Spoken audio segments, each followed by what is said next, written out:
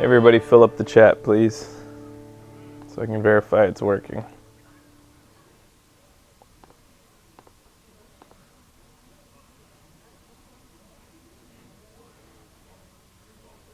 Thank you.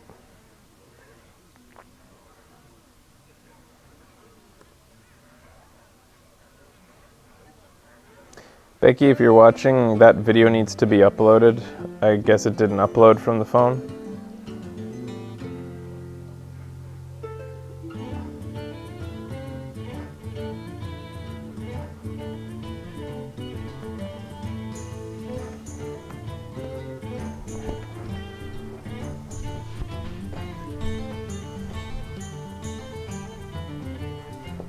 Hey Becky, the video didn't get uploaded, I don't think, to YouTube. Can you send it up named Goblins and Gnomes with a link to Twitch?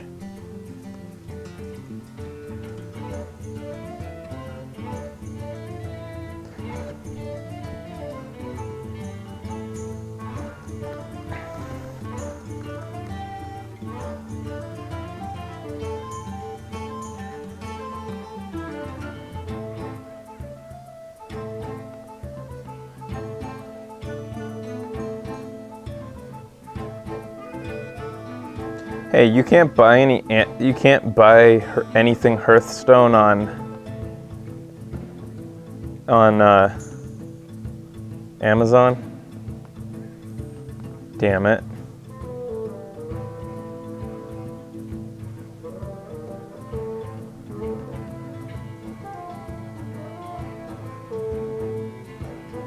There's a Hearthstone pillow in the Blizzard store.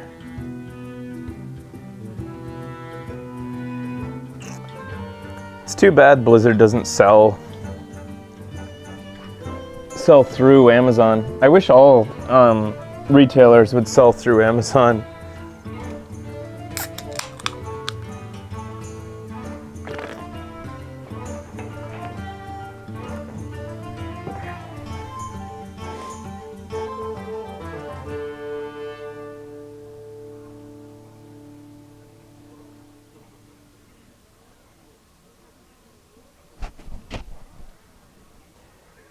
All right, guys.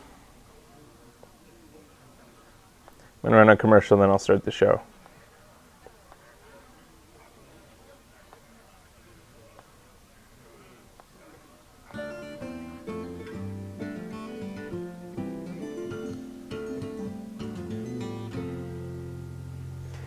Hey Becky, did you start the upload for the video? Because I'm still not seeing it on YouTube.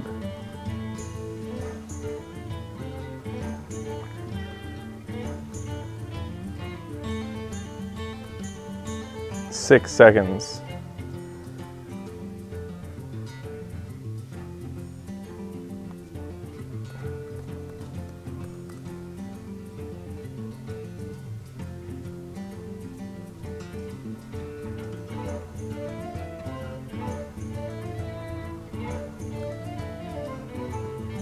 That's weird, it's still not showing.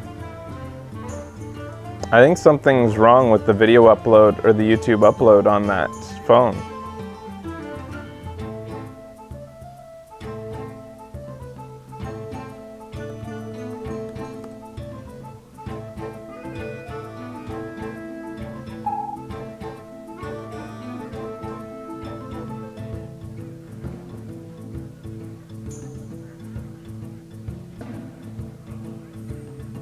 Can you bring it here, please? I need to look at it, I think.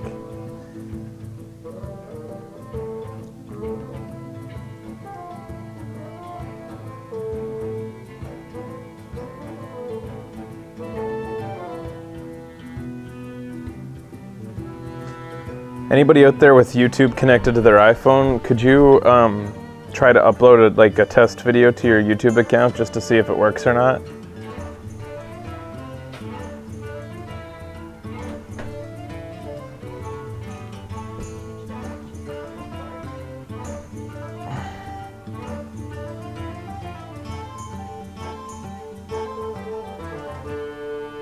The account is far from settle.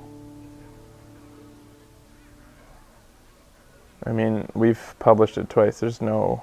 Do you want me to just keep an eye on it? I guess.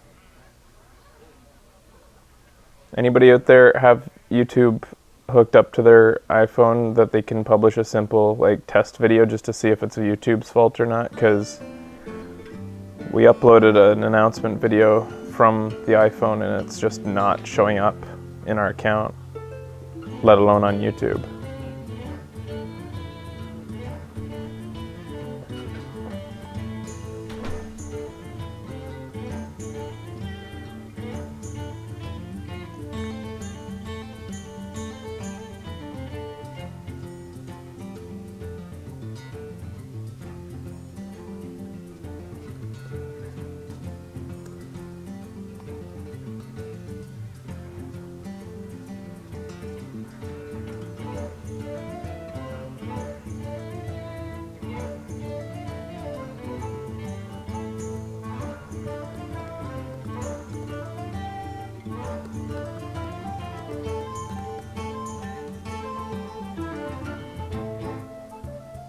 Not a single person in our chat. I'll look at the Twitch chat.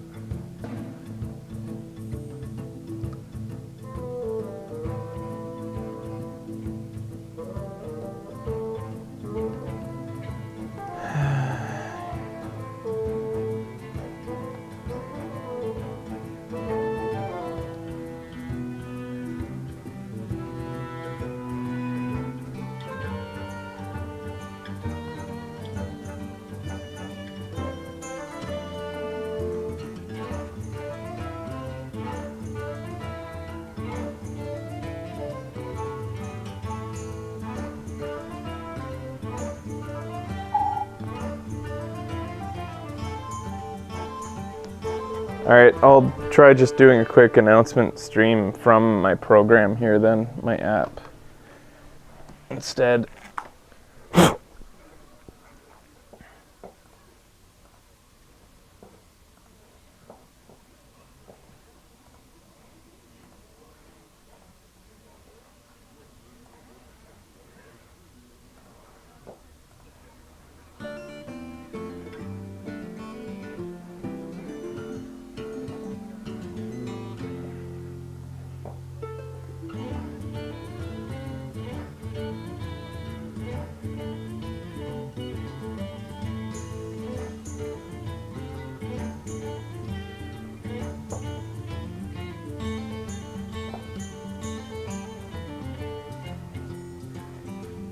Hey everybody, I'm going live right now on the Twitch. My iPhone didn't upload the video, so I'm doing it like this. It's kind of weird for me, but I'm live right now on Twitch on the internet. See ya there right now playing some Hearthstone.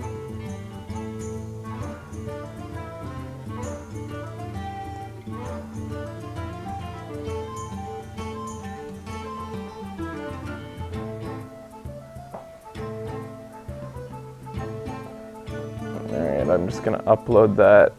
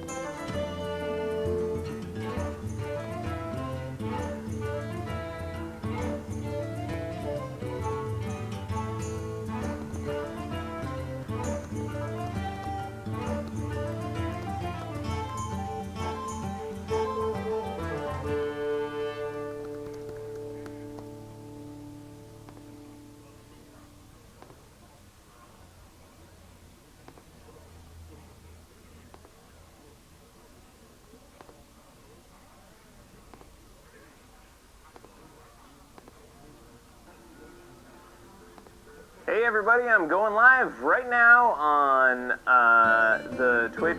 My iPhone didn't upload the video, so I'm doing it like this. Kind of weird for me, but I'm live right now on Twitch. Alright, looks like it went up.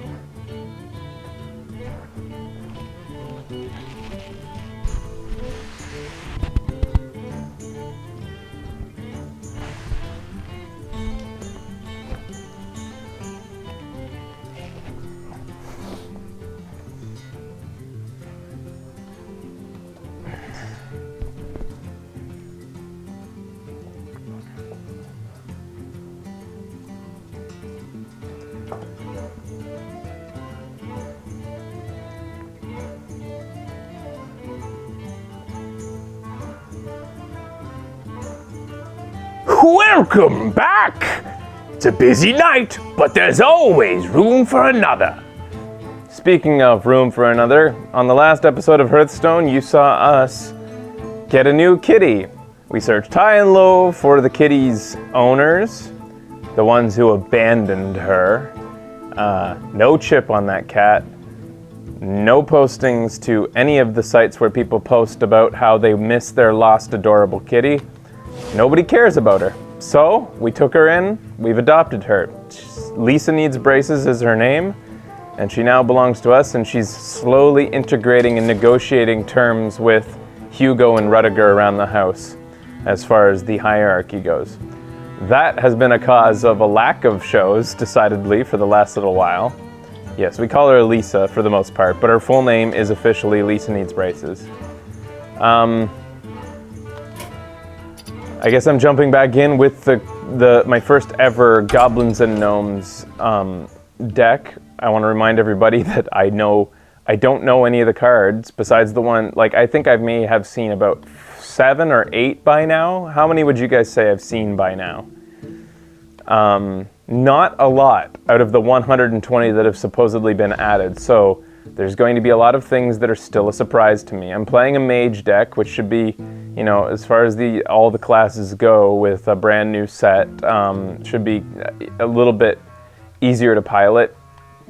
Got a mirror image in there, duplicate. Got to remember which traps I've got for my own sake. An unstable portal, which has been a lot of fun actually. Got a flame cannon. Oh yeah, this is a real meaty deck with 3 ogre brutes who don't know who to attack, but for the most part it seems that it's been working out for me. And I've got, who else do I, a Boulderfist ogre. Lots of meat in this deck. Alright, let's just start it right off.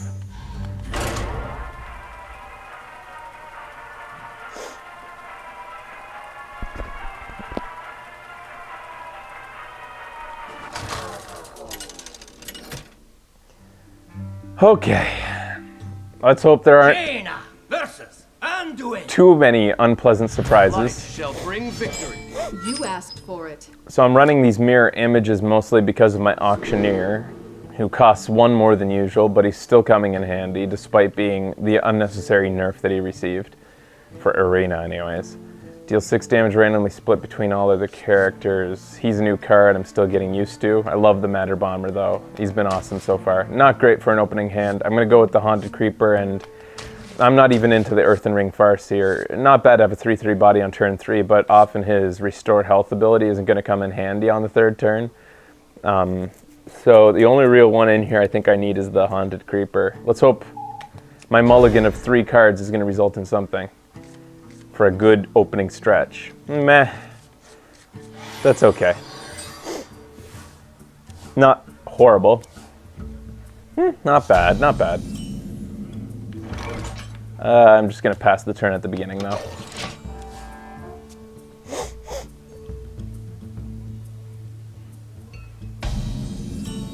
Good. Glad to see that he didn't have an opening play. This means next turn I potentially can swing for 3 damage. If he plays a minion, should help me out. Is someone injured? Good. I'll be happy to get her off the board right away. I don't want him taking advantage of early game card draw. Do you call that a weapon? And I get to keep my spider, which is nice. I was just fully expecting to sacrifice him, so spider hasn't popped into baby ghost spiders. Yeah, so I never knew they were spectral spiders. I always expected that the spiders that came out of Mama Spider were going to be babies, and they would count as beasts, but they don't. Which was a little startling to me the first time I played this, and was expecting, when I played a hunter, I remember explicitly expecting a hunter to benefit from a couple beasts on the ground. I don't have a mech, so the 4 damage split randomly isn't going to help me right now. I think that it would be maybe... Now, I'm going to start getting some momentum here. What to do? Is it a risk? Would you guys consider it a risk right now to have 4 creatures on the board with the potential of losing either my 4/4 or my 4/5 if he plays the Mind Controller Gnome? Would you guys consider that a risk? I wonder. Or should I play the Mirror Entity and be safe?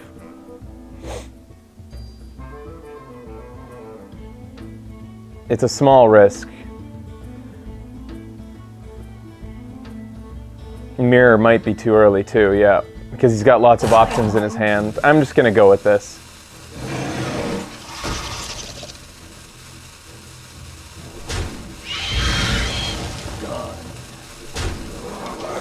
I mean, it's a risk, but not only am I risking, like, he might have that thing, but he's gonna, okay, he didn't, but he'd still have to get lucky to get not one of these two. And I still have answers if he did steal one of these two, even though it wouldn't be, I wouldn't like it, but I could still answer anything.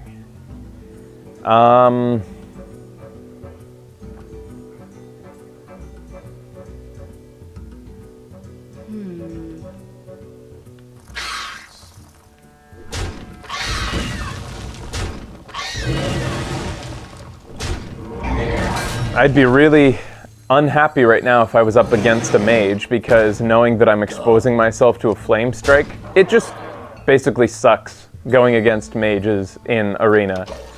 But I can do this confidently knowing that I'm not exposing myself to a flame strike, because if I was playing a mage right now, I'd be dreading her pinging this guy for 1 right now, knowing that she's setting up for a 7th turn flame strike. I would fully be expecting this guy to get pinged for 1. I am the blade of the gods. Technically, flame strike should be less common. You're right. You're right. All right, it's a good time to get rid of my Chillwind Yeti, who's been weakened and open to holy whatever blast. Got good mileage out of that guy. Done. Might be an okay time to play Duplicate. Also not a bad time to play Mirror Entity. I'm going to play Mirror Entity. It's clobbering time. I mean, yes, he's got lots of options. He could potentially play a weak creature to bring out the mirror. Oh, I forgot about this girl. Oh, well, you can't play around that, because then you're just going to always keep your secrets in your hand. You just have to realize that that's going to be a thing that happens sometimes. There's no playing around that. There is none. You can't just hold all your secrets assuming that the next card might be her. You just gotta... It's just like the guy who takes Divine Shield. You just gotta deal with it. Sometimes he's gonna take your Divine Shield and put out a 6/6. Alright. God. Yeah, at least I know that he's got it, right?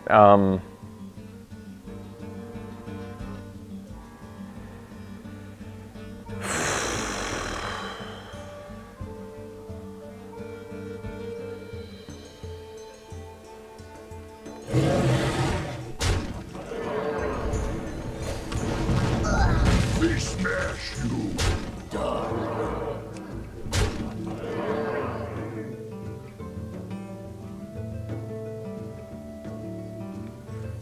It's clobbering time. out on it. Increasing the chance that he's not going to be able to hurt those, even though he can send out that Holy Wave. Holy Nova, right? And I just forgot. I actually did that whole play forgetting that this guy can get past taunt, which is a really interesting strategy. I'm going to have to get used to how this guy plays. So he can aim him at anybody? Or is it that he has to aim at the taunter, but he might end up attacking a non-taunter? Or can he aim him at anybody? I wonder. I haven't had enough. I've barely come into that situation myself despite having 3. He has to aim at the taunt, but it can miss it and hit a different one. Okay, so I'm mitigating my chance.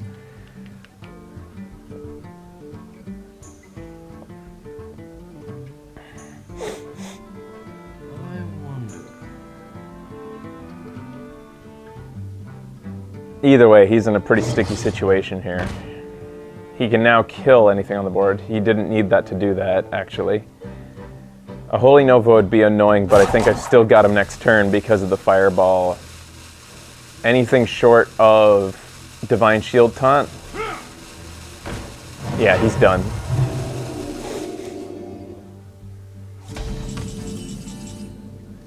Done. We smash you.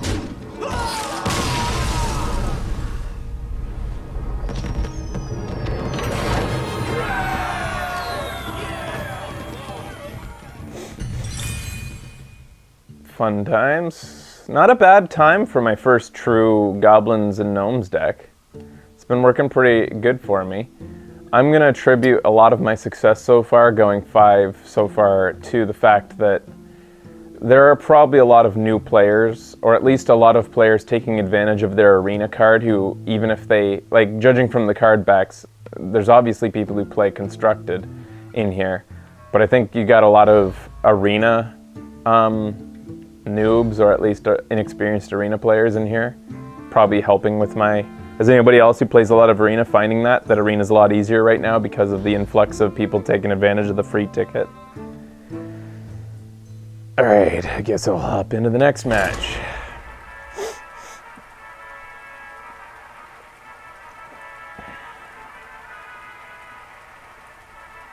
Actually, you know what? I should cut the segment. Because I was just realizing, I was remembering, I was like, why did I always cut every single match into a segment before? And then I remembered, it's because if I don't, if I make, you'll have an idea that I'm about to lose if you see that the minutes on the video are running out. So cutting every single segment makes it so that every single part could potentially be a win or a loss. So I think it's better to cut. Okay. This is for those watching the recorded stream. Be right back.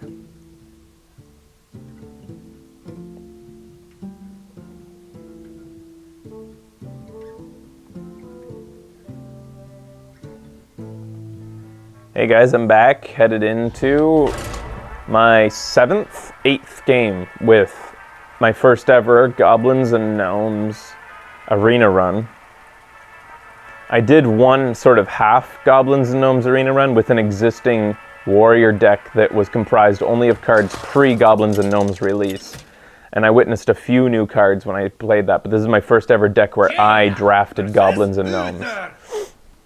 I will fight with honor. You asked for it. Force Tank Max, this could be a fireball, Becky. Pilot Shredder, Death Rattle, summon a 2-cost minion. Haven't had much experience with him yet. I don't know. Is it a 2-cost minion from all of Hearthstone? I think so. And then Flame Cannon, 4 damage to a random minion.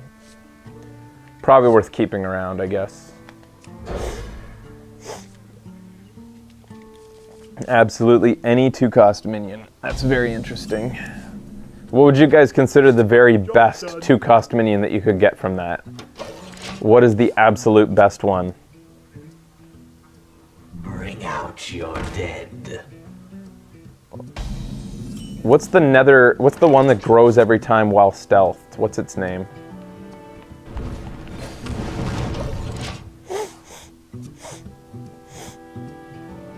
the 4/3 demon. Because it's summon, right? I'll show them. I'll show them all. That's a bit annoying. I am sorry.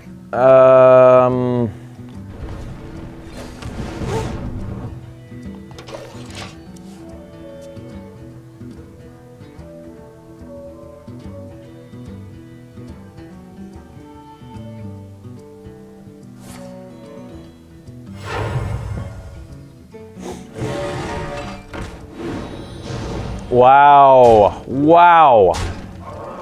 I just got fucked.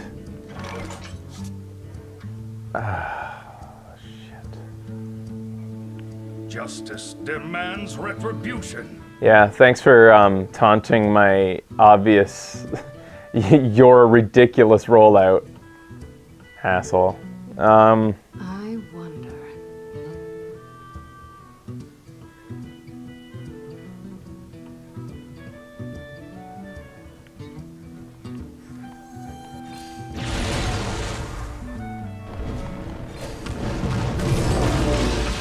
I'm still in it because of that. Did he get the same Whirling Blades as me? Do we both get the same card?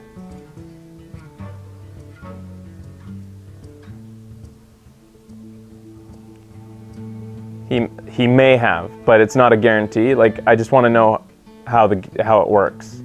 You get different ones. It's random. Reporting for duty. Unfortunately, this mage deck does not have a Flame Strike in it. Well, I could get lucky here. Let's hope I do. Here we go. Come on, baby. Come on. Did someone say bomb?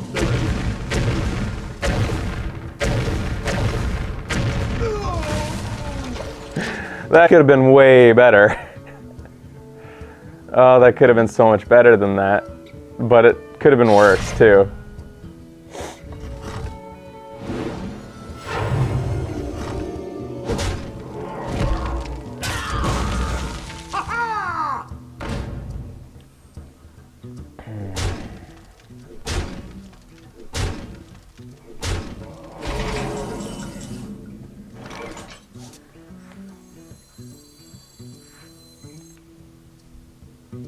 I kind of have to play this.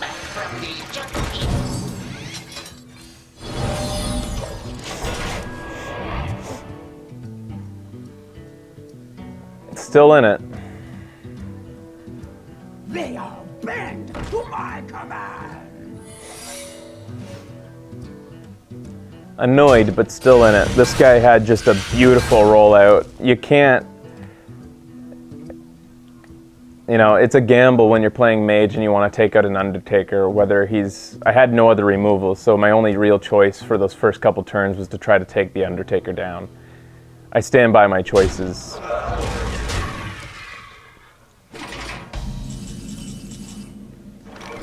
Did the best with what I was given. Right.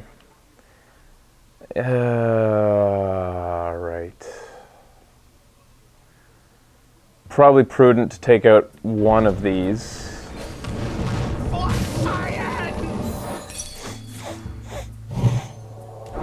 Yeah. Kind of his game now.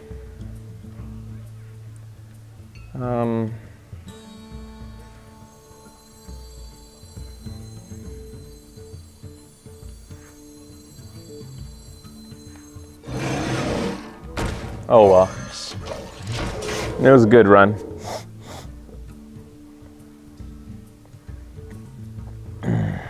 So is he gonna end this like a gentleman, or is he gonna be a dickhead? He's a dickhead.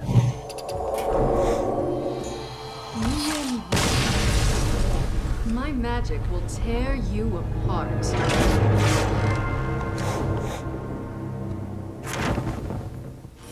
Not a bad run for my first Goblins and Gnomes deck. Not bad at all.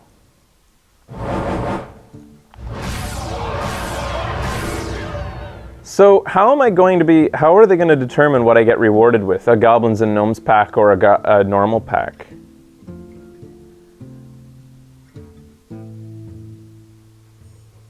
how do I know, like, it's random? So I thought this entire time that I was saving up.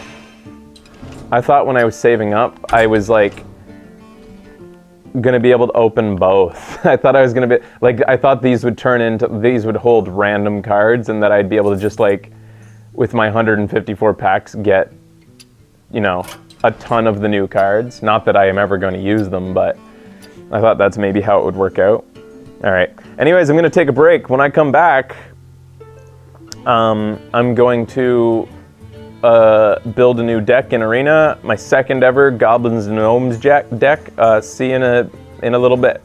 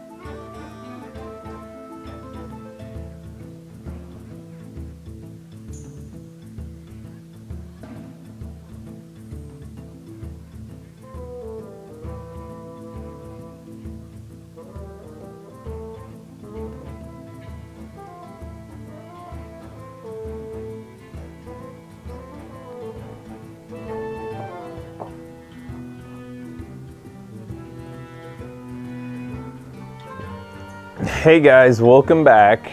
Headed into Arena for my second Goblins and Gnomes deck. What do we got here? What do I want to play as? Alright, well first let me go see what my rewards are.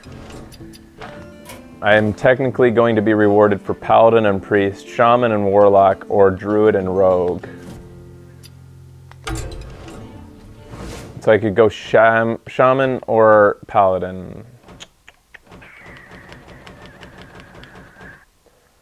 I'm closest to the rewards on Shaman, so I'll go with Shaman. I like both of these.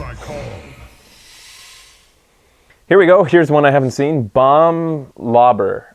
Deal 4 damage to a random enemy minion for 5 mana. It's a 3/3. It seems like pretty damn good value. Questing Adventure, I don't like to take this early on in the draft because I don't know what kind of cards I'm going to end up with. If I was the Paladin with all his 1 casting cost secrets, I probably would have gone with... I would think Questing Adventure had a better value than this, but...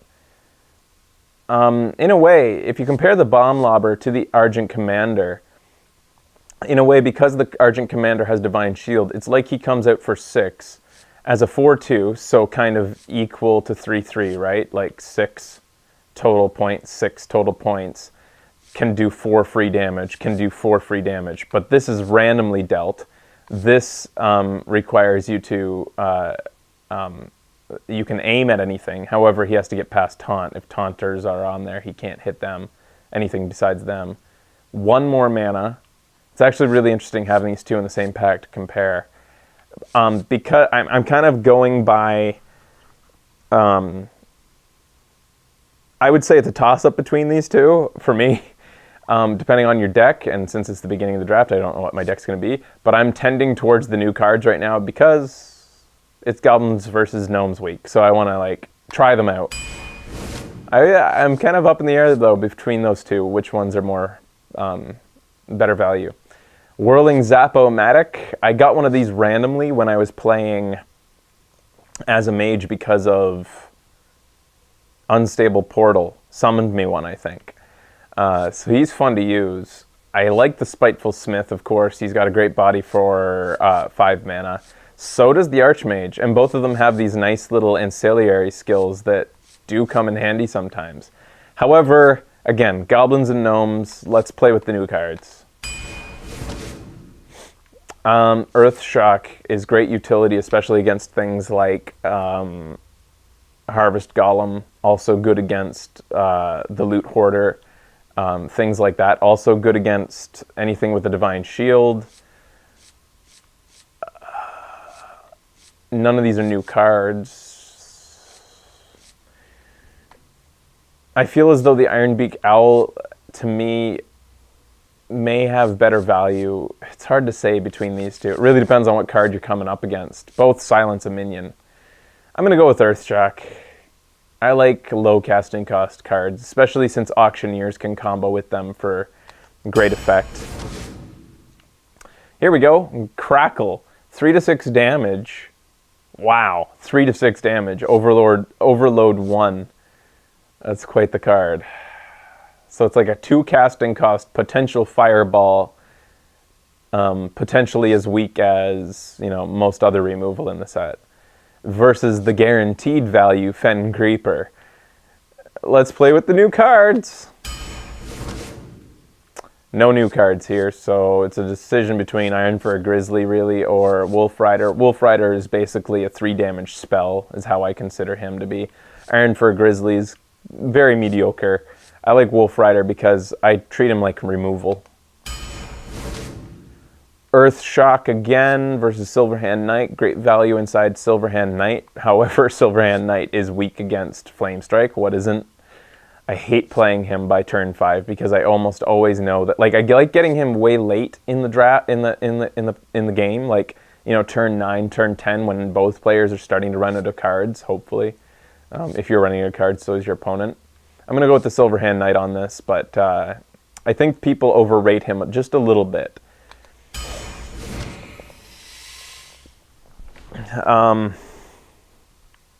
Shade of Naxxramas is a 3 casting cost card. Okay, I was actually thinking it was 2 earlier when I was considering that other card.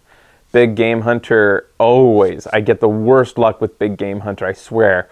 Anytime I have him in my hand, the player, my opponent, never plays anything with 7 or more attack. It's just, feels like one of those things.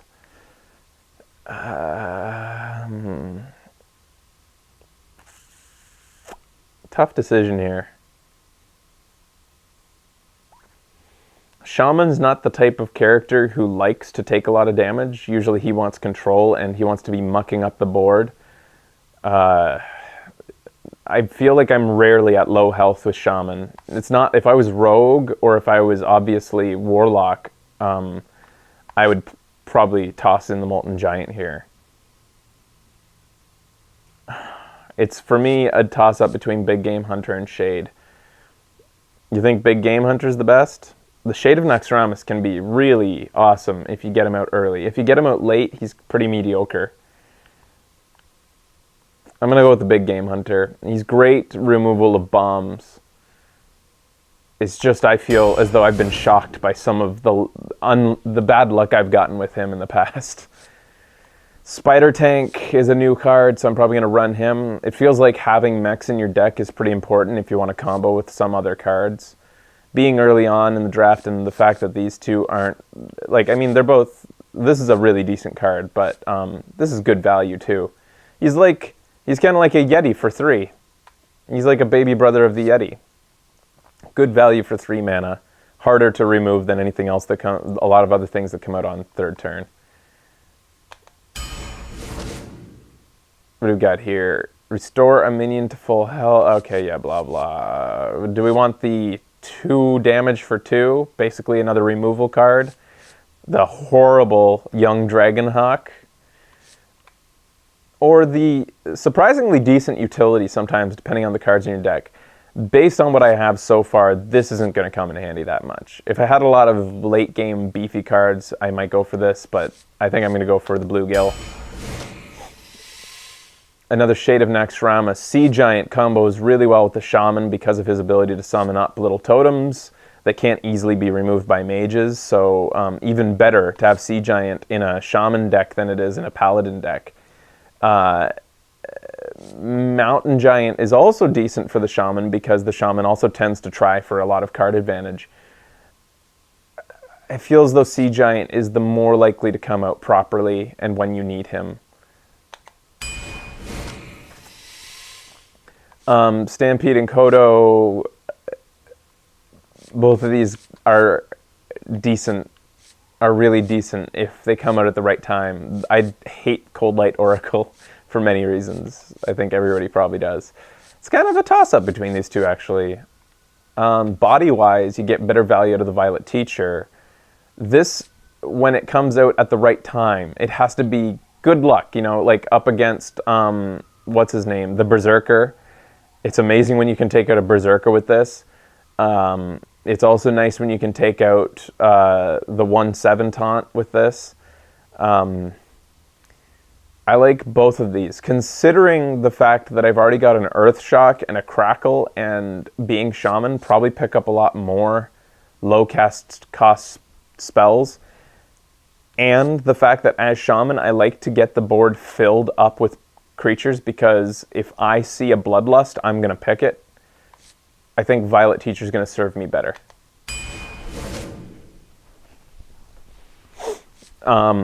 The Earth Shock, again, goes well with the Teacher that I just got. However, it's not as good as these two. I would, in this case, oh, this is a tough choice, actually. Whirling Zap-O-Matic is a damn good 2-drop.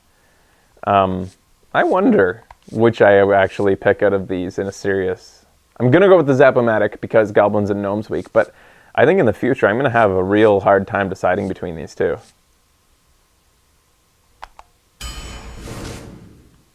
Got to use the Zap-O-Matic more to see what kind of value I'm going to get out of them.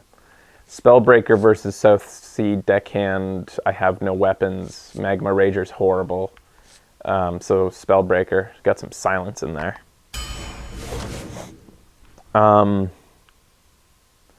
Another Reincarnate. Full health Reincarnation. Dancing Swords. I'll admit, guys, I will fully admit, when I first saw Dancing Swords, I thought it was going to be a lot better than it ended up being. I thought that a 3-drop, a 4/4 on turn 3 was going to be much more useful than its detriment, especially if you could protect it with certain cards. But if you don't have a deck built around making sure that it doesn't get taken out too early, it works really well when you can bounce. I've used him to great effect with that spider that bounces cards when it dies. I've used him, I have used him to good effect, but if you don't have the cards set up to work around him, especially bounce specifically. I tried him a lot. I wanted him to work Dancing Swords, but he didn't. He often just ends up being a real pain in the ass. If he was a 3/5 for 3, that would be different. I think that it would be much more valuable at 3/5. I'm going to go with the Ogre Magi. 4/4 body. Same body for 4 instead, without the detriment and the plus of extra spell damage. And I've already got some spells that do damage. In this case, guys, I know that look, I know that I want to play with the new cards, but I feel like I need to take the Forked Lightning here, purely out of strategy. This isn't even really a toss-up for me between these two cards. I don't have any, I only have one mech so far. I don't know how many more I'm going to draft. Forked Lightning can be a really decent damage dealer, and it goes well with the Violet Teacher that I've already picked up. I think I'm going to go with the Forked Lightning, even though I would love to play with the new card.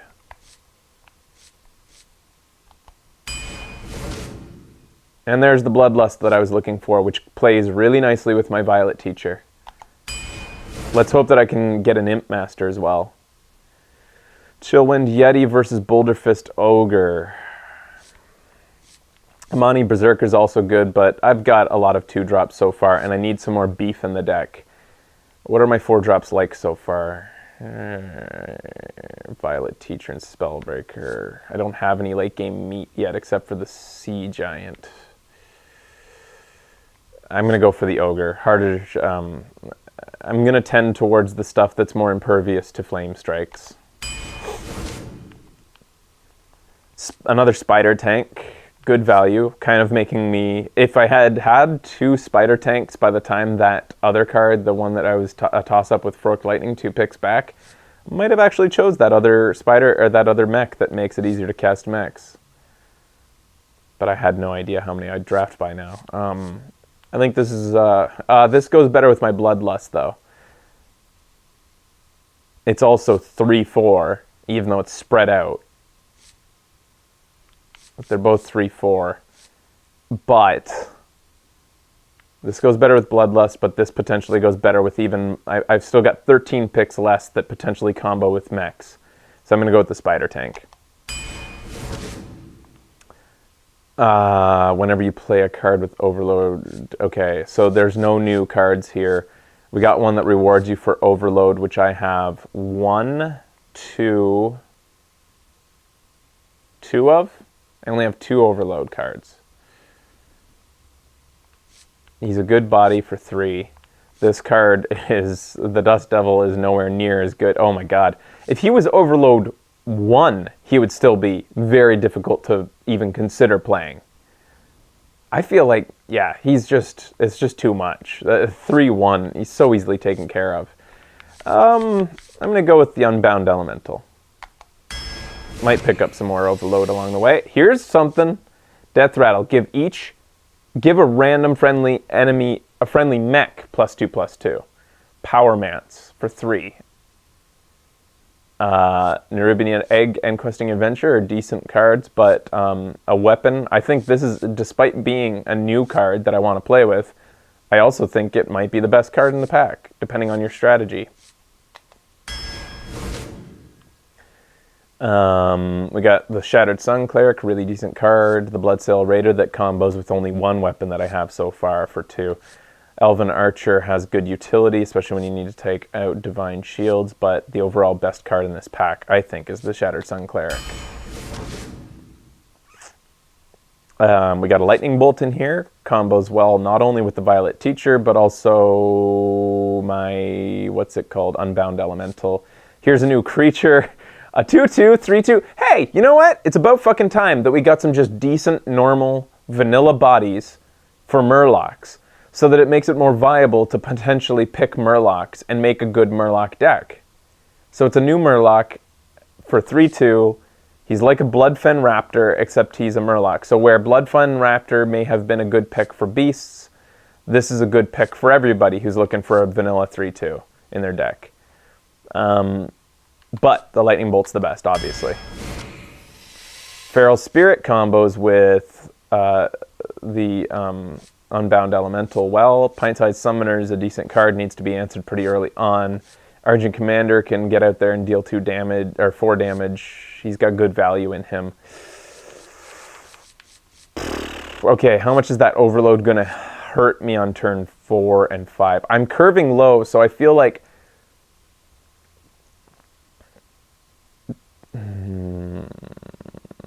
The good thing is with the Feral Spirit is that by turn 4, you're going to at least be able to play a totem, if not one of these cards as well.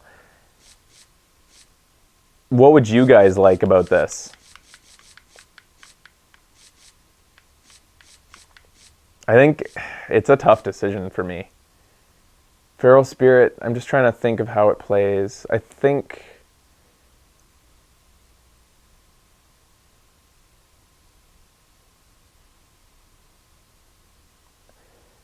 The wolves are always a pain in the arse. Argent Commander can also be a fucking savior.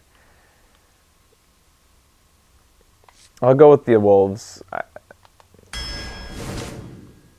For me, that's not an open and shut case, though. For me, I could have gone either way. Flame Tongue Totem, based on what I have, is that worth it? I think the Fen Creeper provides me with better value here. But I also think that I like the idea of spider tanking and going full-on mechs here with the new cards. Flame Tongue Totem looks powerful, but often gets dealt with so easily. So very easily. And you kind of have to have a little bit of a dream rollout in Arena for him to come in, like, to work to his best potential. He's so easy to take care of.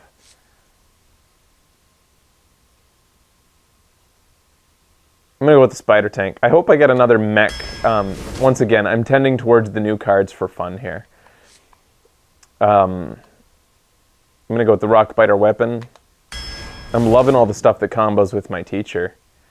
The Whirling Zap-O-Matic again. All new cards in this deck. Almost. Not really, but Another Whirling Zap-O-Matic? Why not? Let's do it.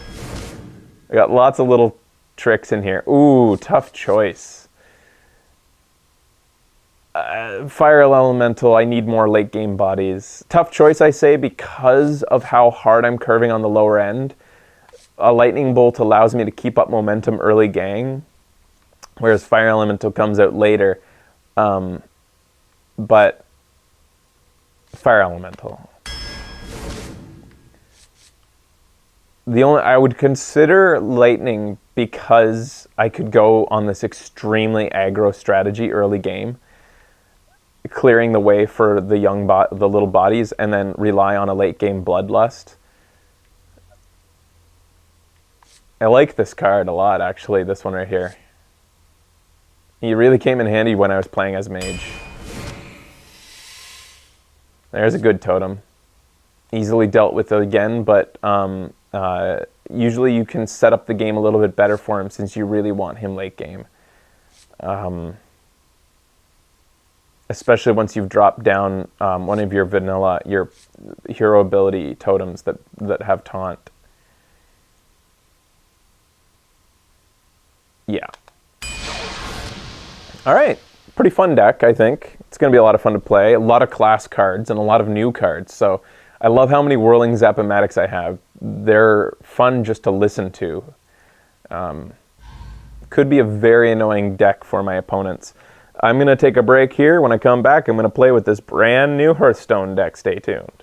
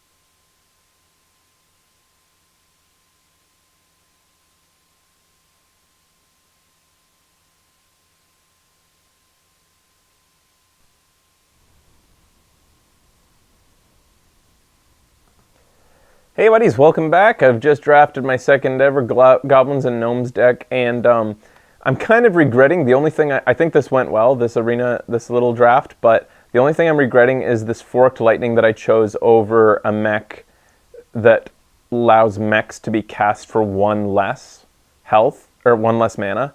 I don't know what its name was, it's a new card, but I chose the Forked Lightning over it just because at that point I only had one other mech, which was where is it? The one for 3. Where the hell is it? It's 3, right? Spider Tank. Then I ended up getting 2 more Spider Tanks, 3 more Whirling Zap-O-Matics, tons of mechs. The Mech Warper is what it's called. You can never know what you're going to draft, but had I gotten that Mech Warper instead of the Forked Lightning, I think I would have been much happier. Could have been really cool, but not a bad. I don't think they're predicting 7 wins. We'll see about that. I don't know how many times I've gotten a 7 on the show. Throw versus Uther. It's all in the luck of the draw. This deck could go 0-3 if I'm unlucky. You never know. Opening hand Mana Tide Totem isn't that valuable. Neither is Violet Teacher, to be frank, and neither is Silverhand Knight. All of these could wait till later game. But I got my Whirling Zap-O-Matic in here. Maybe turn 1 Whirling Zap-O-Matic. I think that's where he's most dangerous. I ended up getting a Spider Tank for turn 3. I smell blood. Well, I won't be playing him on turn 2 since this guy can take him out so easily. Or should I? Because then I'm trading the Whirling Zap-O-Matic for another Whirling Zap-O-Matic, then this guy on turn 3. What to do? I'm going to do it. You have no choice, asshole. You got to take him out. You have to. I command you to attack this with your Worgen Infiltrator now. I demand it. Not on Shit! Fuck! Oh, that's bad. Oh, that's bad.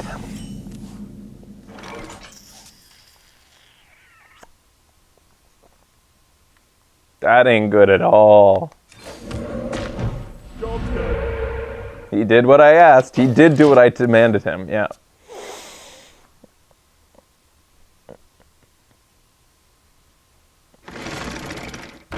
Maybe I'll get my fork.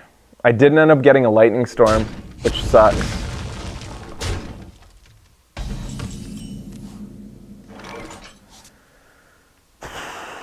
At least this guy's tough to deal with.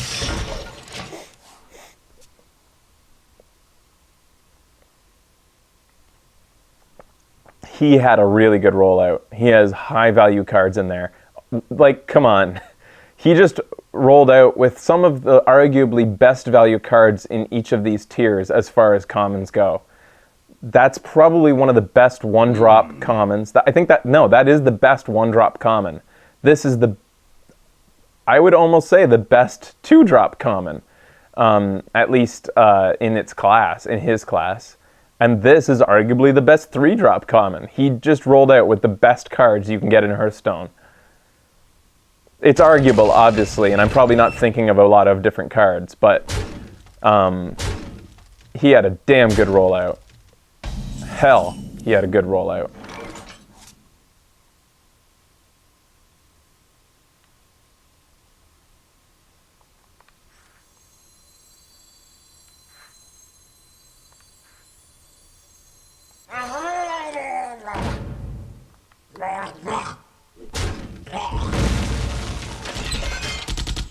That's an awesome sound. I fucking love that sound.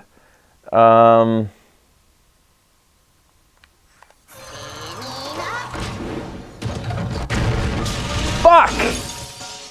A 1 in 3 chance of having that guy survive. A 2 in 3 chance of having him survive. 1 in 3 of losing him. Oh, this guy's luck.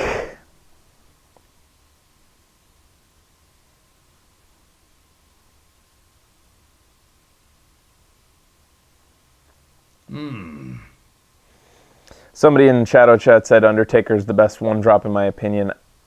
Undertaker depends on your deck though. I'm speaking specifically of like, you know, in a vacuum cards.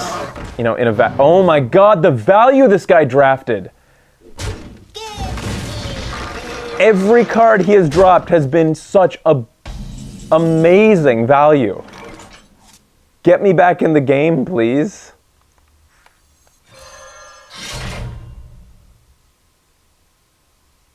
Like, I'm not even... Elements guide me. I'm just gonna pray. Please. Not 3 damage. Job's done. What?! Oh, this guy's getting every break necessary.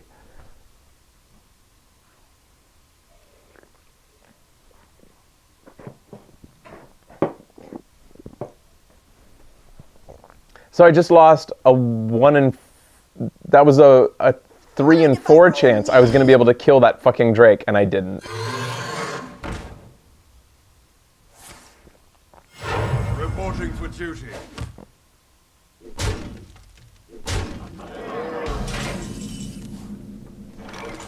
Yeah, I really don't need that right now.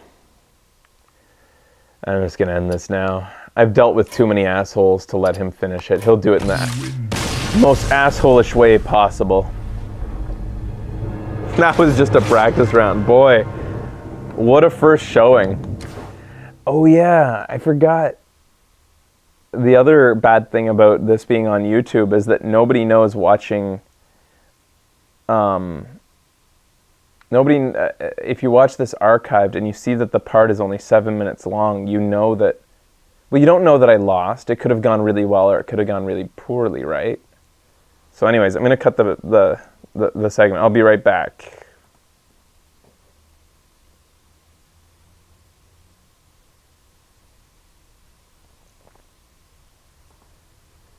Hey guys, welcome back.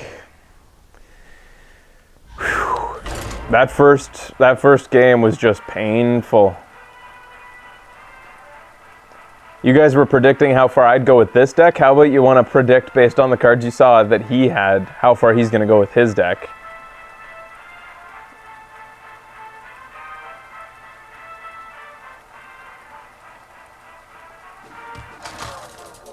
$12-0. I don't...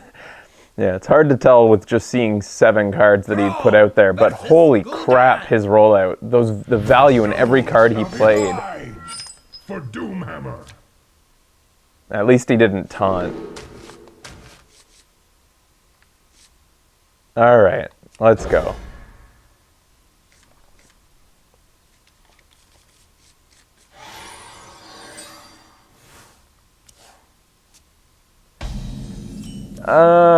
Here's another tough decision. Do I want to coin into the Whirling Zap-O-Matic and hope he doesn't have an answer? I have plenty of other, like, I can drop a Totem on turn 2 and then I have lots of awesome turn 3 stuff. I think I'm going to coin. Because if he can't answer this turn, then I can protect him. I think I can keep him alive for a very long time if he can't answer him.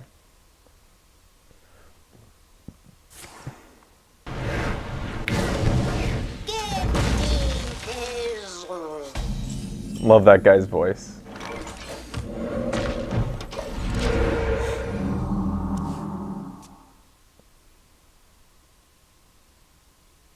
It was completely likely that he'd have an answer. The good thing is that he spent an answer. I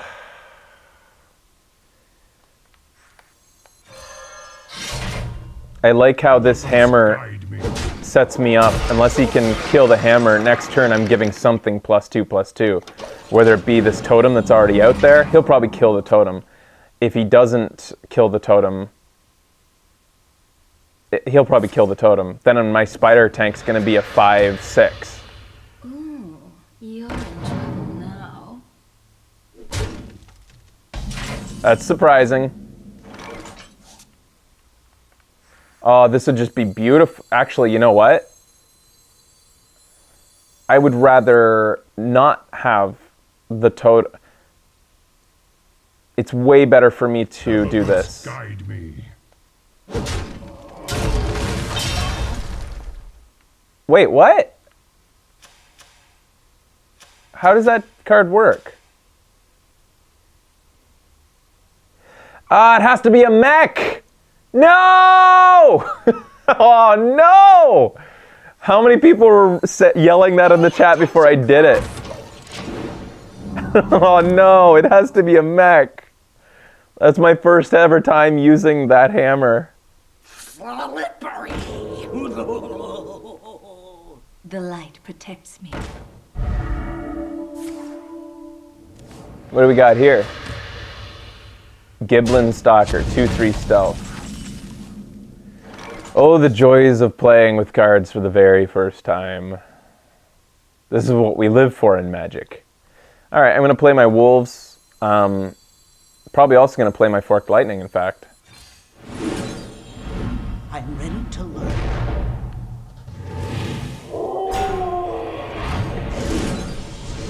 I'm ready to learn. Not bad. Instruction begins. Got some nice board. If he puts out a Hellfire, I'm in trouble. That would really suck. At least he'll lose his 2 creatures. It'll be a trade of 2 cards for 2 cards if he puts out a Hellfire. No, it would be a cost of 3 cards for him, and I wouldn't lose my teacher. So a Hellfire isn't even going to hurt me that much. Next turn is going to suck, sure. But I'm okay with putting out a totem. I've also got lots of great 2-drops. No, no! Duh! Anything but that one.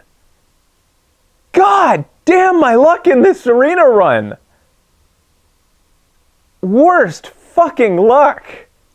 My eyes are open.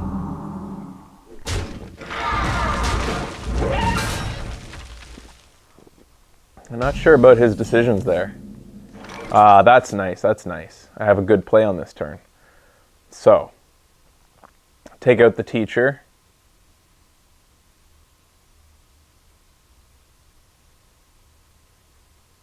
Take out the... I wonder.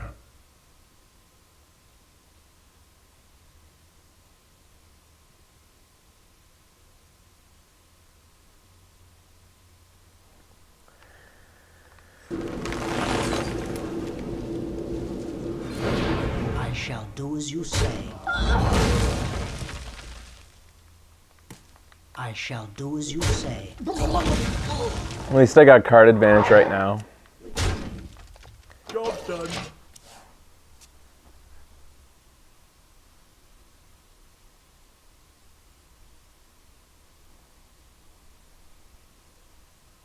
From the void I come.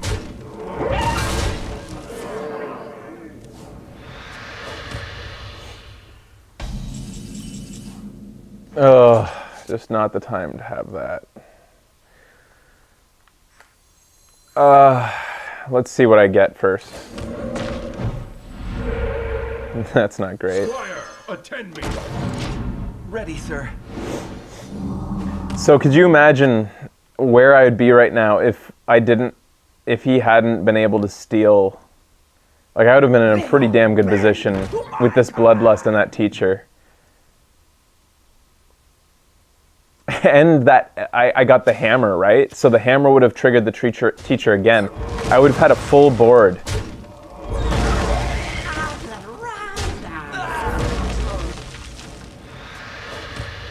Okay. Not bad, not bad.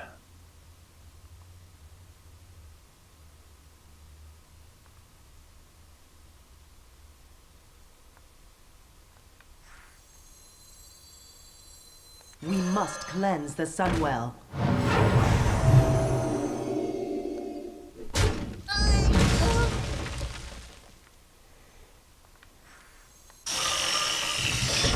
Should have actually triggered the totem before, giving me a better chance at the taunt.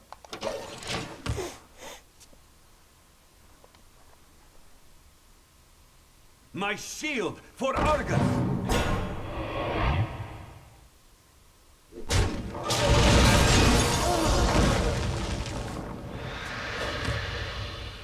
Nox is all. Did he just draw that? Why wouldn't he?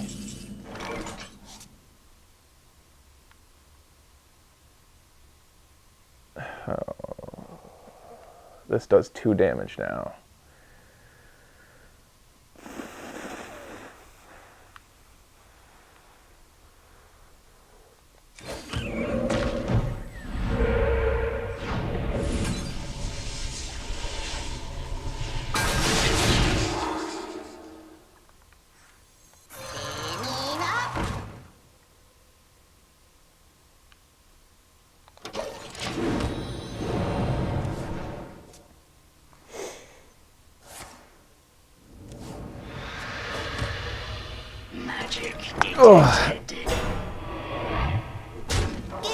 What's this guy?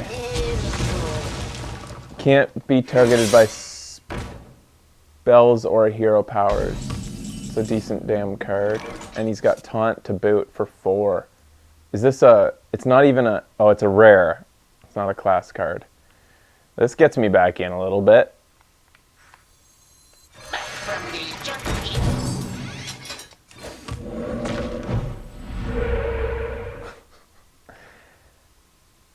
Like, if I had any kind of, like, you know, lightning storm in here, I could really be back in the game.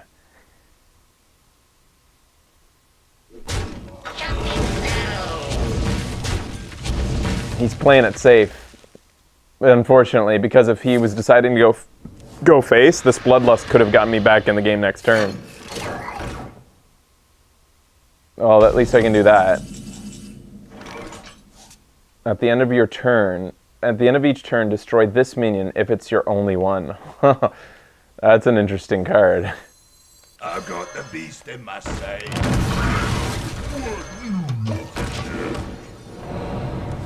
You know, like, I mean, the deck's not doing horribly, considering, you know, some of the bad breaks I've gotten so far here.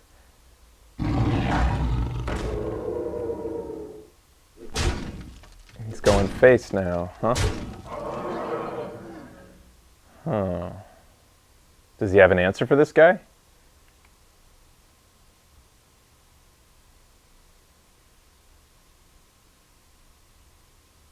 He thinks he can finish this off in the next turn. What have you got that makes you think that? The light does not discriminate. Okay.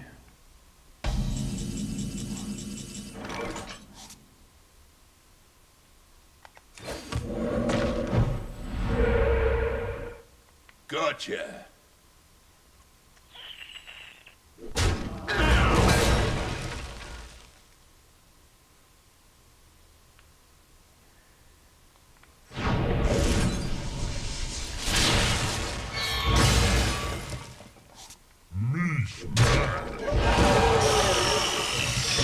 Job's done. Still in it? I'm still in it.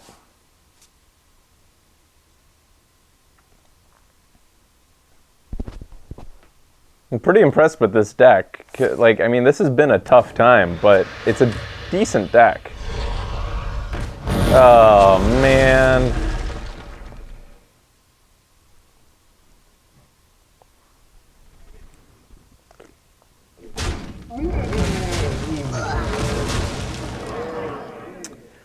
Pretty much over now, though. I don't think there's much I can do to...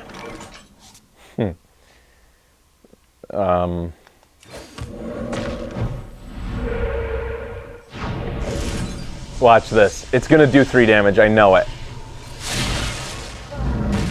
Okay. I would have to have insane luck to win at this point. Insane luck. Don't mess with Tusker.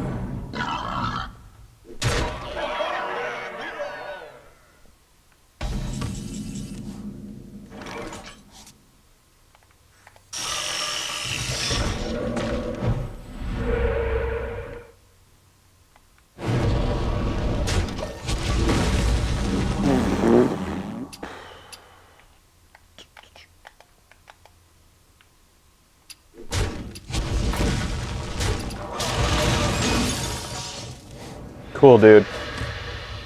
You win. The elements will destroy you.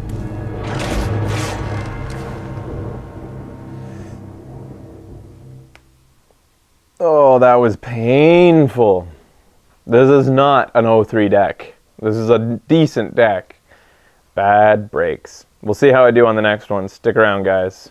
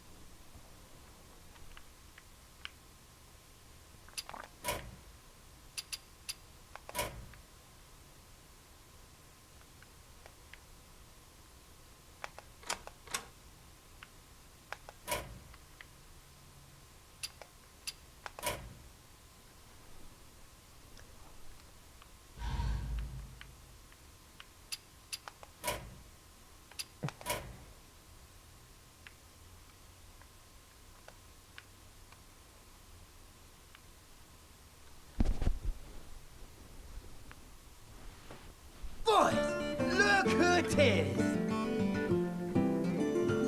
Hey guys, so yeah, I hadn't even noticed the music was off this entire time. It's a bug, so I had to restart Hearthstone to get the music back. So I don't even notice because I usually have my music off so that I can listen to my own music whenever I play Hearthstone. So yeah, I wasn't even noticing that I was playing with no music, but it should be fixed. It is fixed now, I guess. Just fixing one other thing here. Welcome back. I'm playing a Goblins vs. Gnomes arena deck, which I think is decent, but hasn't been doing too decent. Ooh. All right, let's see how she does this time.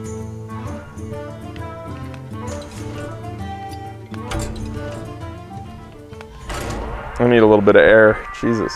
It's actually kind of really warm here in Vancouver. We had a stretch of cold and now it's like straight up mild. I would say it's like 6 or 7 outside.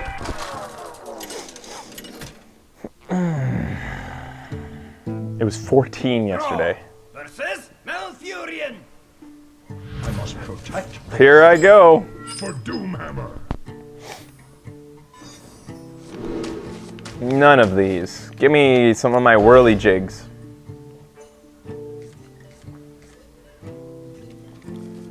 Alright, so now that I'm in the losers bracket, I might do a little bit better. However, I've played many times in the losers bracket where there have been other decks that were just like mine that, you know, look like they deserve a lot better than the losers bracket, and rightfully so. You end up against guys who have just had bad breaks.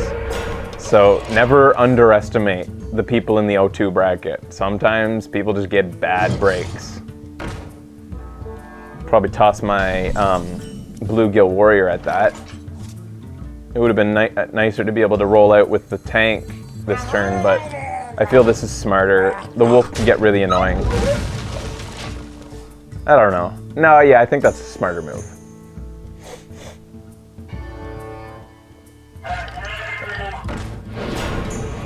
Especially when you're up against a druid who can beef them up. Anodized Robo Cub. Taunt. Choose one, +1 attack or +1 health. I would have chosen health in that instance. You gotta love druid. He's always got versatility, right? Lots of versatility. What to do?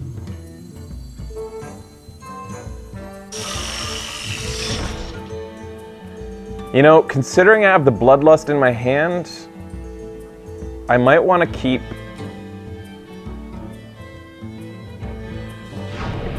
This might be a waste, but I'm going to go full-on Bloodlust with this run. I'm going to pray that, you know, I'm able to get about 5 guys on the board and then run the Bloodlust. Shit. Okay, hopefully the crackle does something. Come on, baby. Please. Yes! I'm going all out on the Bloodlust. And Bloodlust plus this guy as well is going to potentially finish this on turn 7.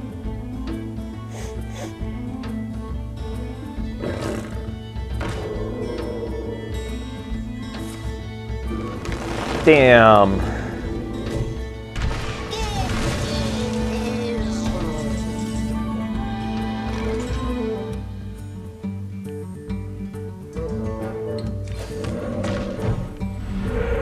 I've still set myself up for a good Bloodlust turn. Even a swipe can't do much to hurt my board right now unless he plays like a gnome, or I mean a kobold. First. Blingtron 3000. Equip a random weapon for each player. 3/4, costs 5 to cast. He got Cogmaster's Wrench. Has +2 attack while you have a mech. So it's a 3/3 weapon. And then this one, Sword of Justice!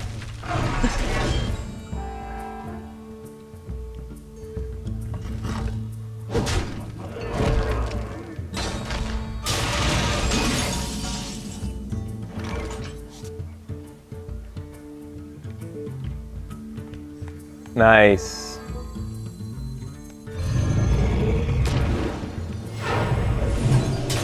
So we both got epic weapons out of that. And it's just supposed to be a random weapon, but we both got epics. I wonder if it always balances the two. Elements guide me. All right, so this isn't very bloodlusty, but I mean, he's just gonna kill this druid the sun cleric next turn, so I might as well use her. Hopefully no answer for the sea giant, who can actually take out an Ironbark Protector next turn. Also makes it so that this is less effective, taking out that mech. I didn't even consider that, actually. I was forgetting all about the ability.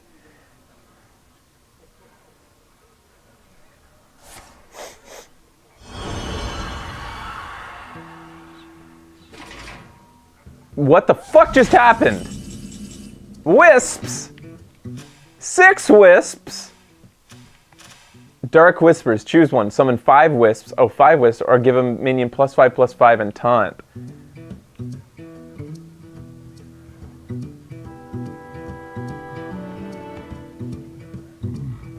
What to do? Elements guide me.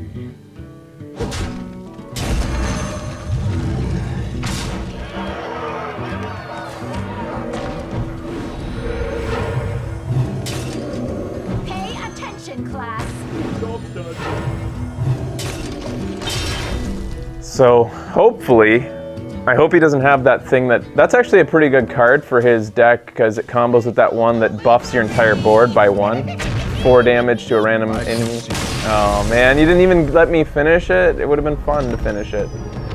I wouldn't have played the Bloodlust, just so you know. I don't play that way. Finally, a win. Jesus. That was a weird match, too. Alright guys, I'll be back after this with more Goblins and Gnomes Hearthstone times.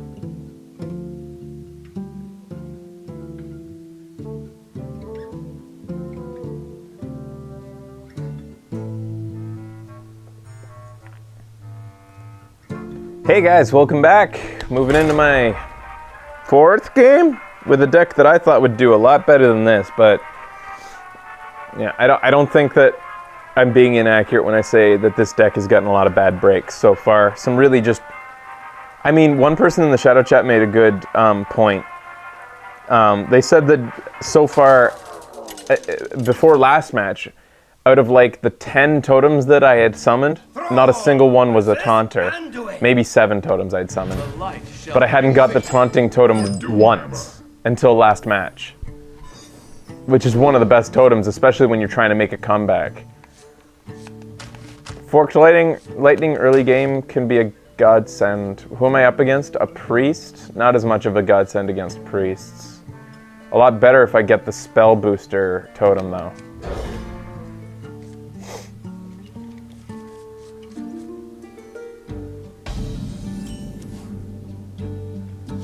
Job's done. Let's go.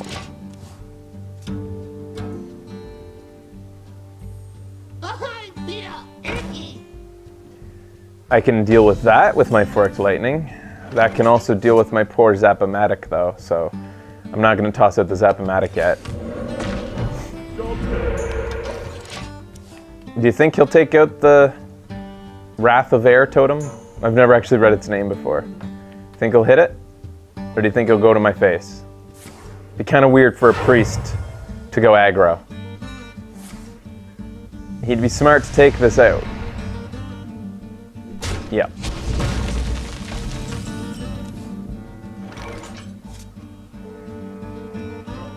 Oh man. Alright. Playing this. Hopefully setting myself up for a 5-4 Whirling Zap-O-Matic next turn.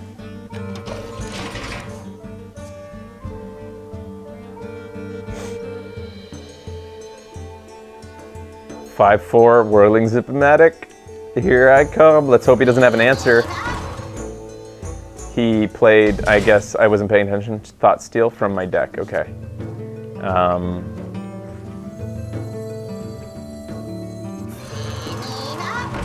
Elements guide me. Don't have an answer. Don't have an answer. Don't have an answer. Please don't have an answer.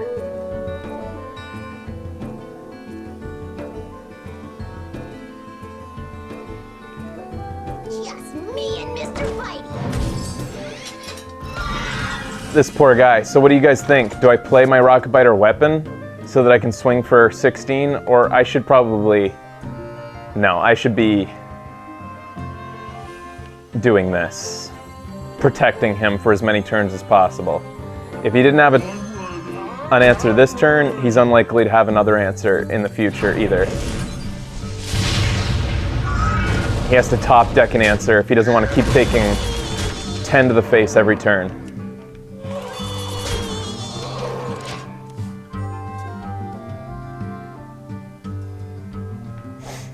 "16 damage would have been tough for him to deal with, but this is even tougher for him to deal with. I got lucky, kind of. I mean, he could have easily had... What's the name of the card? The Shadow of Power Pain, or whatever, that takes out the big guys?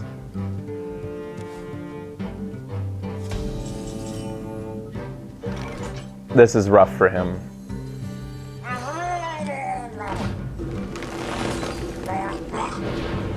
Wait, do I have... I'm 1 point shy of lethal, and I can hit him next turn. I'm doing this. Oh, I did have lethal. Fuck me. I'm an idiot. I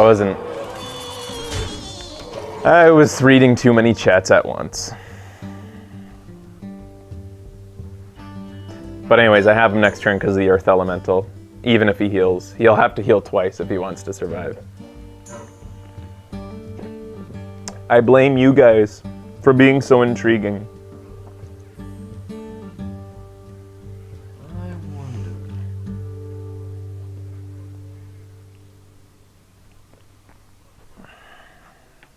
Hey Becky, could I have another coffee, please?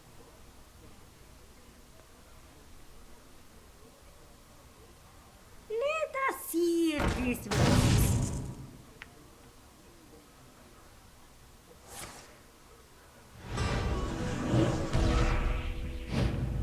Well, Battlecry, give a minion -2 attack this turn. That's a weird...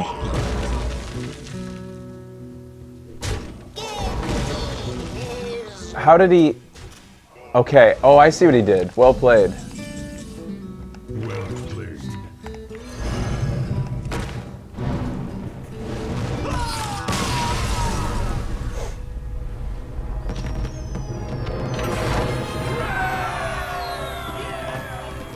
Oh.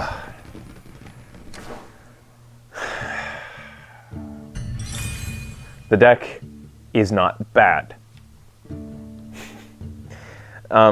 You know how it sucks when like you make a deck that you think is really decent and then it does horribly and you start to rethink your entire, like, do I even know how Hearthstone works? Like, you start to second guess all of your opinions on every card just because you had a bad run of luck. Like, you start to think, like, That deck, in my mind, was awesome, but it did horribly. I mean, I had 3 Harvest Golems, 3 Yetis, and like, and stuff like that, and you're just like, how the fuck did my value not win? But sometimes luck just gets, like, takes decks out before they even have a chance. All right, be back right after this.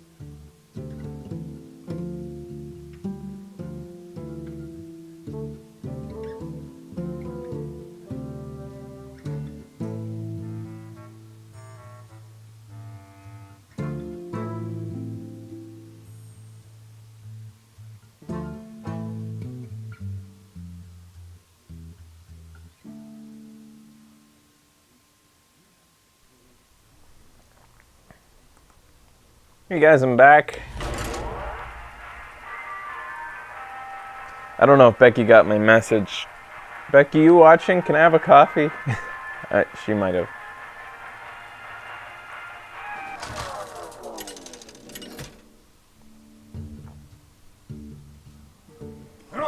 This could be it. Undoing. The light shall bring victory. Oh. For Doomhammer. Oh, thanks, Becky. Thank you.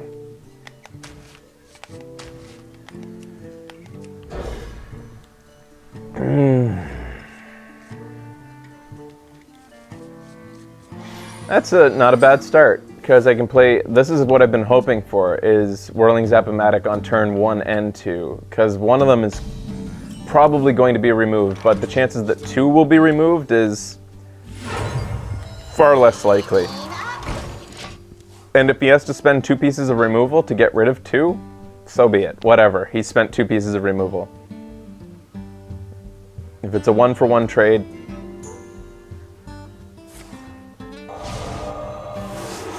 well, if he had to resort to using that and letting me keep a 3-2 on the board, it must mean that he doesn't have any. He's going to have to top deck some answers. It's possible that he only has a, yeah, he doesn't have even a 2-mana answer in that deck, which is the 2 damage. I forget the name of it for Priest. I don't play enough Priest. Uh-oh.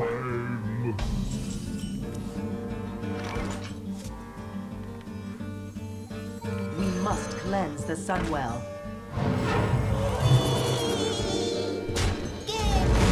Would have been nice to put it on the one that still has Wind Fury, but especially since it would have put it out of range of both of his major removal spells.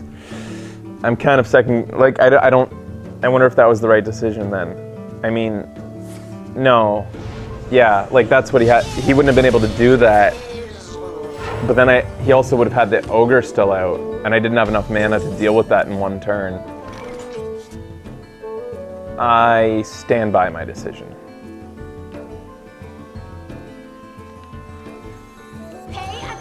Class. Forward. Job's done. You gotta, when you're playing, if you're new to Hearthstone, one thing to remember is that 4 power on your minions is a huge annoyance to the Priest. Guys with 4 power. Because he has 2 cards that take care of guys below 4 power and above 4 power. It's really annoying for a Priest when you have 4 power guys out. Alright, so what do? I don't want to silence that, that's for sure. I want to take him out. But should I do this? That doesn't really help me.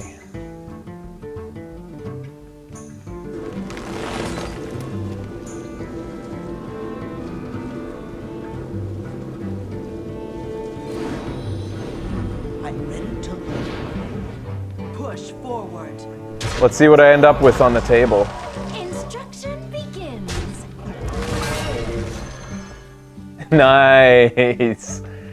I'm finally getting a little bit of luck. Little bit of luck.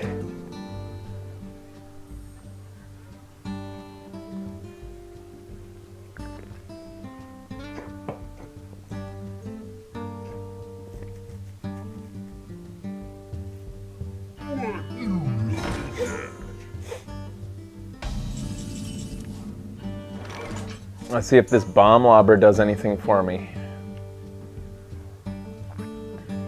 I guess.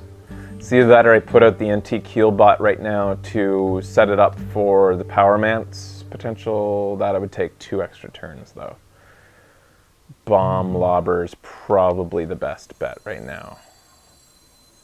Special delivery! Have I gotten enough mileage out of my teacher to sacrifice her right now? Or do I get rid of the... I don't have any overload in my hand right now, and who knows if I'm going to draw some. Is it better to get rid of these 2 and keep the teacher around for value? I shall do as you say. I'm going to do that.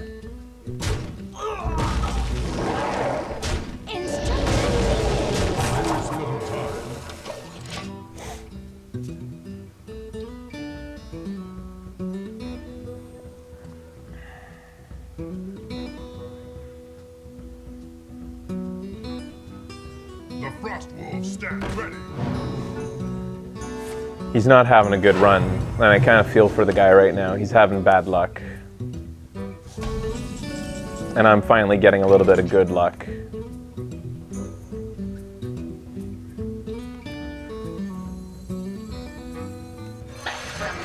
That was a waste, actually. I wasn't even really thinking there.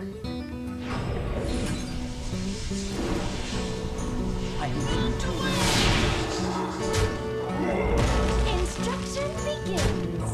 But at what point am I going to be down 8 health, really, at this stage? Anything could happen, but... It's too bad you can't point that 8 health to any creature. If it was 8 health to anything, holy shit.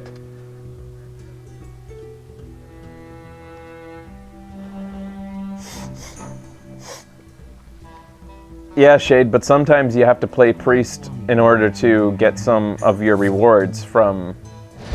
Uh-oh. Sometimes I play I hate playing Priest in Arena. It's the worst class, by far. But sometimes you need to if you want to get those tasty rewards from free gold. And as long as you can go, like, you know, it's usually worth it if you can at least go 3-0. Running the program. Instruction begins.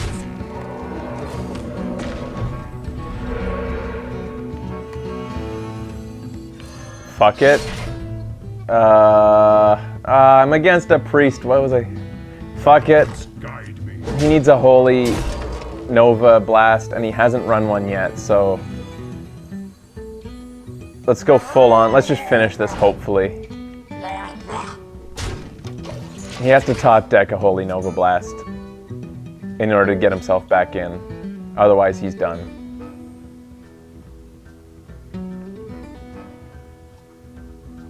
Let the pain speak to me. It was an adequate gamble, and it looks like it paid off. Yeah.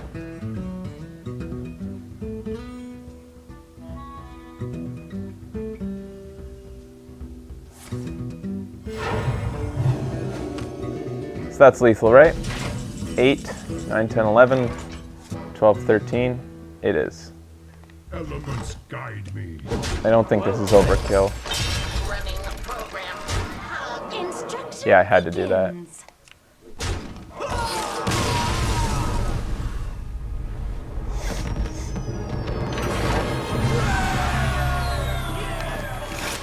Another pretty good little run there. Okay, 3-3. So at this stage, I can be happy that I've won what 50% of players win. I've broken even though I haven't broken even in gold. That's not how that works.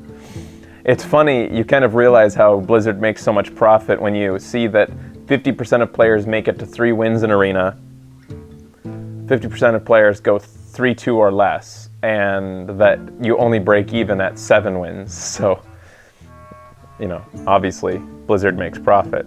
We'll be back after this. Stay tuned.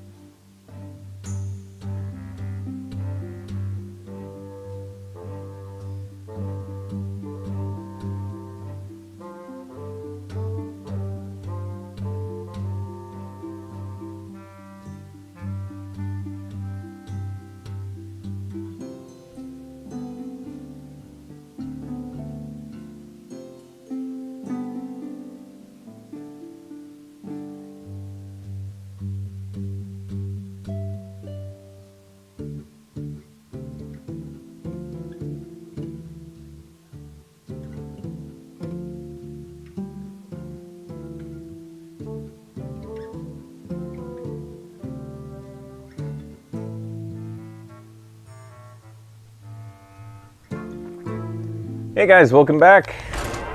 I'm moving on into my 6th game with my 2nd ever Goblins and Gnomes deck. I'm still running into a lot of surprises, a lot of cards. I haven't faced Hunter yet even. I haven't faced Rogue.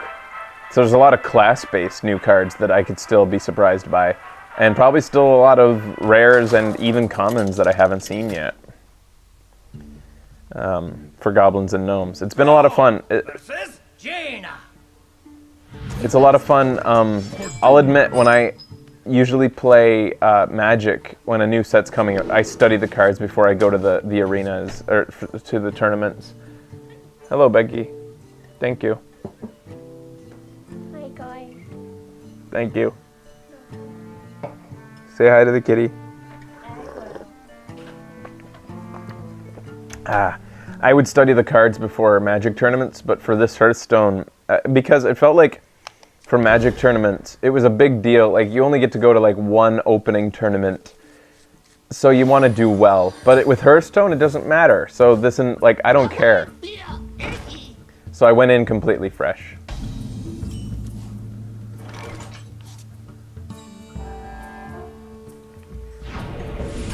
Sure, I think that's worth it. Opens me up for Whirling Zap-O-Matic next turn, hopefully. I've got a good enough rollout here that I can save my coin for late game. Uh-oh. What'd she get? Something that costs 3 or more.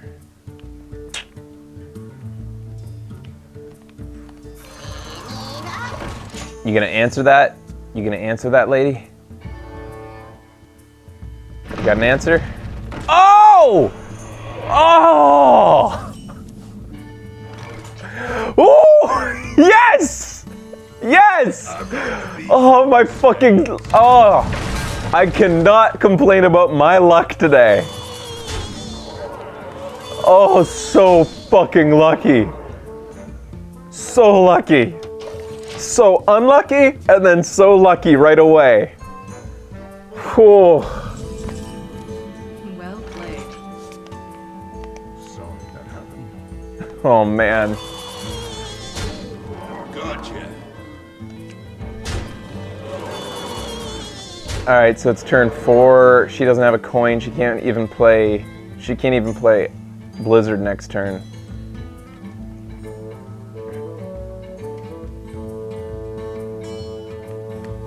I think I want to do as much damage right now, hopefully to be able to finish her off. Yeah, I'm just going to go all out. She can't play Blizzard. She can play Cone of Cold. I'm going to try to just end this now. All at once. Come on. How many answers does she have? Like, that's it. Cone of Cold can shut down 3 of my guys and kill 1. Then I still have this next turn, and then this the turn after that, I think I've got it. I had to place those guys on the outside so that Cone of Cold couldn't kill both. It was my only real choice. Gotcha.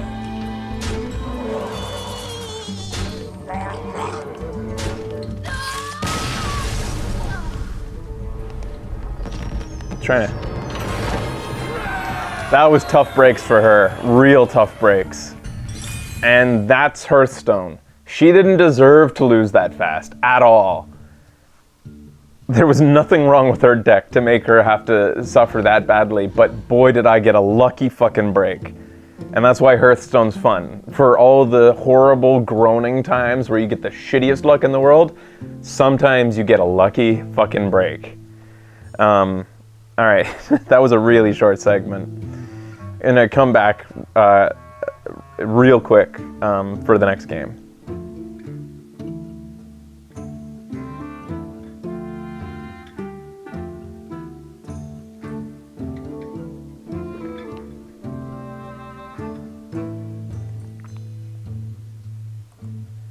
Hey guys. So I'm going further than I initially was thinking I'd go after those first couple games. I'm glad that I've more than salvaged this, but actually gotten a decent run out of it. I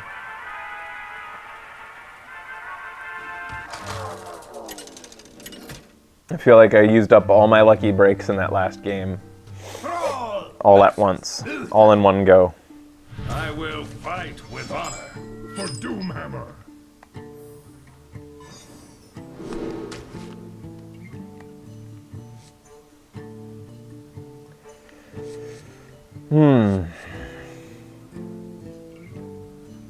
Yeah, I think that's an okay beginning.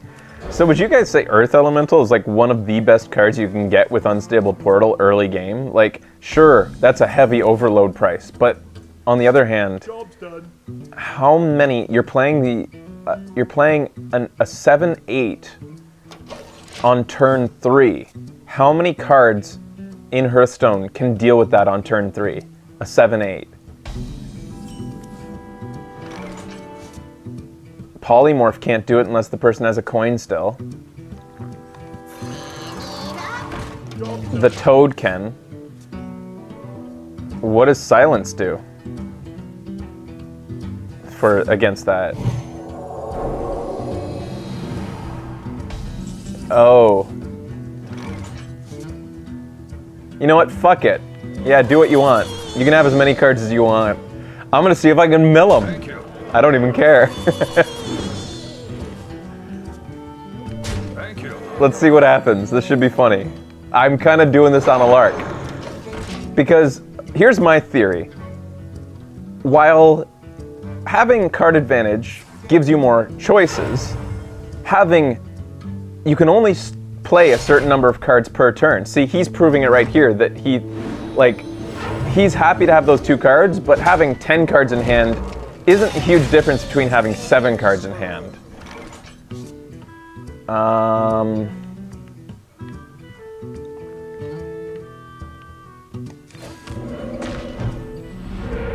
Nice.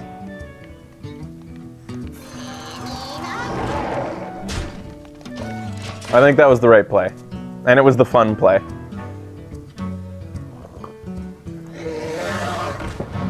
And remember, he only got 1 card advantage out of that.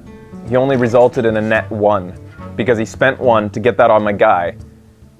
And then I drew him 2. So he got he didn't benefit 2 cards, he benefited 1 card. Could have been a lot worse. All right, so let's try Crackle Out. Let's see if I get lucky on this. And I did. I got real lucky.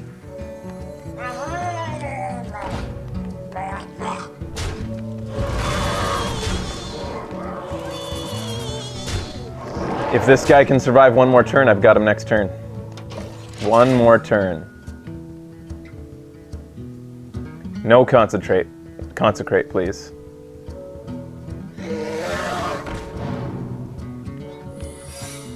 Okay, so what's he got there? What secret would that be? It doesn't matter. I think I have them regardless. If that secret is get down, noble sacrifice.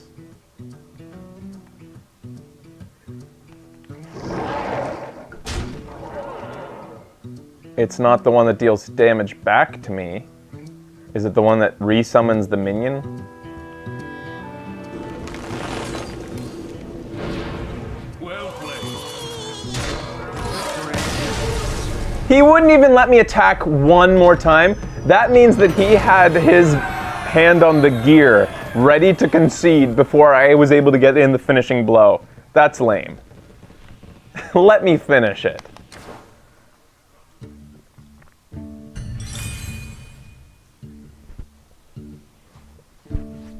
So, 5-2, doing okay. Take another break. Be right back with another Hearthstone match time. Stay tuned.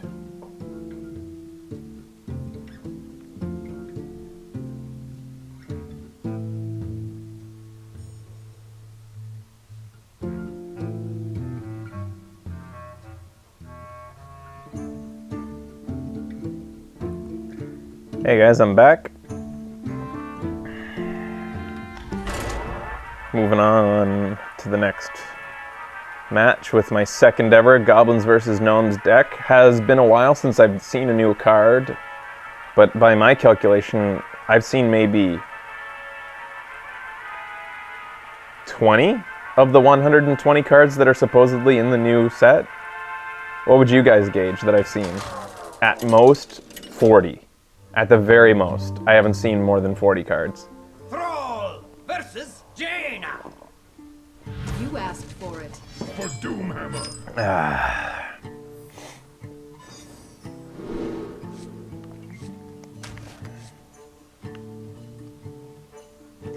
Well, some of the 120 includes uncollectible tokens. I would say even including the tokens that I've seen, I've only seen like 40. Yeah, I include the tokens, like the spare parts I've seen so far, and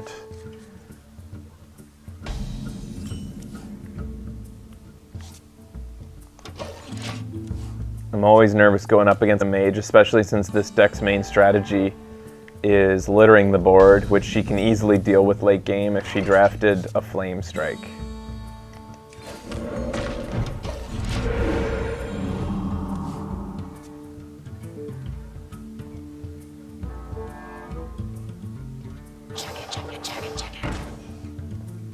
So cool. Freeze any character damaged by this minion 2/3. That's a damn good 2-drop. Good value in that, I think. Is it worth taking it out with a lightning bolt? I don't think so. Is it worth taking out with a rock biter weapon? Not when I have a violet teacher on the way.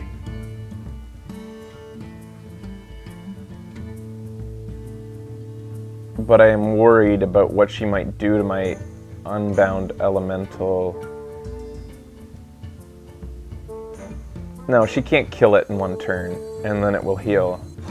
She'll have to use removal plus that guy if she wants to kill it, and in that case she's spending a card on a card.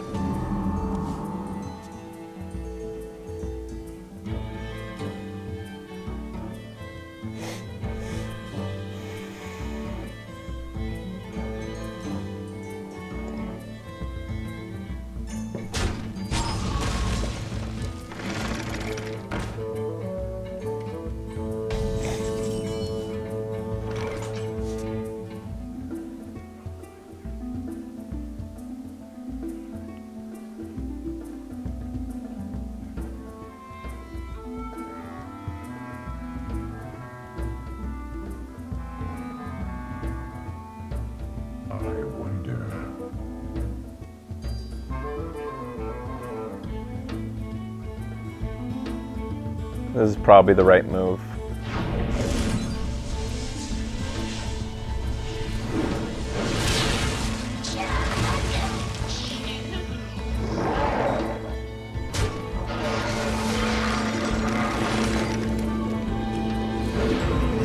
It sucks that I had to spend all those 1 casting cost spells before my teacher came out.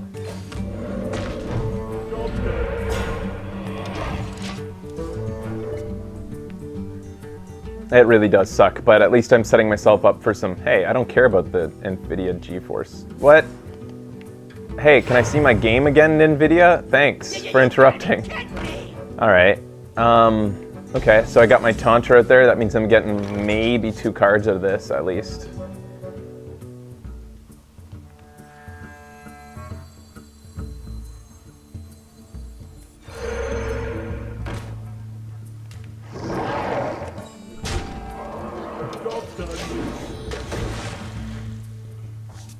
And she can't, she can only cast a creature worth 2 this turn.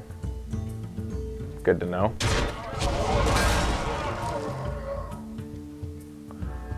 Now next turn I can either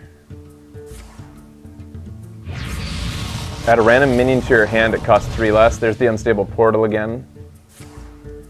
4 damage to a random minion. That was gonna hurt me no matter what. She had to spend a card doing it though, that's good.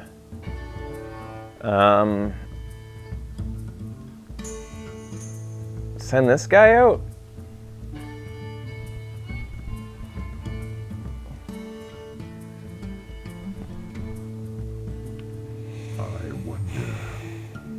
Yeah, because it goes against a minion, so I might as well. I think I got good mileage out of my overlord load.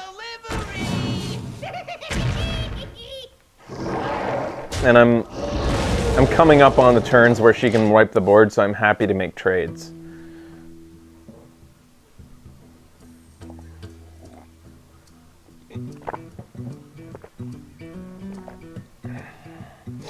I keep thinking, oh, that's shitty to get out of the Unstable Portal.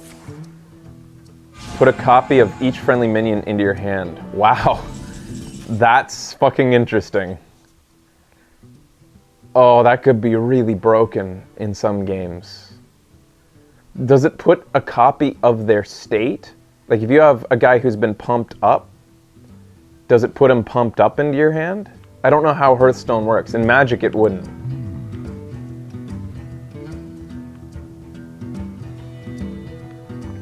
Walked away!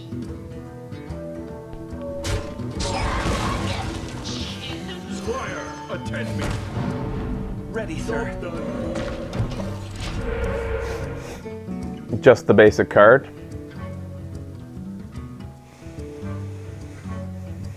I'm hoping for no Flame Strike, or I'm hoping that she doesn't consider a Flame Strike to be worth it for the next turn.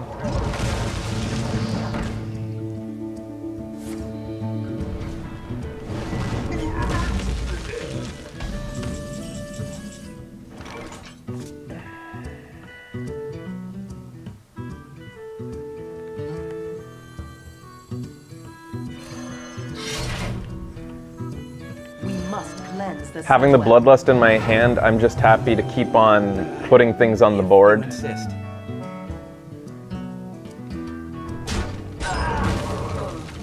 Elements guide me.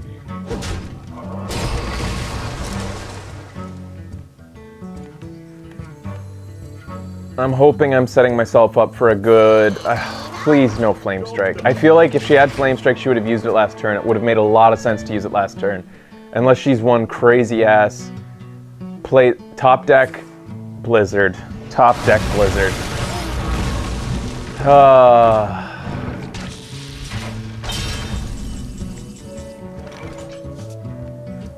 Pay attention, class. Ready to ride. Taste my steel. That's Hearthstone.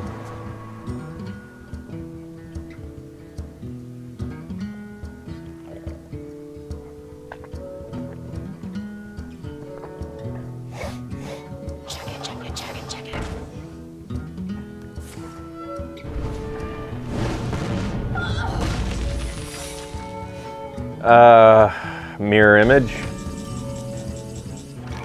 Can I afford to send out a Zap-O-Matic and silence him on that side? No Mirror Image. Your magic shall not save. No top deck removal, please. No top deck flame strike. No top deck blizzard again. Just let me, and please don't attack this guy. Ugh, hate playing mages.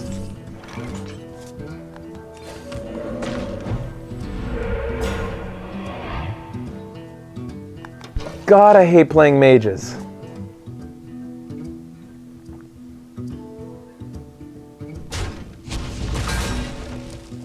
Someday I'll be just like you.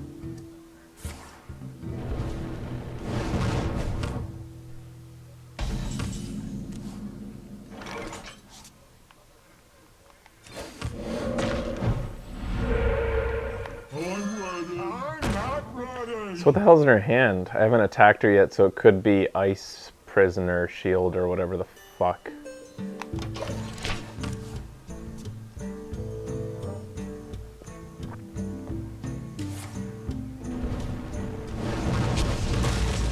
The flame strike was top decked. It was top decked with the card draw. That's why it didn't look like it was top decked. She drew 2 cards and one of them was a flame strike, but it was a top deck technically.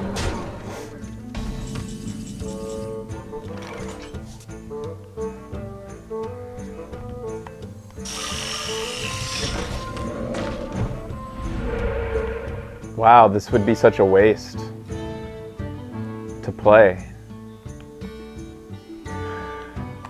It would be such a waste to play this, wouldn't it? It might even be a counter spell that she's got.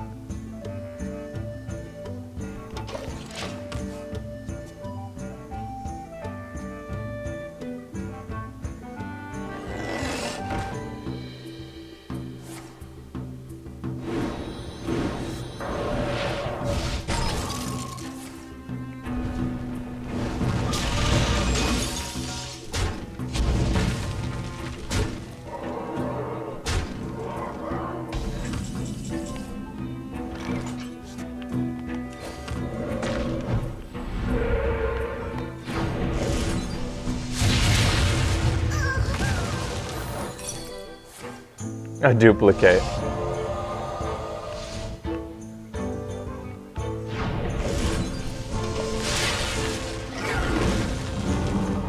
This one was rough.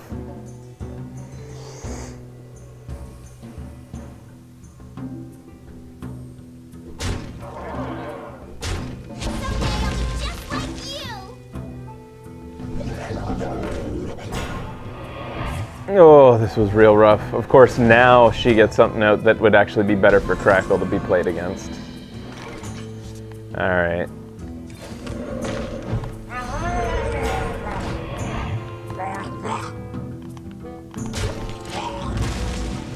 Oh, there'll be another run after this one. This was a good run. Some fun matches. Some real groaners, too.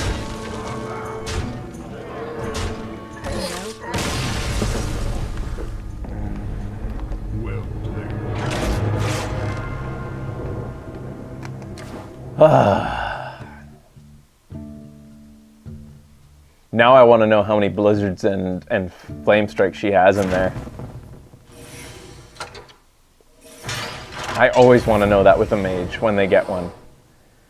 Did you just get lucky, or do you have 2? Do you have 3? Ugh, dust. What a waste. At least I get another free run again. Alright, so I need a paladin or a priest, druid or rogue. Gonna take a break here. I'll be back with another Hearthstone Goblins and Gnomes arena run. Stay tuned, everybody. Video Games Awesome Live continues after this break.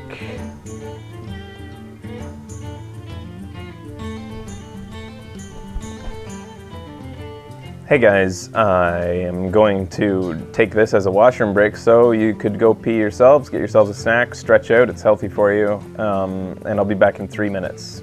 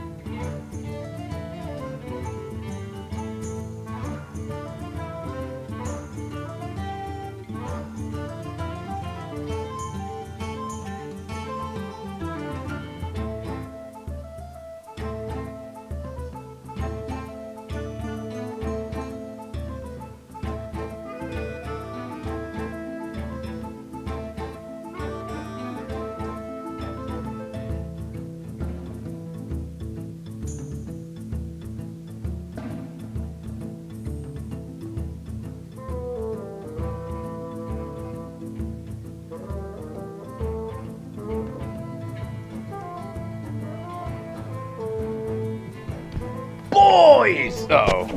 Look who it is! Failed start. Alright. Time for another arena run.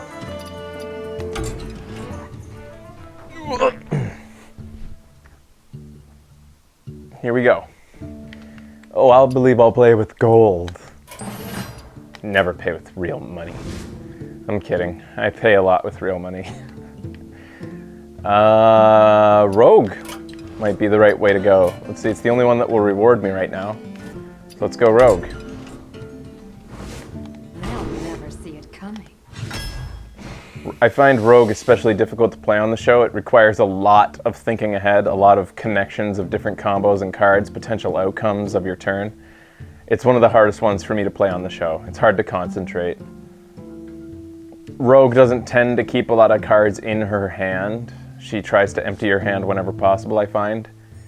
So the Mountain Giant might not be, and I have to say, MVP last arena run, big game hunter, so.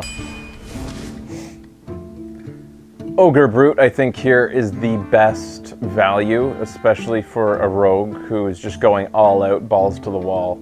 Ogre Brute might not always hit what he needs to hit, but he's going to do a lot of damage anyways, turns before he should be. Backstab is a great card, combos out well, and you can't argue with 2 damage for free, even though it has to be an undamaged minion, but it usually answers at exactly the times you need it. However, Spectral Knight in the 5-drop slot is very valuable. Both these cards are extremely valuable. They're both great. Shit. It's kind of a tough decision. Spectral Knight is such a pain to get rid of once it's on the board. Backstab is such a beautiful card early game. It can really save your fucking ass. What would you guys do? What do you like the most?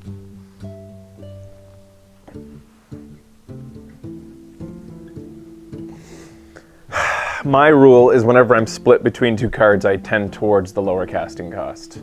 Because I feel it's easier to fill out your late game, and its removal, which it also can leave you begging for more.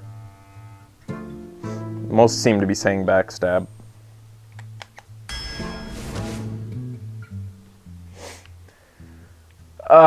Salty Dog, a new card. 7-4 for 5. And he's not even specific. I expected him to be specific to Rogue or something. Well, let's play with the new card. It's funny that he came in the same pack as this guy, because they're kind of similar.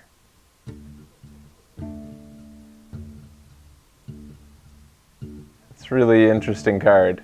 On turn 5, eh? He's going to be dealt with pretty easily, I think, but can't wait to hear his voice. Micro Machine. At the start of each turn, gain +1 attack. I like that. Of each turn. Not just your turn, each turn. So he's a 2/2 for, he's a 3/2 by your turn, as soon as you get back to your side. And if he sticks around longer, he just keeps on adding up value. Sprint is great late game for the Rogue. I'm gonna go with this Micro Machine. He's a new card, I wanna see how he plays out. Eviscerate is amazing removal. Oh, it's just beautiful. You have to go with this, especially since I already have a Backstab. I like that I get a card rebate for this, but 1 damage versus 2 to 4 damage is a big difference. Berserker would be different if I was playing Mage, but I'm not. The Stranglehorn Tiger, or the guy who has just a net 2 points less for 2 less mana.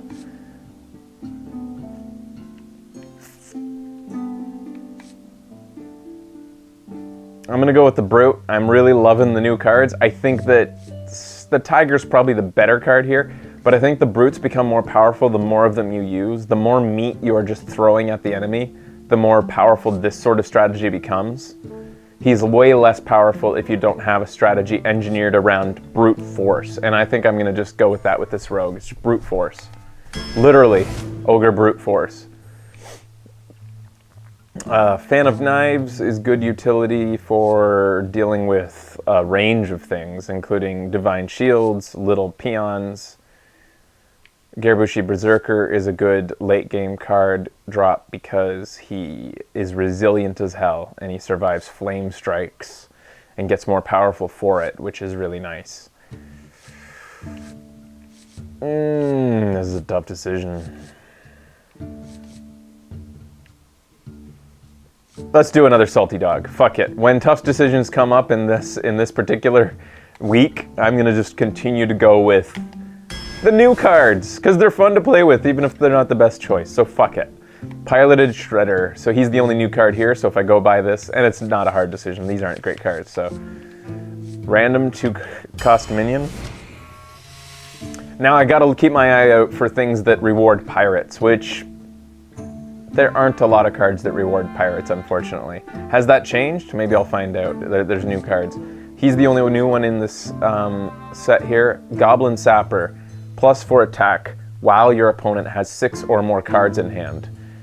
So this guy really punishes guys with card draw. He only costs 3, so even if he doesn't have his beneficial ability, he's a 2/4. So he has a good sized body on him for 3. That's decent. And he's new, so it's fun. Mad Scientist. I don't have...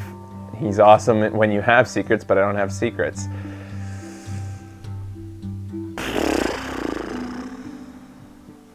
Does Dancing Swords work better when I'm going for the brutish strategy? Early game meat. Lots of it. Overwhelming the opponent with low casting cost. I don't like that it gives him card draw, but the card draw does play well with the Goblin Sapper. Thrallmar Farseer is not a great card. Mad Scientist is amazing in a deck with secrets, but I don't have secrets. I'm going to go with the Dancing Swords, and I hope I don't regret it.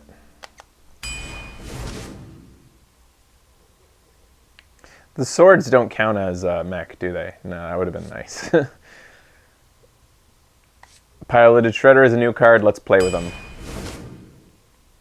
Ventrico Mercenary is an amazing arena card. His detrimental effect hardly ever comes into effect, and in this particularly low curving deck, it's going to even be less detrimental. And I need late game meat, so let's go for that. Mech Warper will play very nice with my Piloted Shredder, and I think I have another mech in here. And my Micro Machine. Let's do it.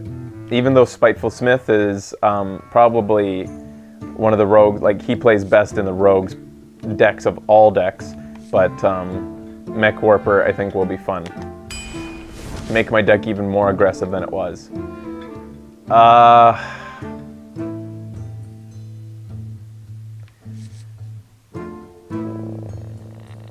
I think I need more meat late game, so I'm gonna go for the Tiger here over the Berserker. Unless, can this combo with anything good? Return a friendly minion. There's not a lot of things that this combos with.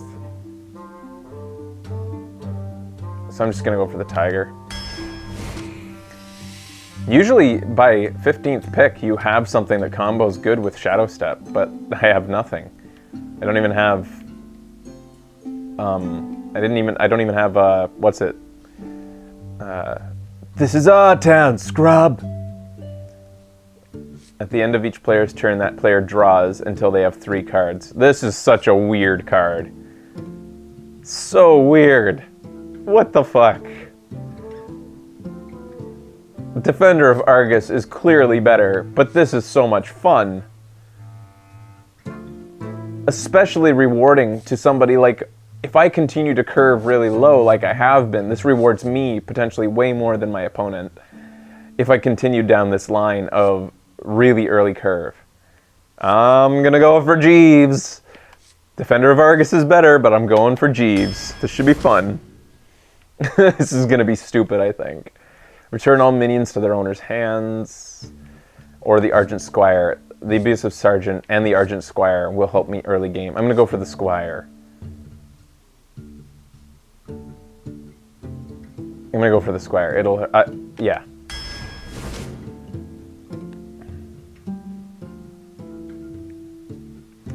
Sap in my aggro strategy could really help me out. I know the Stormwind Champion is better, I think, obviously better. I'm gonna go just crazy ass fucking aggro here. This is a very aggressive deck. I'm gonna go with Sap. Sap, I've gone very far in Arena with Sap doing a lot of great. Yeah, it basically kills buff cards. It also loses them a turn in some instances. Like a guy plays, let's say your opponent plays Stormwind Champion. You play Sap. He probably got some value out of Stormwind Champion since it buffed his guys when it came out. But the point is, you just took away 7 mana and his minion. You made it so that Stormwind Champion didn't get to attack. Yeah, Sap can be really good. I'm going really aggro here. Ship's Cannon. Whenever you summon a pirate, deal 2 damage to a random enemy. I have a couple pirates. Let's do it. Ship's Cannon. That's fun too. Little Exorcist, Taunt, Battle Cry +1/+1 for each enemy. Enemy Death Rattle minion. New card. This is more aggressive if I'm going aggressive strategy, but this is also interesting. This is never going to be probably more than a 3/4 for 3, which isn't that amazing. How could the stealth... At this point, as I get later into the draft, I'm trying to make the deck work as opposed to just going for new fun cards. Oh, it has Taunt. Yeah, thanks for reminding me. Yeah, it's easy to forget what you first read because of the rest of the ability. Okay. Taunt. Death Rattle. Alright, let's play with the new cards.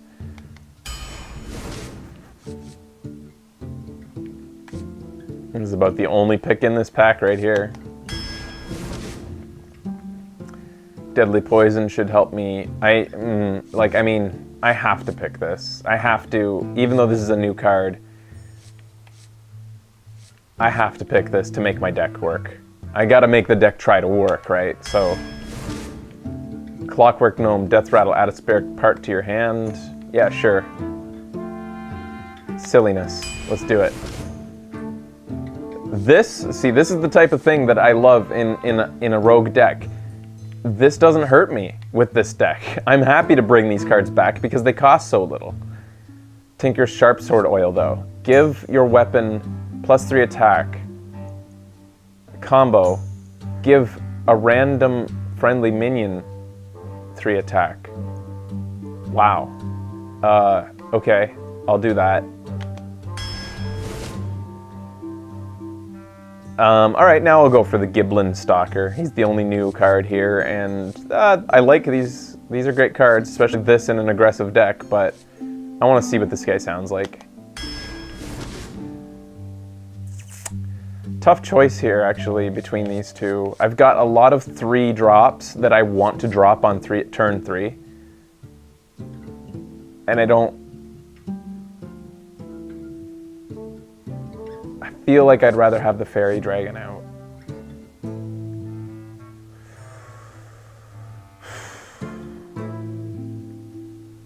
Just because of the number of 3 drops I have that I really want dropped on turn 3 and not competing.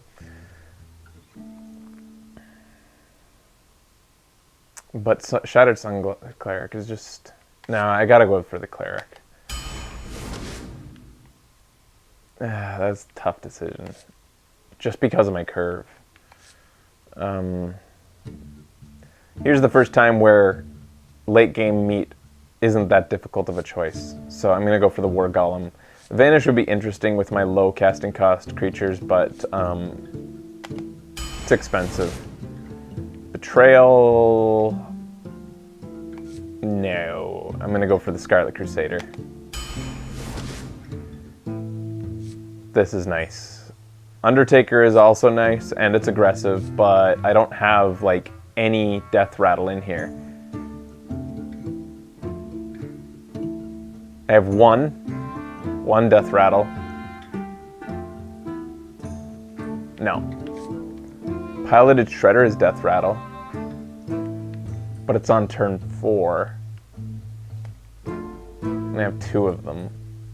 Now I'm gonna go for the Yeti. Only was debating those 2. Another fucking Jeeves. I can't. This.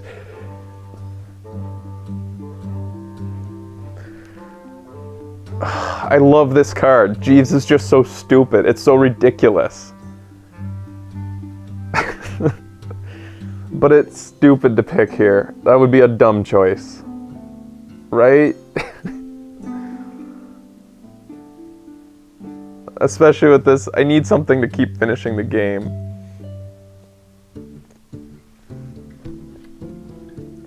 This could be fun. My desire for entertainment makes me want to go for Jeeves here, even though both of these cards are the better choice. This guy because of the aggressive curve and wanting to have somebody that can just finish the game. This guy because it combos so well with all of my low casting cost spells here. Oh, I only have 2 low casting cost spells and then a couple okay casting cost spells. God, Jeeves. Could be so much fun.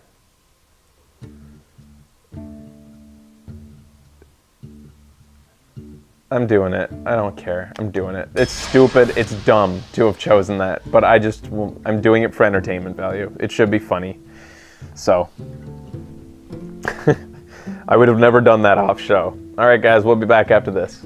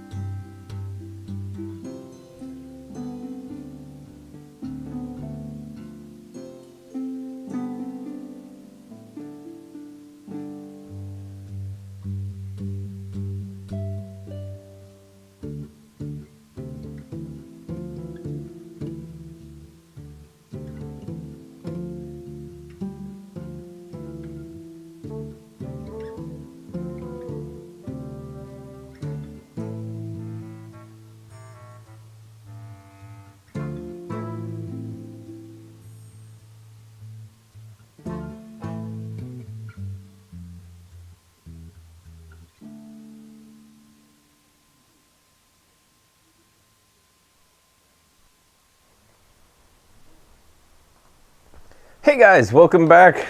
Headed into my first game with a very, very aggressively curved, not very, very, but a quite aggressively curved rogue deck. Lots of 3 casting costs ahead of the curve bodies, like dancing swords, which is, I'm not happy about the swords. I wish it was another brute, but if I have to run it to make the deck work the way I want, so be it. They got a couple Jeeves in here. This is fun. This is a pretty good rollout. All right, let's do this. We'll toss out that Clockwork Gnome right away, then hopefully it gives me a spare part that's worth putting on the Argent Squire. Actually, it might be best to toss out the Argent Squire first to keep the way clear for the gnome. Shit! All right.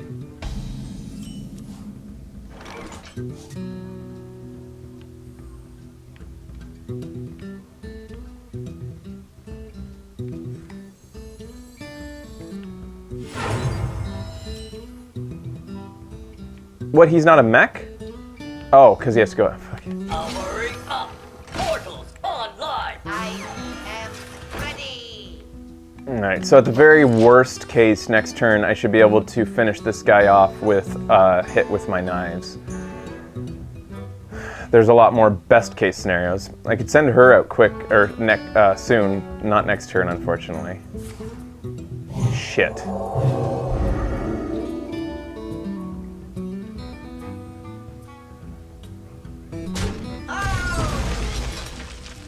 And what do we got? Freeze a minion.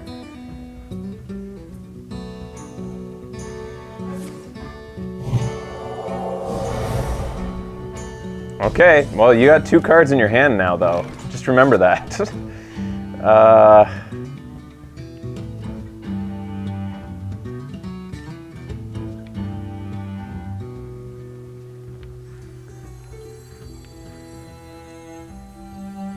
The light protects me.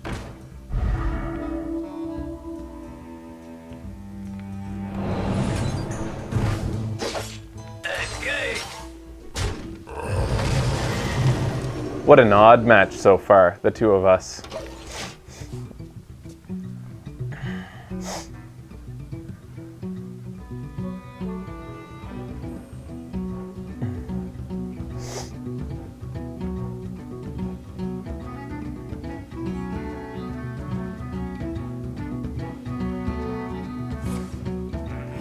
Reporting for duty.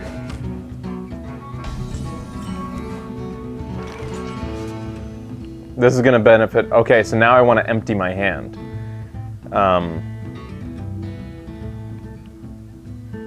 Maybe next turn I'll empty my hand and then play Jeeves the next turn, hoping that he doesn't do too much himself. I fight. Jeeves should get me some good card draw.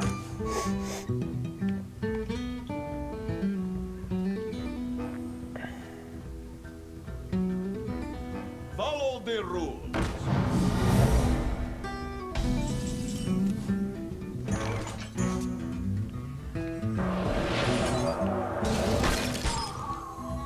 For the crusade! What's this guy's death rattle? I think this is probably worth doing then. Oh, not bad. That was nice. I'm still okay with getting rid of that spare part because I need Jeeves to get out here and give me the best value that I can. I hope he keeps racking up cards so that it's harder for him to get value out of Jeeves. I'm hoping he only plays like a card a turn. I almost sounded kind of Boston there. Cat a 10.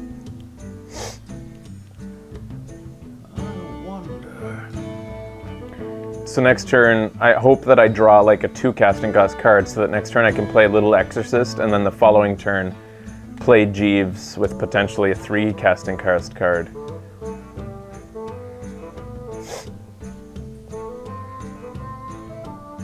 Let me think. My new recipe. Reporting for duty. Good, he's keeping cards in his hand.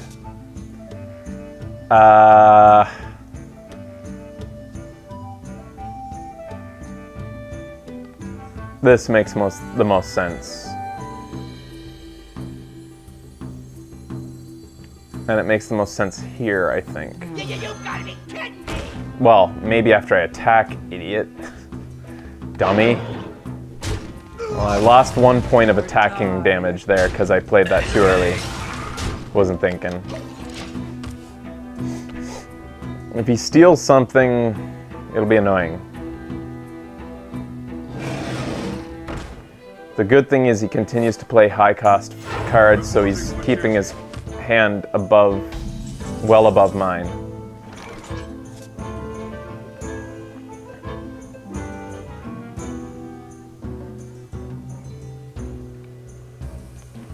How you doing?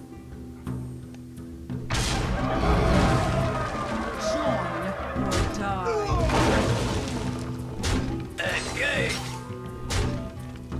The light compels you. At least she'll protect me from any chargers he might drop next turn. Protect my Venture Co. A consecration would really hurt right now. Follow the rules. Oh, that's annoying too. The light does not discriminate. Okay. How you doing? Not good, not good.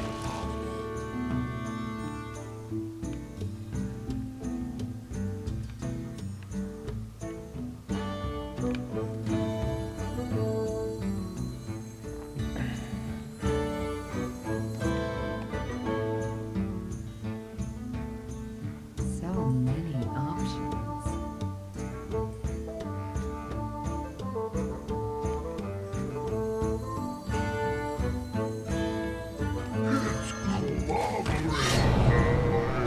Here we go.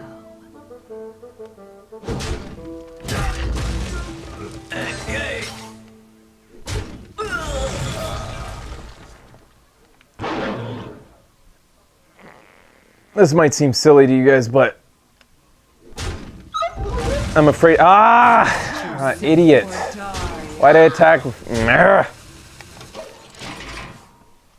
Lost another 1 damage. I knew I wanted to get rid of the wolf because I'm just afraid of the incoming consecration. He's emptying his hand, damn it. But what I should have done is attacked with the Scarlet Crusader first, obviously. Alright, this will at least help me a little bit.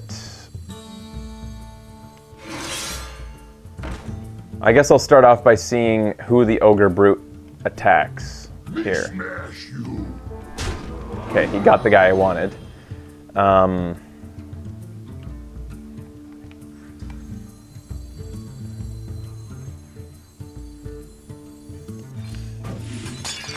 Here we go. I'd rather get the card draw value than get an extra hit out of the weapon. Can I help you, sir? Join or die. Let me get that. Oh, Jeeves.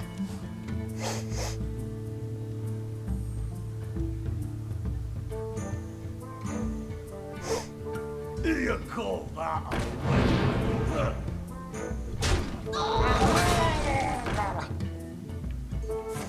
So we're both getting 3 free cards from Jeeves, but at least I'm getting them first. Get that. Jeeves, why'd you gotta? Why? Jeeves, god damn it.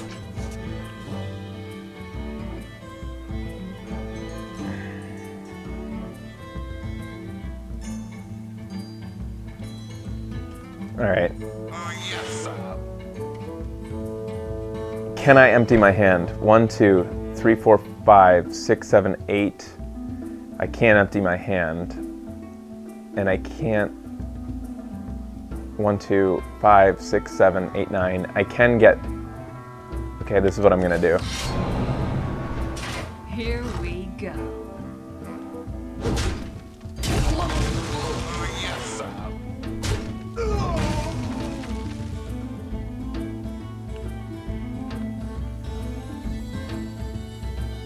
We must cleanse the Sunwell. Join or die. Me smash you.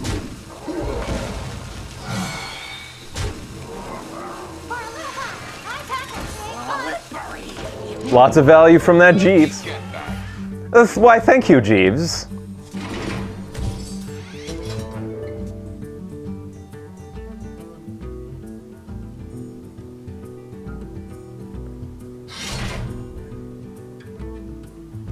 So is he going to attack with swords?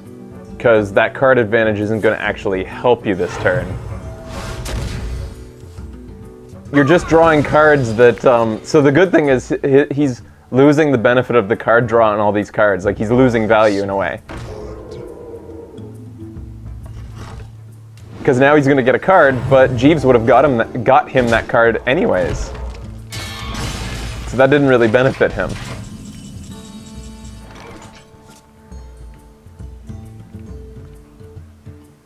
Nine. I think Jeeves can only get me 1 card this turn. Yeah, just 1 card this time. 7. Yeah, that's all that Jeeves can get me. Push forward. Yes, sir. Join or die.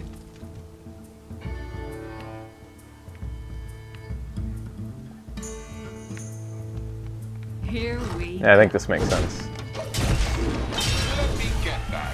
Why, thank you, Jeeves.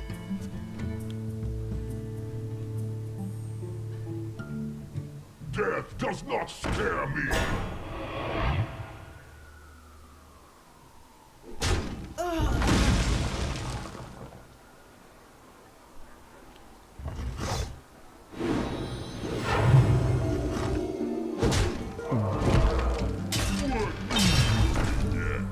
Wow, it's getting really loud out there. Aww!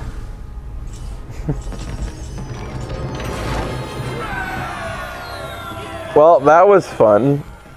Jeeves is a very interesting card. So if two Jeeves are on the table, do they don't both trigger at the same time, do they? Like, one Jeeves would get you 3 cards, and then the second Jeeves would think that you had enough cards, right? They'll only get you total. So 2 Jeeves wouldn't see you have 0 cards and then go get you 3 each. All right, be back after this, guys. More Video Games Awesome Live with Hearthstone Awesome. Goblins and Gnomes continues.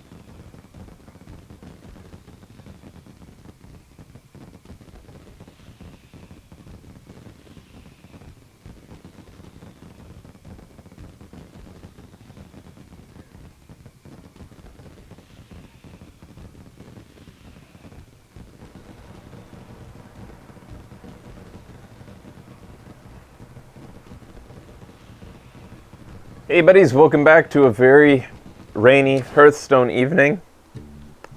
It's really coming down out there right now. Playing a rogue deck, that was my first match, went well. Jeeves did good for me. Thankfully I didn't draw into 2 Jeeves. I surprisingly got a little bit unlucky actually towards the end, having the Jeeves as a strategy, but then a lot of high casting cost cards, which my deck doesn't even have a lot of. Versus Uther. I'm up against a Japanese paladin, or maybe that's Korean. I don't know what those symbols mean. Why are you playing on my server? Yeah, he could just be. He could be from North America and have those symbols.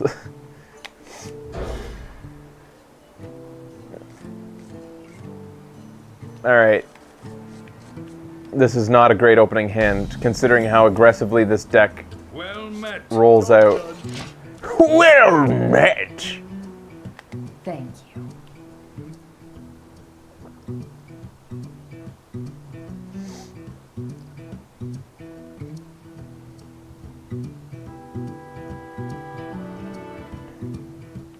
Jeeves does draw fatigue cards? Wow.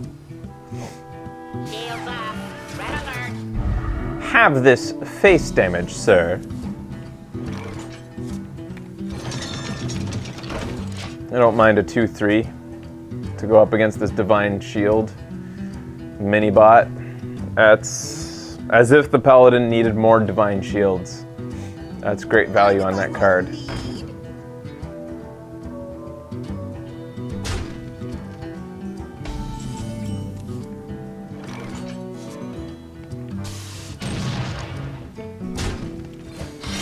Here we go. I am ready.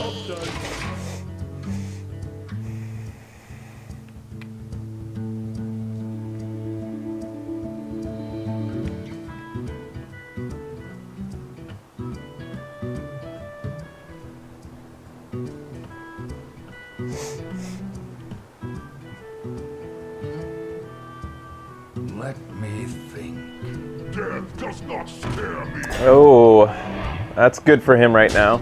Real good for him. Fuck. Shit, is this worth it?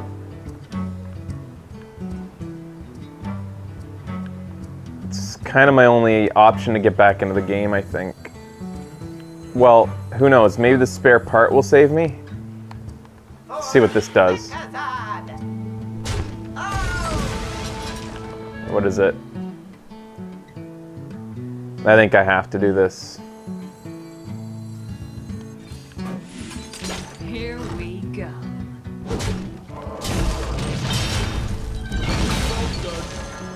Not bad. Could have been a lot better.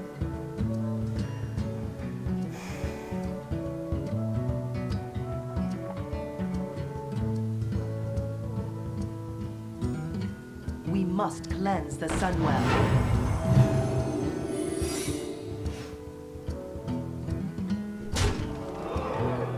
Who's the brute gonna hit?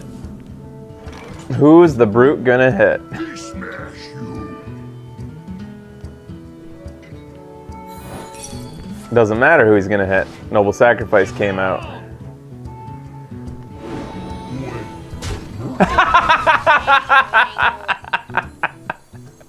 Yes!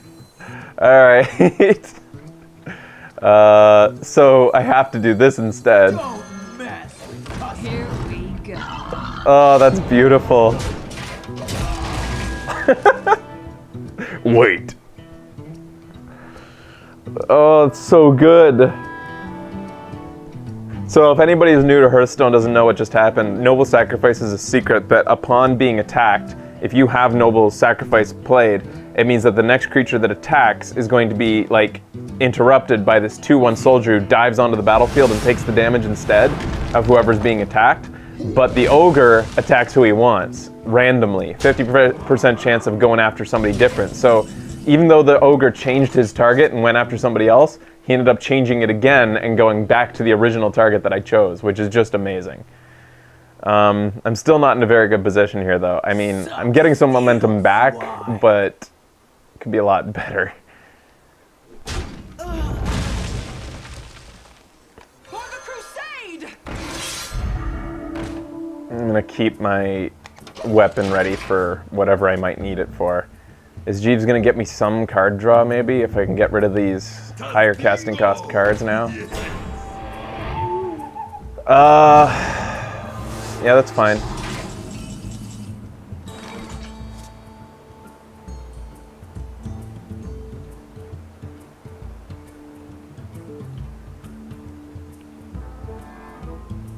Do I need to buy momentum right now? I think I do. You could keep that to get rid of buffs, but I feel like I need the momentum back.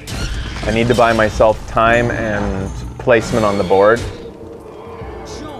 So I feel like this was a better idea than to, like... I could have obviously buffed this Dancing Swords and killed the Tazdingo, but I'm trying to get more traction. I was considering buffing the swords, but I'm also trying to empty my hand, remember? Which the Dancing Swords isn't going to help me do, unfortunately.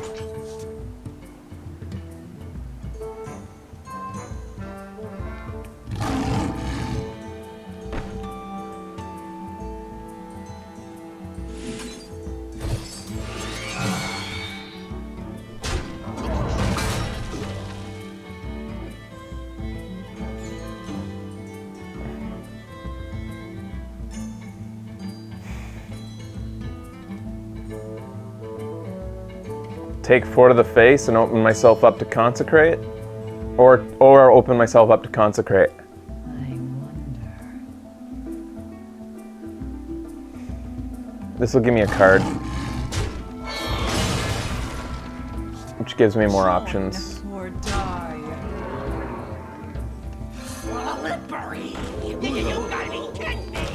Consecrate will hurt, but it won't destroy me.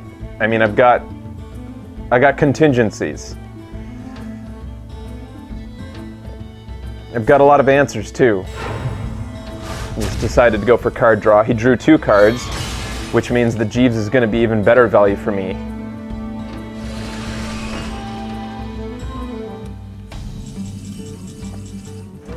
Okay, now Join or die. let's see what minion he gets. What is it? Recombobulator. Transform a friendly minion into a random minion with the same cost. That's interesting. I'm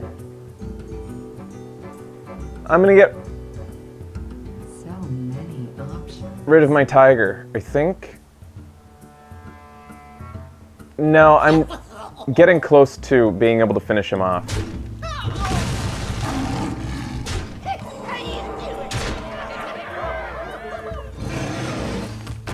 we go. I really want Jeeves to at least serve me some cards once before the game is over. This is a close game. If he summons some, like, Divine Shield Protector, okay.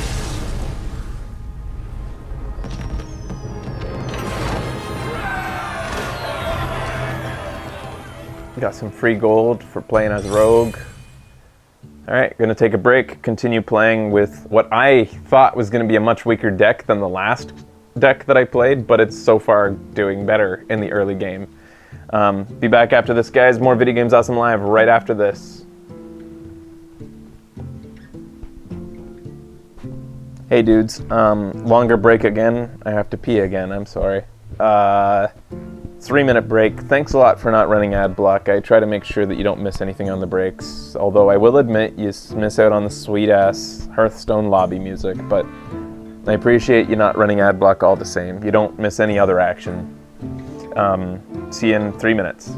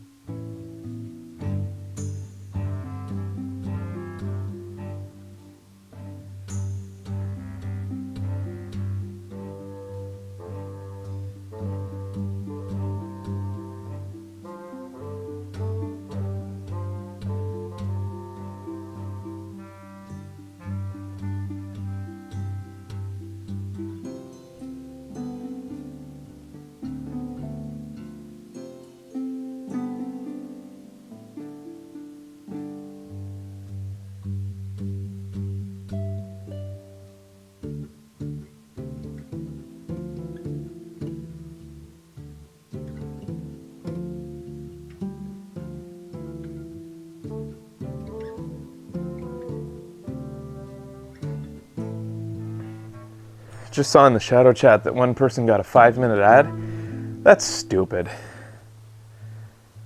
That's dumb that you got a 5-minute ad. Twitch shouldn't do that because I ran a 3-minute break. And I don't even know if that person can hear me. And now I'm reading that J-Bog saw two. He saw two, first he saw 2 short ads, and then they played a 5-minute ad. You shouldn't have to sit there. You shouldn't have to sit there ready to click to skip ads when you're watching a show like this. Twitch should make sure that nothing over 3 minutes runs. Somebody else says long ads always have a skip button. But even if they do have a skip button, I recommend to everybody that you skip the long ads, especially if they look like they're longer than 3 minutes. Like, fuck that. That's stupid. I ran a 3-minute break. It shouldn't run anything longer than 3 minutes. All right. Thanks for putting up with that shit, guys. Hey, guys. Welcome back. I'm playing a rogue deck. It's raining like hell outside. I don't think you can see it, but I have raindrops all over me. It's just a short 10-foot jaunt to our house, and I got kind of soaked. Somebody in the shadow chat, tell all those watching long ads to, I don't know, skip them. In case they're still watching an ad right now. That's stupid. Versus Jaina. You asked for it. Watch your back. Alright, what do we got? Jeeves, I don't need you early game, and I've got 2 of you, so I know I'm going to draw into it. This isn't bad for an early game.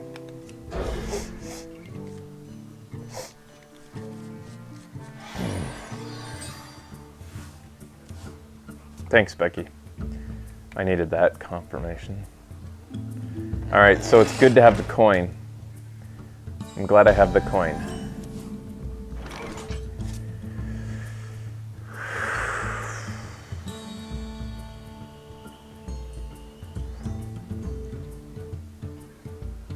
I've got to answer the worm.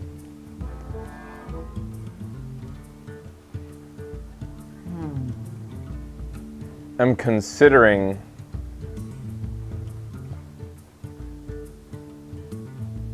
coining into my weapon so that I have the deadly poison next turn. She'll know that at that stage though. So I'm just gonna pass the turn and then coin into the weapon and the deadly poison next turn, probably. Mind if I roll knee? Kind of sucks like that because I would have had the eviscerate as well next turn otherwise. Maybe I won't coin right now. This is fine.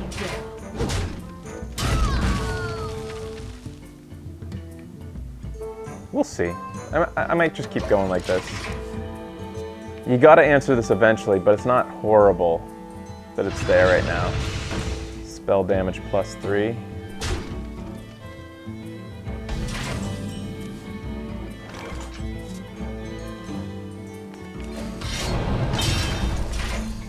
Here we go.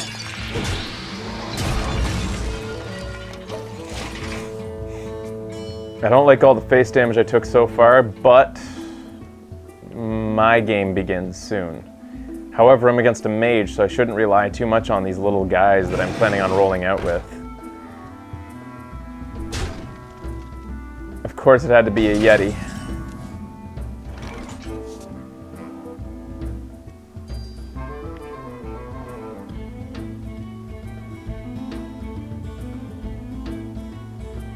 It had to be a Yeti.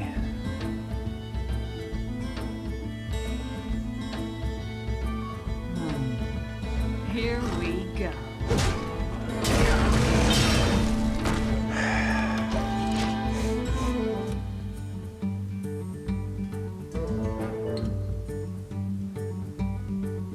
Is she gonna take my Yeti out? I've got to take 4 to the face to take her Yeti out. Oh! I smell blood. This is a little rough.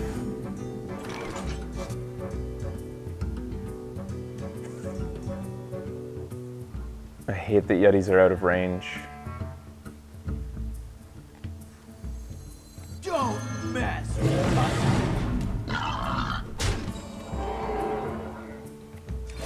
Here we go. I ain't got much choices, I don't think, here, but doing this. Oy, I'm down to 13 against a mage. All she needs is she can finish this with a fireball. She'd have lethal with a fireball right now. This was a rough rollout. Just one step ahead of me the entire time in terms of damage.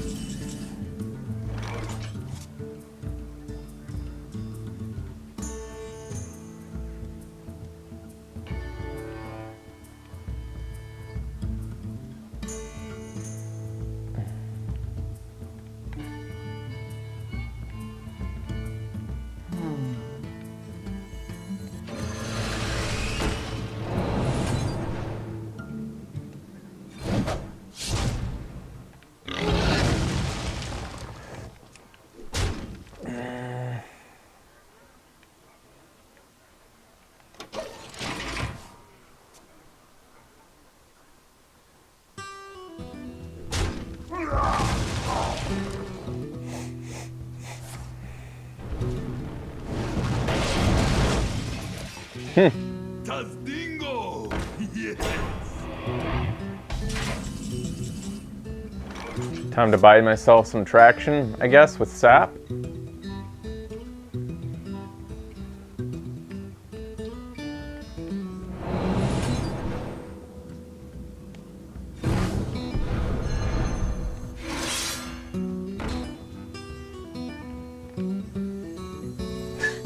She's gonna flame strike next turn, though. You know what? Like, it's been such a shitty run. Let the flame strike come. Whatever. Like, if flame strike's coming, I'm fucked no matter what. At least Jeeves can retrieve me a bunch of cards next turn. I don't care. Whatever. What's my fucking choice here? Here we go. Flame strike? Please at least let it be a top deck flame strike so I don't feel bad. Nope, it was bottom of her hand flame strike, so that was coming from a mile away. I was screwed from moment one, pretty much. The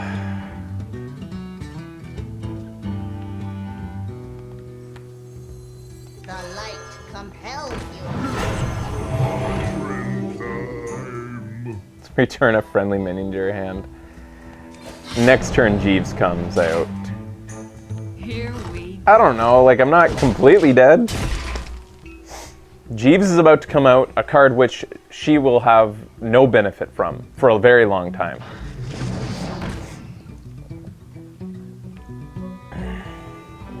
Oh, the Lich King!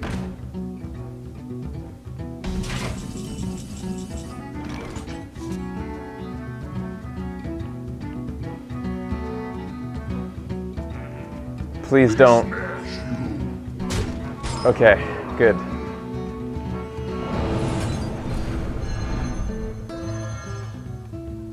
Out!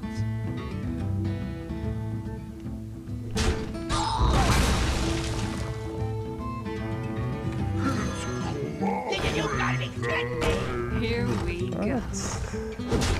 It's an interesting match. You gotta say that.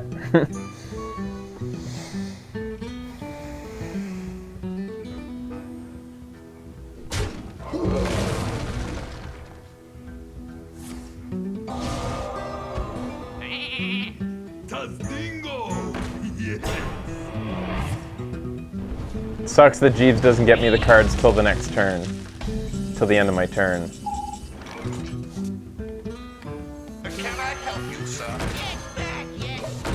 But she can probably finish this right now. And I don't think this is gonna draw me anything that's gonna turn the whole game around.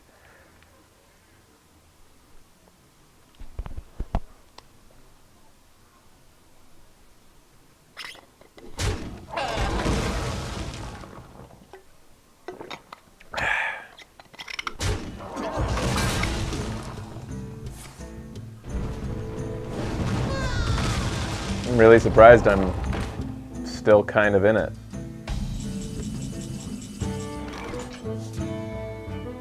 I lost my Jeeves.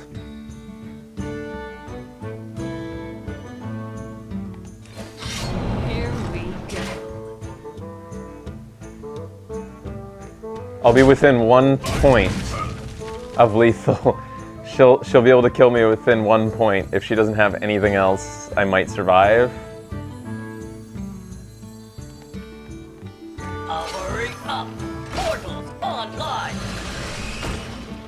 Oh, yeah, I shouldn't have done that.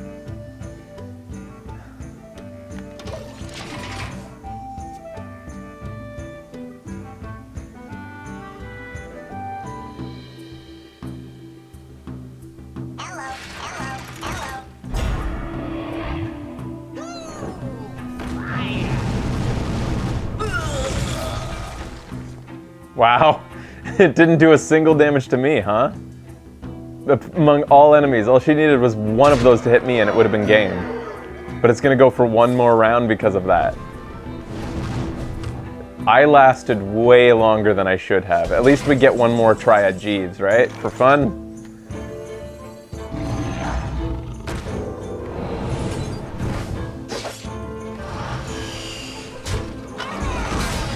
Can I help you, sir? Here we go. What'd you gonna get me, Jeeves? Get back. Ooh. Ah. That would have been nice. I actually could have gotten really back into the game with that a while ago. Anyways, taking too long. All you had to do is just finish it like a gentleman. But I won't give you the satisfaction if you're gonna take that long. All right, gonna take a break. Be back after this with another round. Stay tuned.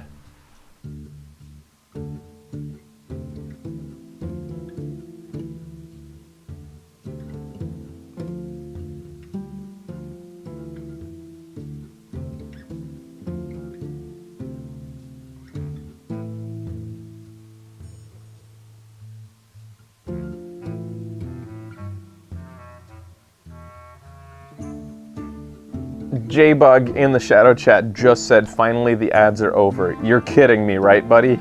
You didn't watch ads through the entire last segment, did you? I don't expect any viewer to have that much dedication to the show to sit through ads that last an entire segment.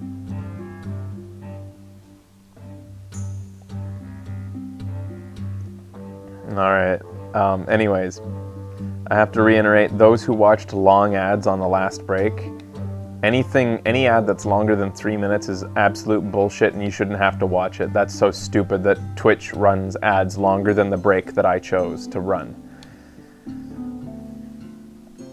I'll try my best to always tell you guys how long the break is coming up so that you can judge which ads to, like, you know. Nope, not joking, says J-Bug. J-Bug, never do that again, okay, buddy? Never, ever watch 5-minute ads again. I think he might have been even doing it to prove a point. Alright, guys, I'm coming right back now. Hey, guys, welcome back. Headed into my 4th game with this Goblins versus Gnomes, or Goblins and Gnomes, rogue deck that I've built. My 2nd ever Goblins and Gnomes rogue deck. Or 2nd ever Goblins and Gnomes deck.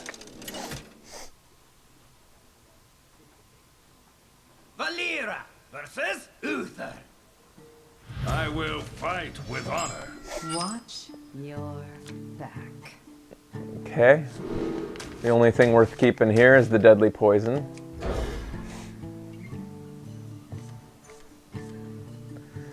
Wow, I just keep on drawing into my late game stuff. Kind of annoying.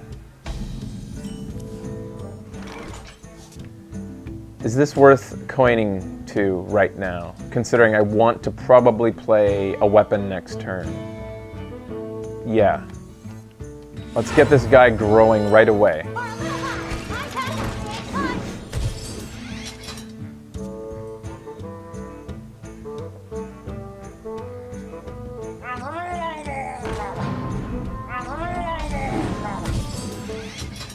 As predicted, I would want to pull out my weapon the following turn. Here we go.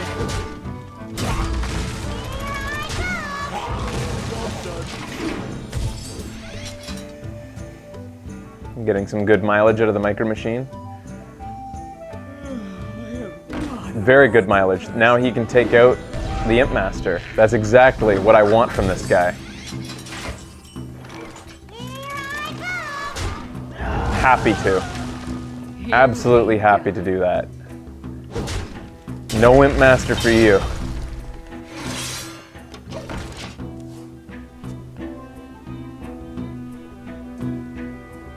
That was damn good mileage out of that Micro Machine. Reporting for duty. Now what do I want to do?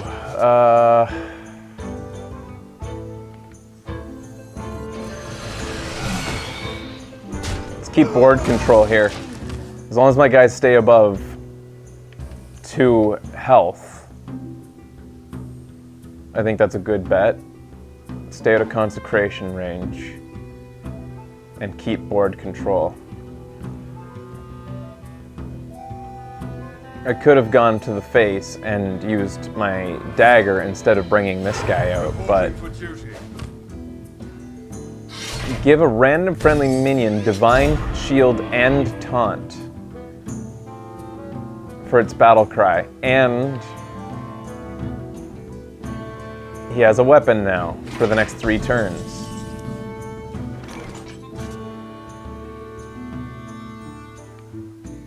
No death rattle.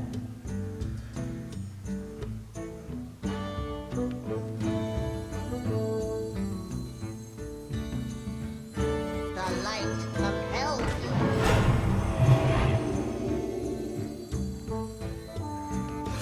Slippery. I'm not gonna attack to get rid of that death rattle minion.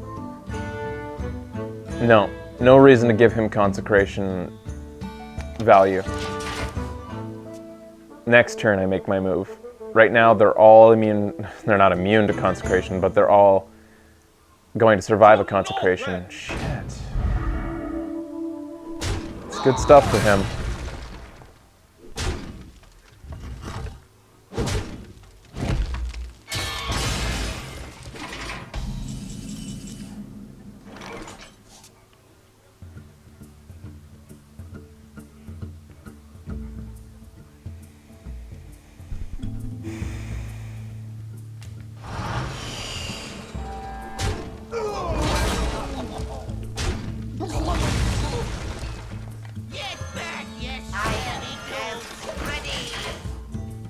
I'm counting on a Jeeves right now. That's why I'm kind of going like empty the hand strategy here. Just get it out. Sure, he could take out 2 with a consecrate. Nat Paggle! Yep. And at the start of my turn, I'm gonna get immediate value from that. That's beautiful. Please pay off. Please pay off. Yeah! Yes! Yes! You're damn right.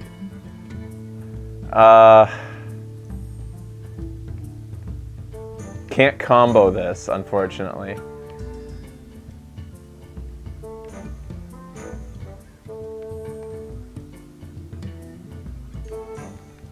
many options. I think I should play it though. Oh, I can combo it. Here we go.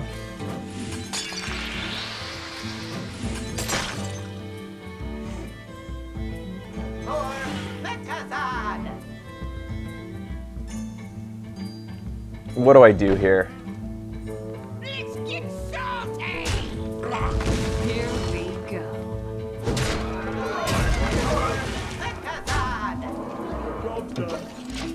This is pretty interesting. Follow the rules.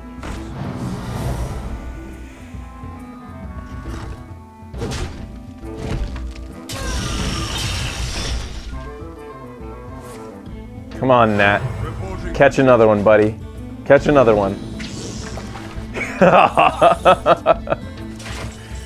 Oh, that's beautiful. What do I do now?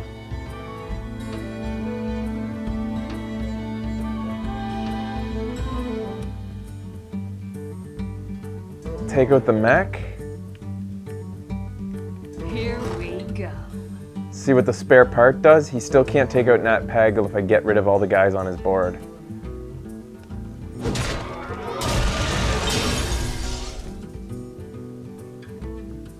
I want to see what kind of spare part I get.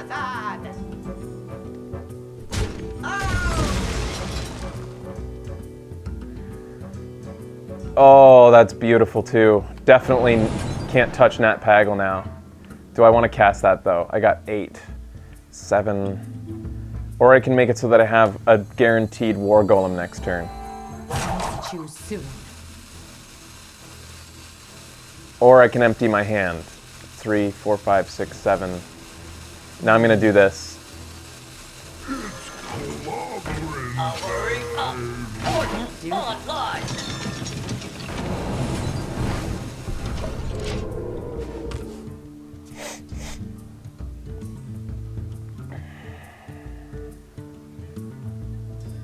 I'm emptying my hand for the potential Jeeves next turn. Because remember, there's 2 Jeeves in here. I have a 1 in 8 chance of drawing a Jeeves.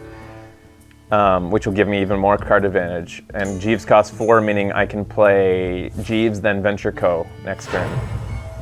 Which gives me 2 free cards. And he just put himself 1 card further away from benefiting from Jeeves. And I caught another! This is silliness.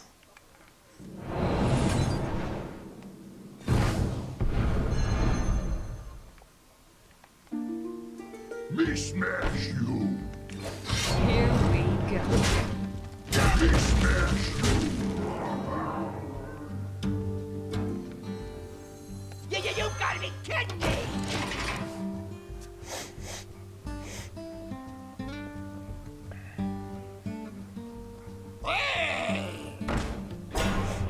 His ability might break stealth, but the thing is that card only gave him stealth till next turn anyways. What's this?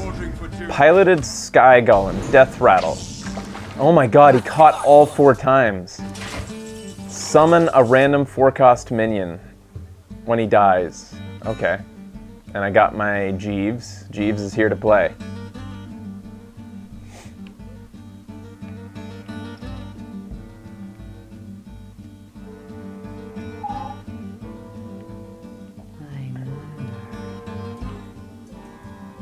Checking for lethal. I don't have it, right? No.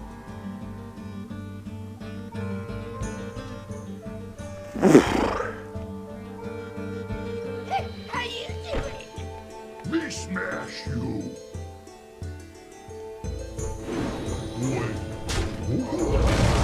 That's okay. I forget things. Not bad. Could have been way worse guys to draw into. Way worse guys. How you doing? Choose soon.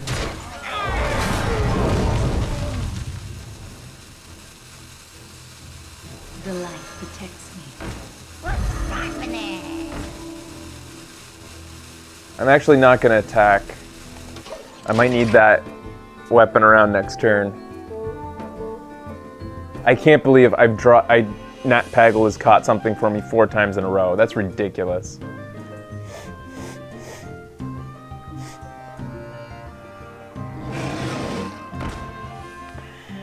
Truth is my shield.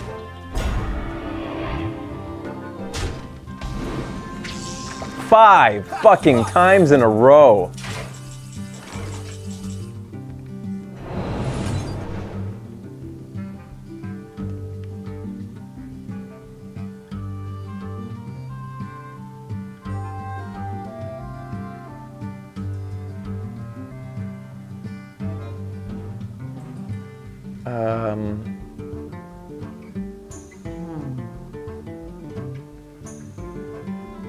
I don't want to take any more face damage, really. However, okay, it's a bit of a risk, but Here we go. this is This was a tough decision. This gets rid of the Yeti, guaranteed. Gets more things out of my hand. Like a fuse! I don't like being this low health. It'd be more uncomfortable against a mage, though.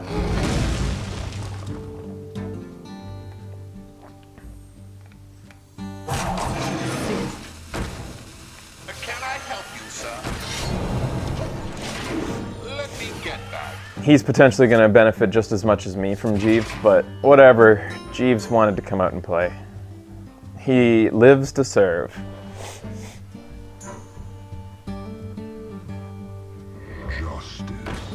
He bought himself some time. He's going to get 2 cards as well. Let me get that.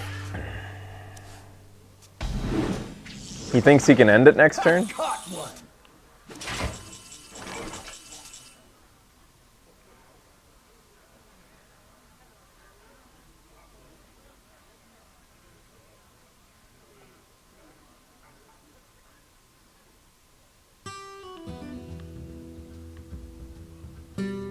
I caught 6 in a row with him, which is ridiculous.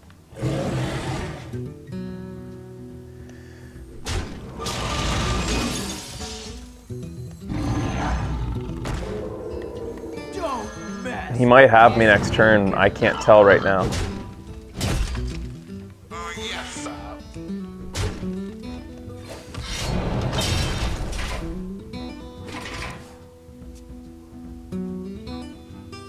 It's funny because that time, the 6th time in a row, it didn't even matter because of Jeeves. He doesn't have me, otherwise he would have shot me with that. Unless he's being an asshole. Do I have taunt in this deck?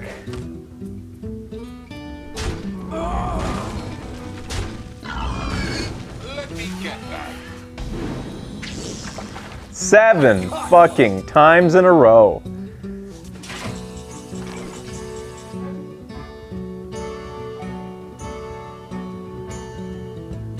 I'm still not in a very good position here.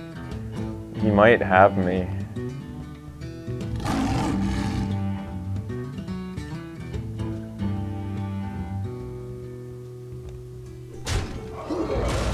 Yes, sir. For the crusade! Clobbering time. I want a free card. I don't even know if I think I'm playing horribly. I'm just so... Let me get that. I could have used that last turn. I just wanted 2 Jeeves. Don't blame me. I needed 2 Jeeves. It had to happen at one point. I needed to make him at least angry that he's gone this long with somebody who's running 2 Jeeves. There's the Consecrate. So, he's going to not do lethal, or is he just being an asshole? Oh no, he's just not good? He's just not a good player. He just... Let me get that. Why did he do that? I'm almost out of cards. I milled myself. He missed lethal 3 times in a row. I don't know about 3 times in a row. Yes. Did he? I don't...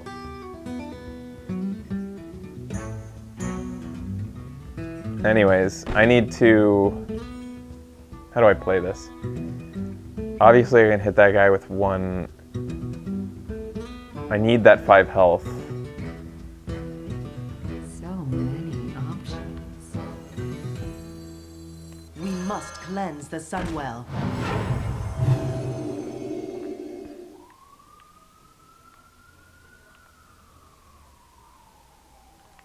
Yes, sir. Do I have to get rid of my Jeeves? I think I do. Well, Here we go. Too soon. I think he's very new. But he's not, because he's got that card back, right? How could he have missed lethal? That was some of the most obvious lethal you can miss. Like, did he just want to really badly play his Ysera? Is that why? Is he toying with me? I'm out of cards. How am I getting that?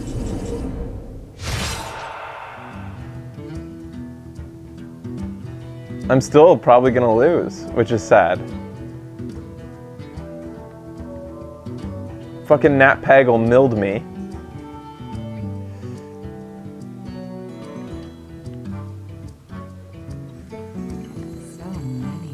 You guys are calculating how likely it is that Nat Pagel will help me over and over again? Of course he drops a bomb that doesn't have 7 attack. These are all the cards I have left. I have to hope that I somehow Push forward. survive a turn. That's the only thing I can hope for right now. And yeah, I should keep that in hand.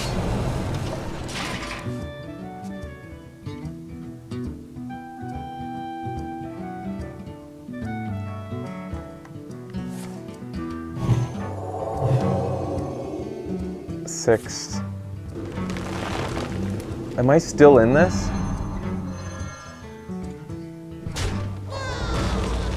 X marks the spot. This is painful. Don't. I'm almost out of cards.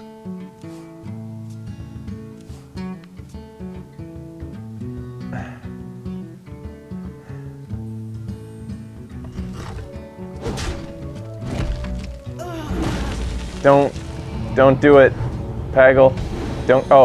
Don't. You asshole. How? He caught one every turn. How did I lose this? There you go. That was a weird game. That was weird. Do you think the guy was being a dick? Somebody in the shadow chat says the guy's just being an asshole.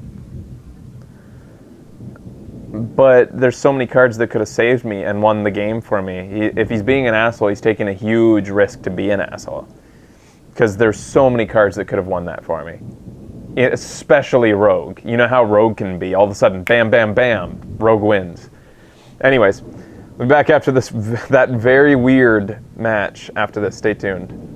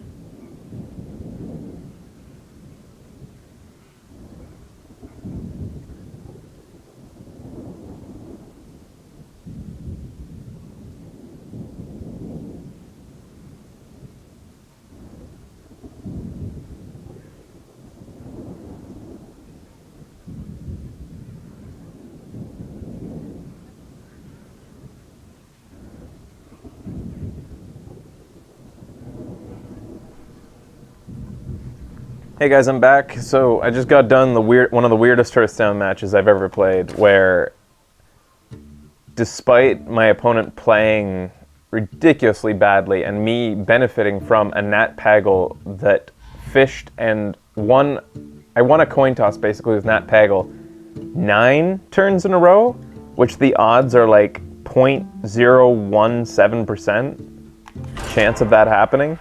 What is it? 10 in a row. And what's the odds of that?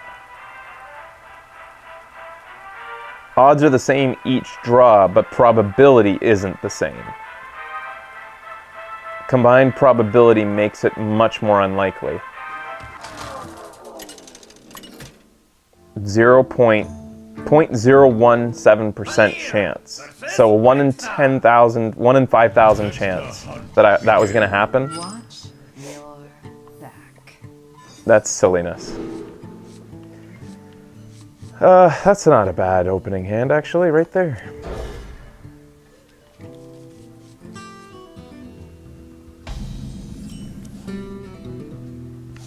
Job's done.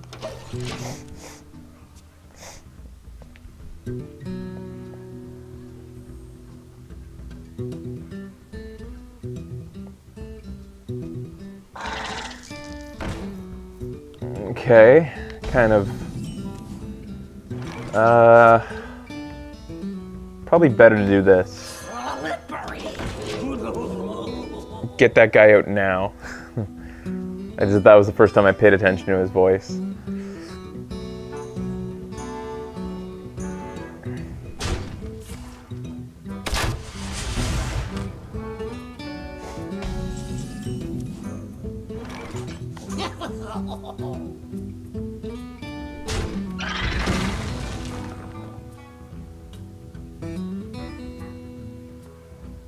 Shit, he has the coin. I'm opening myself up to multi-shot.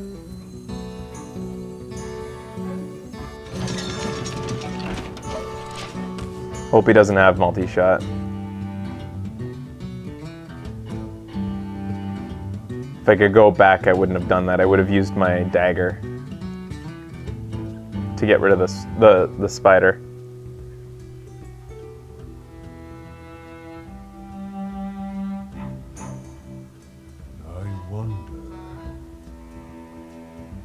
Coin into multi-shot would really, really hurt me.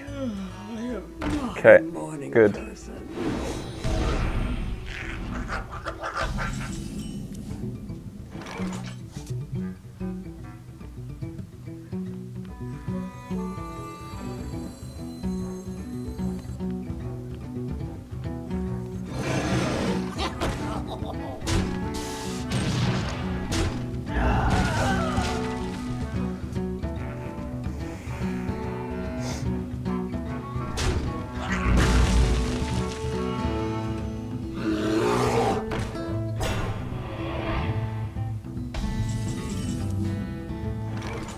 So if he had Explosive Trap and I bring the Chillwind Yeti down to 2, that opens the Chillwind up to Explosive Trap, but Explosive Trap can be avoided quite easily as well. I could put out both mechs. I'm gonna do that. Powering up. Portals online.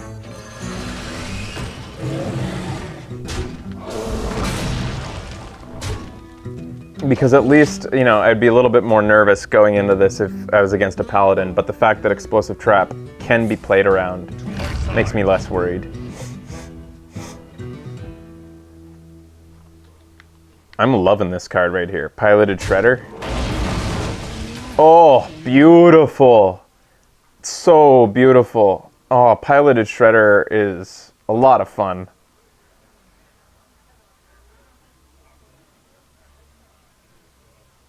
I feel bad for this guy because this has been quite the rollout for me.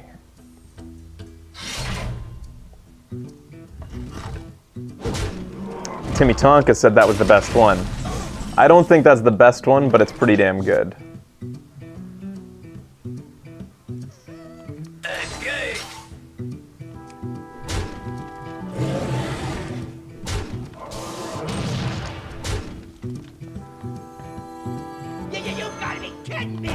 Hopefully I'll have a target for the backstab next turn so that I can play Jeeves. Draw into something that costs 3, send the mercenary into that lion.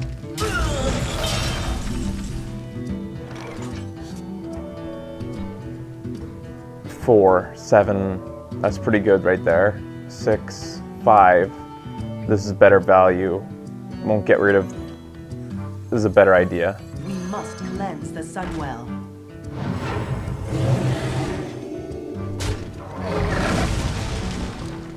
How you doing? I'm gonna keep the backstab just in case he plays something next turn with Divine Shield that, even though I could just take face damage to get rid of a Divine Shield, I don't know. I'd rather keep the backstab, get rid of the cannon. I think it's more valuable that way. Oh, poor guy, he had a bad draft. At least he made it this far.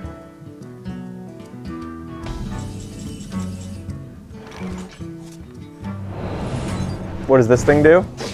It's a Wind Fury 1/4.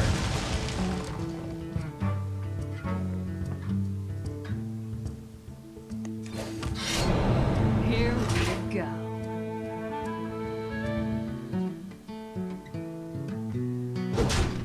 Push forward.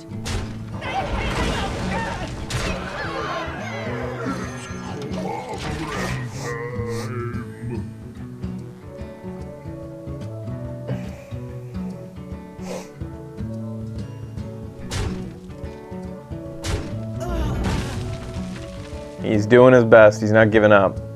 Doing what he can with the cards that he was dealt. Oh no, that's, I think, beneficial to me, dude. Maybe. It depends on how you look at it. Me smash you. How you doing? Well played.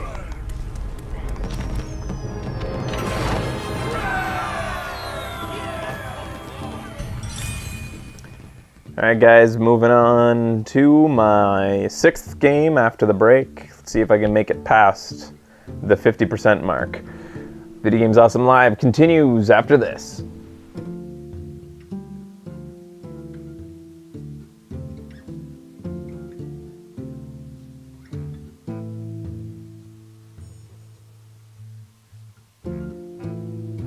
Hey guys, I'm gonna stretch and get a snack.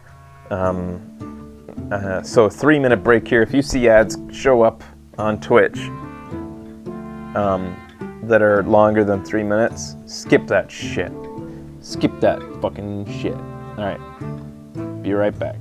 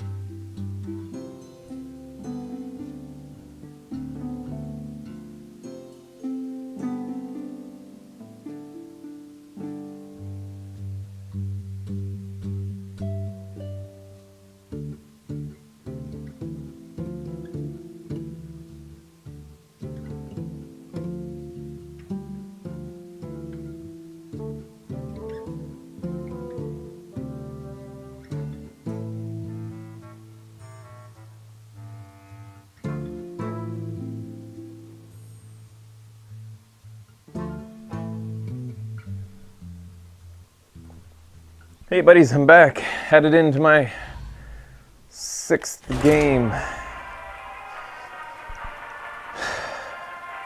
7:30 at night. Feels much later.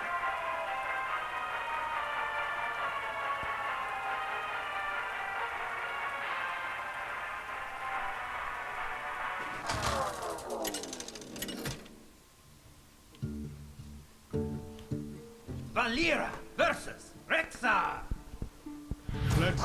Second match against a hunter in goblins and gnomes.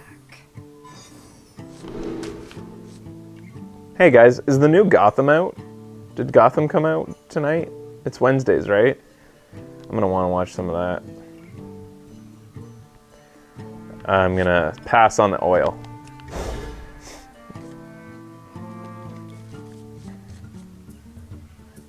This is one of the best things about having Argent Squire, is that it's almost a guarantee that you're gonna have something to buff the following turn. I am ready.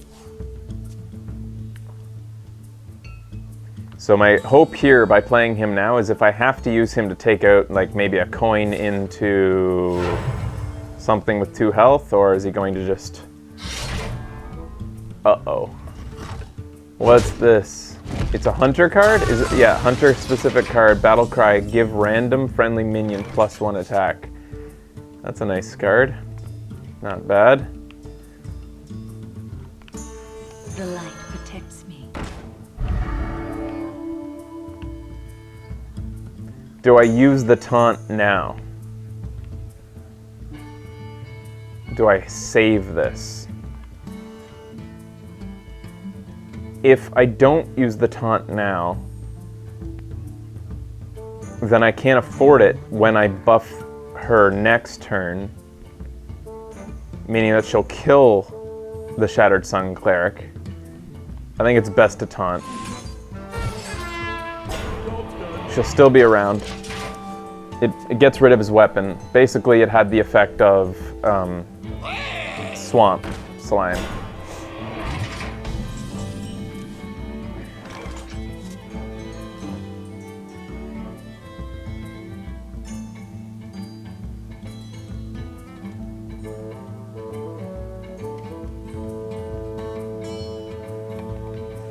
The light compels you.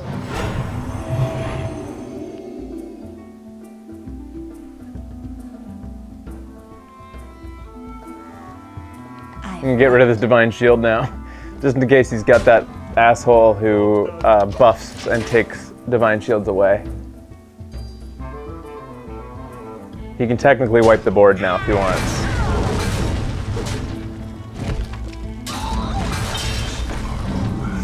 He's been getting the best value, but I'm about to get some damn good value out of Jeeves.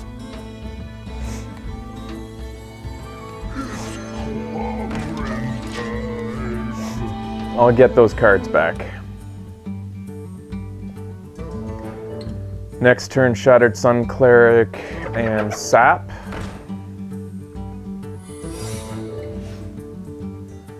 That could be Snipe, that could be Explosive Trap, that could be Frozen.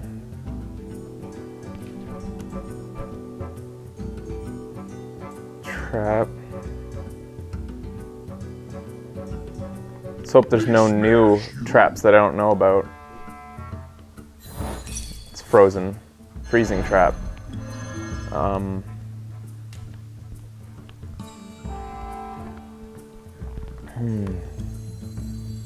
It's clobbering time. Just emptying my hand for Jeeves, really.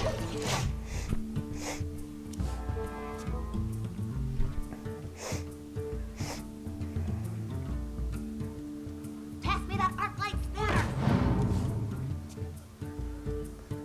Get in there and fight, maggot!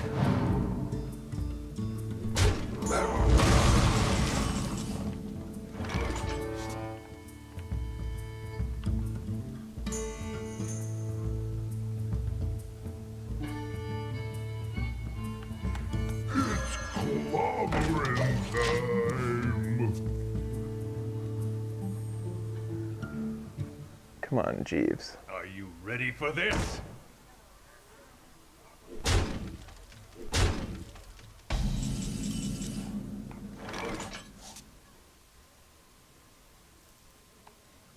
Don't hit that guy, man. Don't hit him. Alright, could have been worse. For a little while, I got a big punch. What's happening?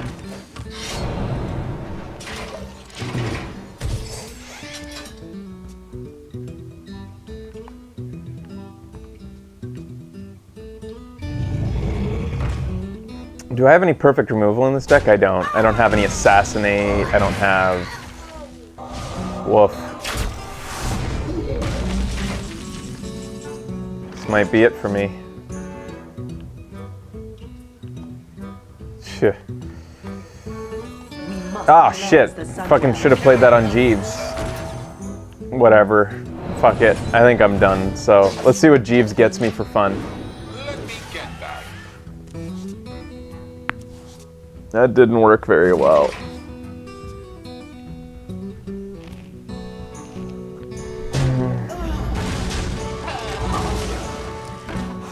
Show them all. Pain, speak to me.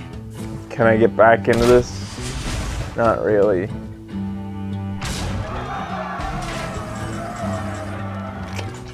Oh well. For the crusade! Don't mess with Tusk.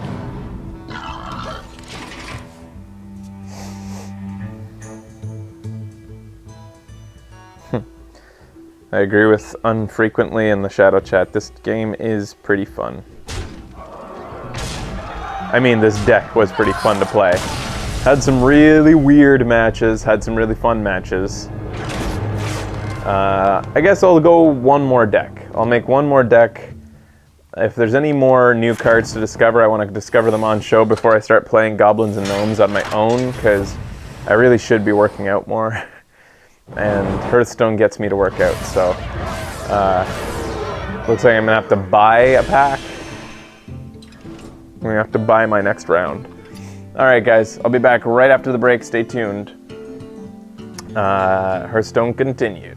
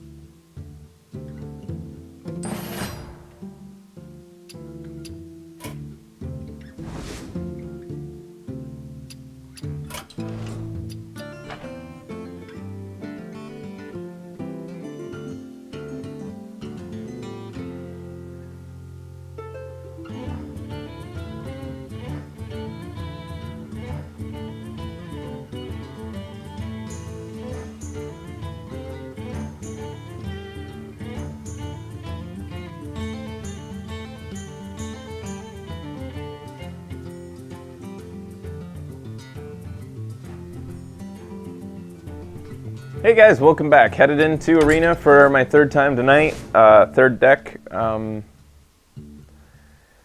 I could go Druid, I think, if I want to get free gold. Paladin or Priest, actually. So I love running Paladin. Paladin's one of my favorite classes. I will serve. No new cards here, so I think that the Abomination's going to result in the best save my ass etude. Consecrate is another save my ass card, and the other ones aren't even worth considering. Over it, no new cards yet. Mech Warper, which is really valuable in this new Goblins and Gnomes. So I'm gonna hope that I draw into more mechs. I'm gonna go heavy mech if I can. I've been going heavy Goblins and Gnomes in general, so. There's your Micro Machine. Gnomish Inventor I think is much better than Micro Machine. Especially since my Mech Warper isn't really benefiting nearly as much from this, since this is more of an early game card, but Abusive Sergeant works well with Paladin since he can generate bodies for free. Not for free, but Humility is almost perfect removal, and the Paladin doesn't have a lot of it. I'm gonna go with Humility here. I think.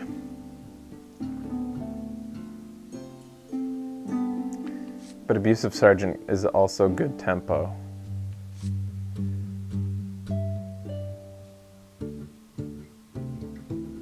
Humility.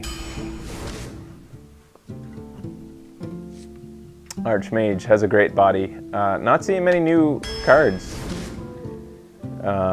Scarlet Crusader, good value. Harvest Golem is my favorite out of all of these. And he counts as a mech. I didn't even really think of that. Give each player a spare part. 4/5 for 4. He's a mech. So he's like the Yeti, except he gives spare parts to people. Both players. I think Harvest Golem's better, but I want to play with the new cards. Change all minions' health to 1, or have an Argent Commander come out for 4 damage, or double a minion's attack, which is awesome when using with the Stealth Assassin guy, the 7/5. Equality requires, it can be one hell of a bomb when it sets off right, but it feels like the times where it actually is going off right, it only costs 2, and you're almost guaranteed you're getting rid of one guy, but it's costing you a guy to do it. I think I'd rather have Commander here.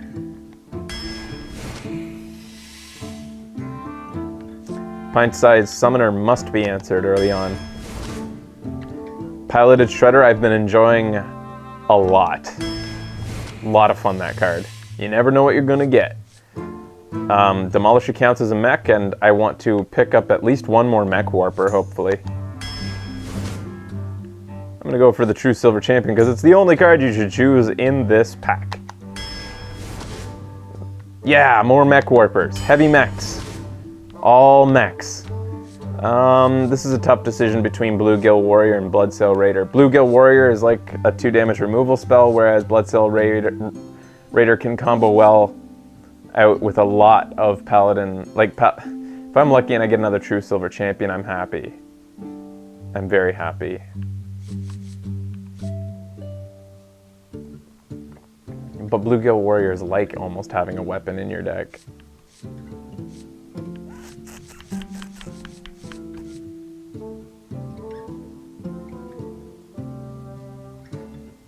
What would you guys do between these two, considering that I already have a True Silver Champion?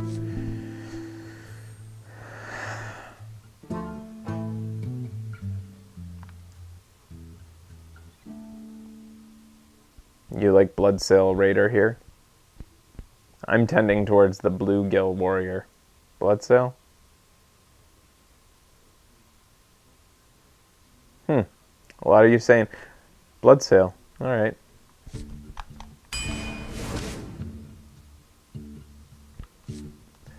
When your opponent plays a minion reduced to 1 health, that can so easily be played around. Often it ends up, my luck, they're almost always going to end up playing a Scarlet Crusader or something like that. The Youthful Brewmaster can bounce, and does that come in handy with any of the guys I got? Not really. Not so far. Stormpike Commando, I think, is going to be the best utility for me out of all this. He's like a 4/2, except he has a Bluegill Warrior built into him. Alarmobot, Violet Teacher. I think I'm going to go with the Violet Teacher, hoping that I draw in, or I open up more secrets. Blessing of Kings, I think, is the smartest out of all of these. Noble Sacrifice, perfect to combo with that teacher, or a lot of different cards, in fact. Imp Master is also a great way to thicken out the ranks, and Paladin does tend towards wanting that kind of thing. I like the Imp Master, and I've played with the Little Exorcist enough, I think, now. I want the Imp Master. She's one of my favorite cards, especially since I need body generation for things like, you know, the blessing of Kings that I just picked up. Fen Creeper is a taunter that I sorely need right now in this deck.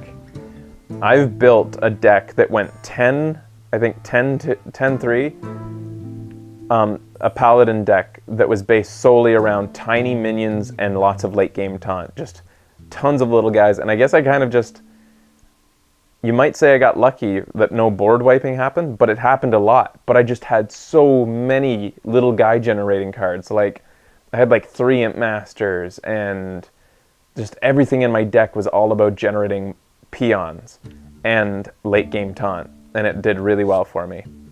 I'm gonna go for the Gnomish Inventor here. Card draw. And I love Argent Protector. One of my favorite cards in all of Hearthstone.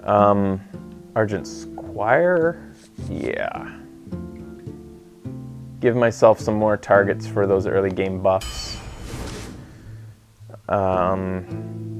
Seal of Light, this is new. Restore 4 health to your hero and gain +2 attack this turn. We saw somebody use this earlier. It's like a 2 damage removal spell that just gives you, it's like a one-use True Silver Champion in a way, but it has the effect of, no, it's not at all like that. But it's like a 2 damage spell for 2. I think this is worth going for. Even though I'm missing some late game beef, which I should actually be looking for at this stage. I'm gonna go with Ogre Magi there, and the Peacekeeper is another one of the best cards that the Paladin can run. Avenge versus Stormwind Champion. This is a tough decision. How aggressive is my deck?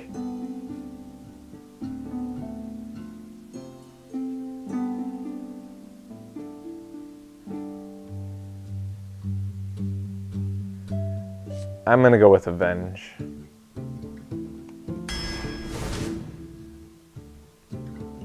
I'm a little bit of a sucker for Paladin secrets. I'm gonna go real aggressive here.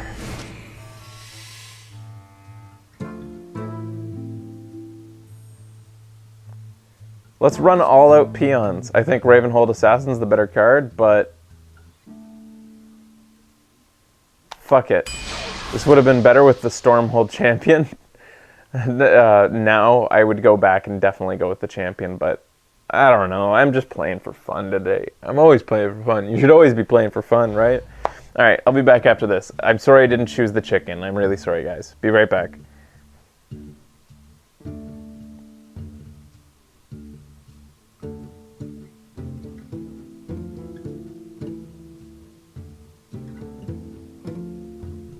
Hey guys, I'm back. My first ever Goblins and Gnomes Paladin round. Couple new cards in here I haven't even seen yet, played against me or otherwise.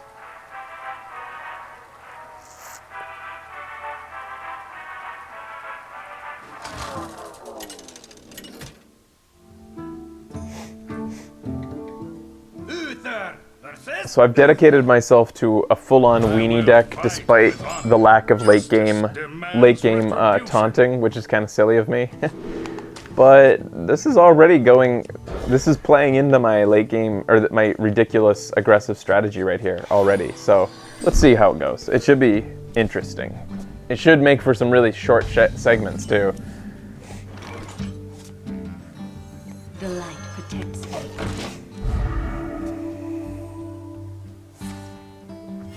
Reporting for duty. Let's keep this board clean. I fight. So this is exactly how my successful Paladin deck went last time too. Argent Protectors, and I wasn't shy about playing them onto 1/1s just to keep them alive for late game.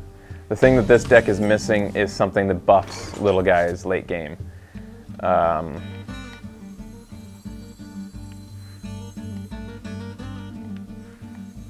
Get in there and fight, maggot! To battle!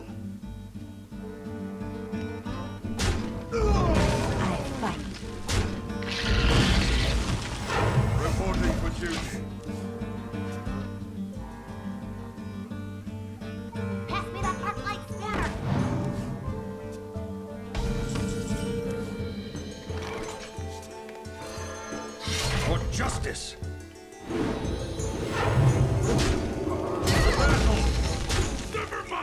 Yeah, grow might work. Anybody else get annoyed when they play guys like this? Oh, he's not doing it anymore. Who are just constantly touching all their cards? Like that? Oh, it just bugs the fuck out of me. Some guys just never stop. They're just like neurotically touching every card. Like...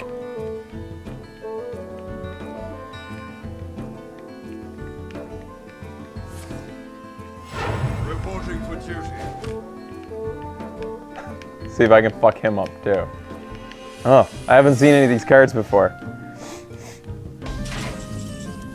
He's got a secret. To battle.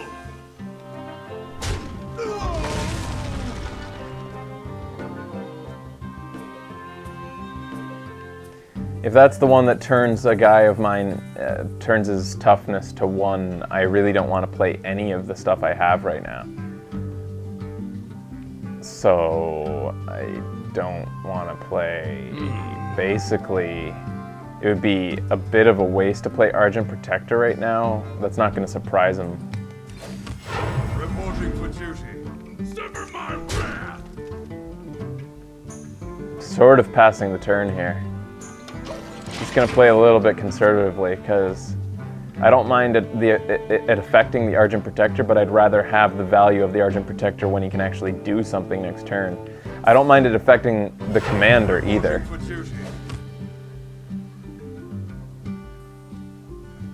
He must have that.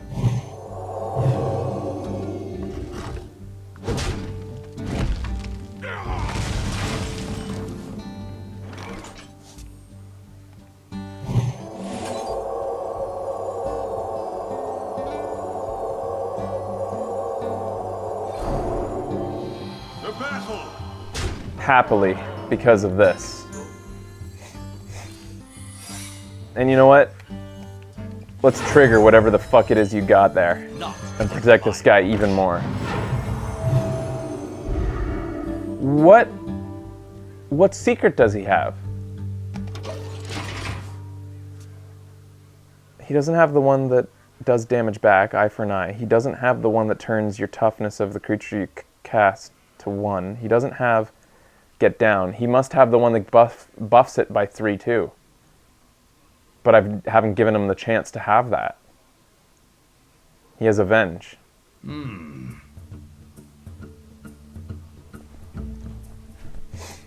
He just, it was an early play Avenge to try to like psych me out a bit, I guess. That's fine.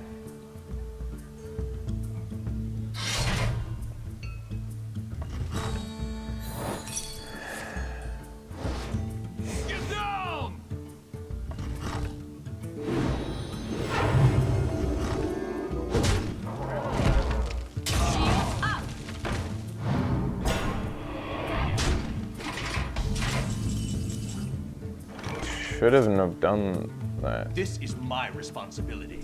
The battle. Yeah, that's fine. You shouldn't have done any of those moves.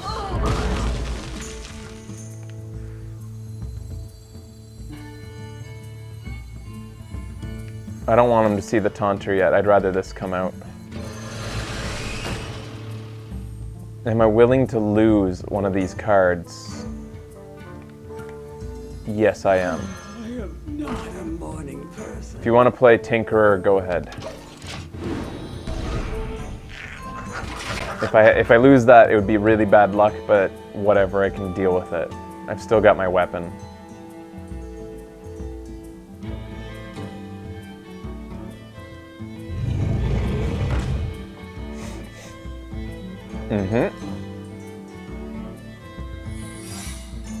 Now, what is that?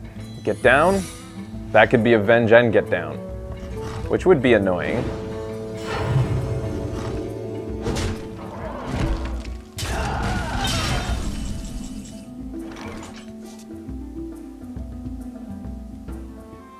There's no avoiding it if it is. Might as well just test it out.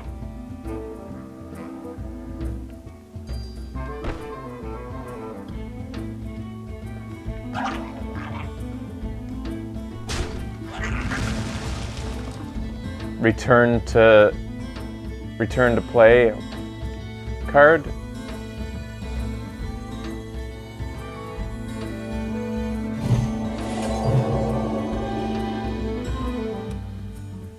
For justice. With 1 health.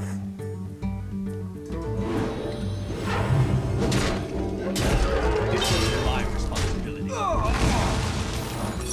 Yep. To Northrend. Victory. The battle goes quickly.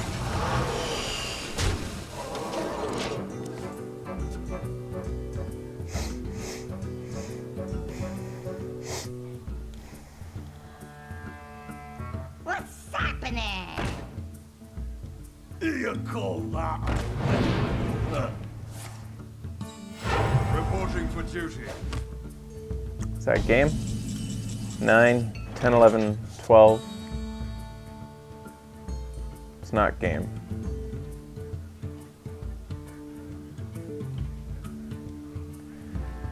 He doesn't have eye for an eye. It could be avenge. I wonder. Consecration would do not a lot to my board. You could have a lot of health gang as well, so like bringing him down right now might not do a big difference. It's probably best to get rid of his creatures.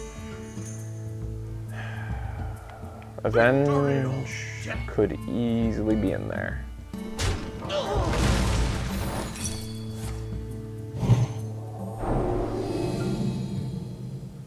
It's annoying.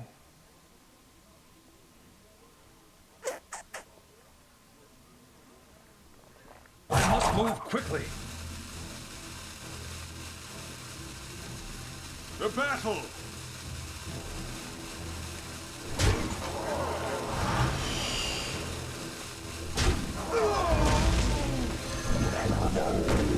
Powering up. Portal online. Reporting for duty.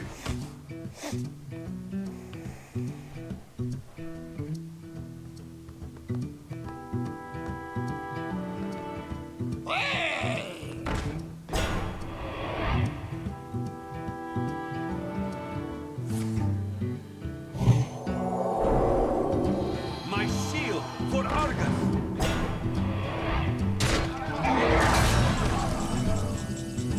Interesting. Okay, thinking.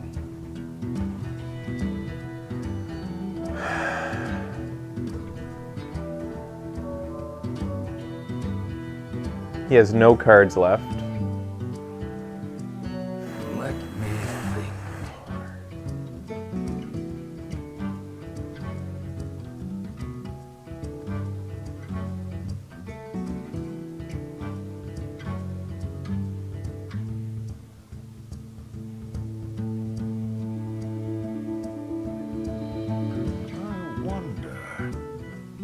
The battle. Let's see what I need to see what I get out of this. That doesn't really help. The battle. I was hoping it would be something like completely changes the scenario, but Quickly. Are you ready for this? I'm still in a pretty good position anyways. He held on, You gotta be kidding me! and I've got it. Reporting for duty. Right? No, he could have delayed the game one more turn. He could have hit this guy, and I would have only been within 1.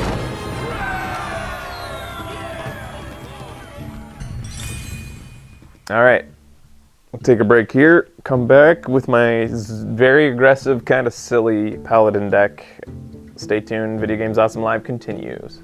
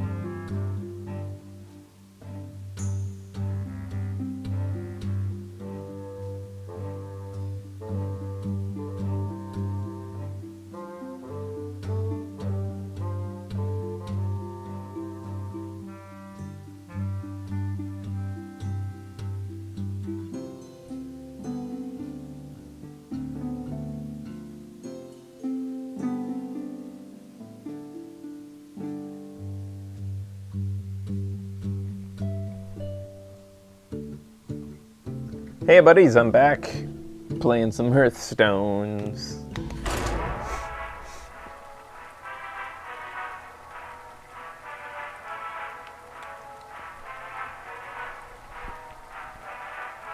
How's that kitty doing, Becky?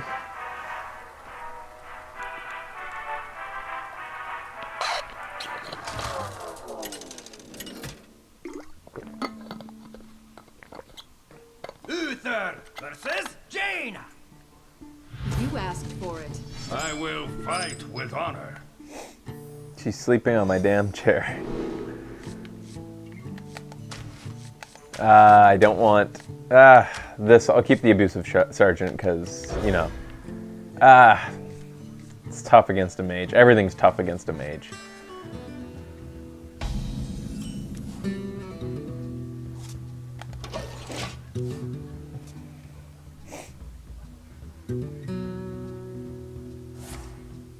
Coin into... Drink with me, friend.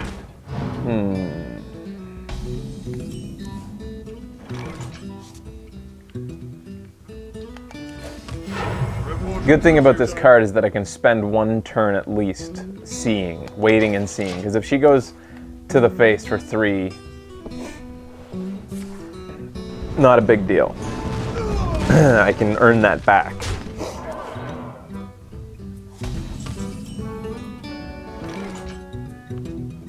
In fact, I'm happy to do this again, I think.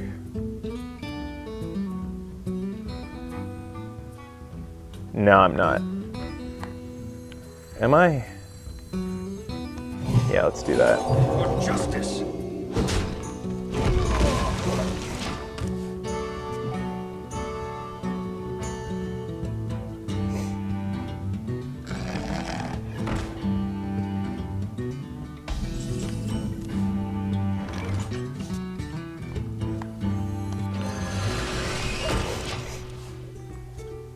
I'm so excited to like see what this guy turns into. I feel like I'm playing him sooner than I should even. What's he gonna be? Ooh, nice. Not bad, especially with this coming out.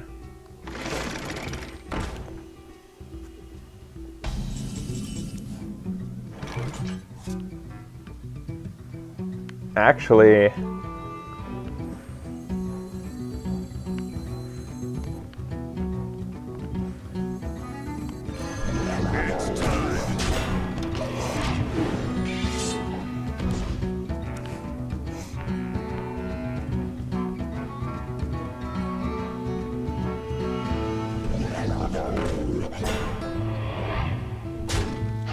yup.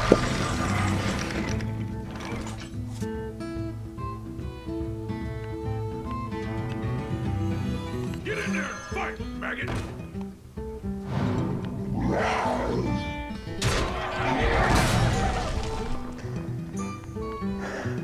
So here she's got a choice.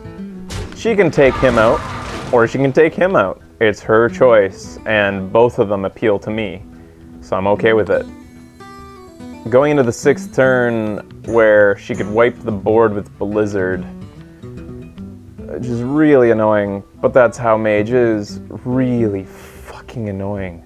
Do I play the Ogre Magi, or do I... Fuck it. Go ahead and play your Blizzard. Please don't have a Blizzard. Please don't have a Blizzard. What an awesome setup this is if it wasn't against a mage. Well, I mean, Paladin could deal with it too, so could lots of different classes. Looks like she doesn't have Blizzard. Phew. Oh, so happy. That's a good lucky break. It was a gamble, and it paid off, I guess.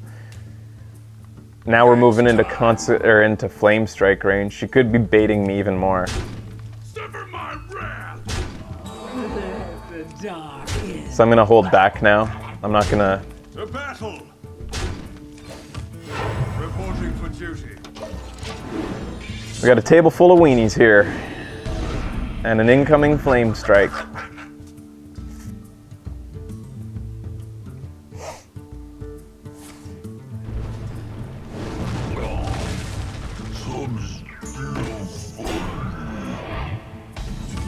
Wow. Alright, so you would think I should True Silver champion that guy and like keep hitting, swinging in, but no, because the Flame Strike's coming. I swear to God it's coming. Or she could top deck a Blizzard or a many different cards. I'd rather get rid of these guys while they're still of value to me.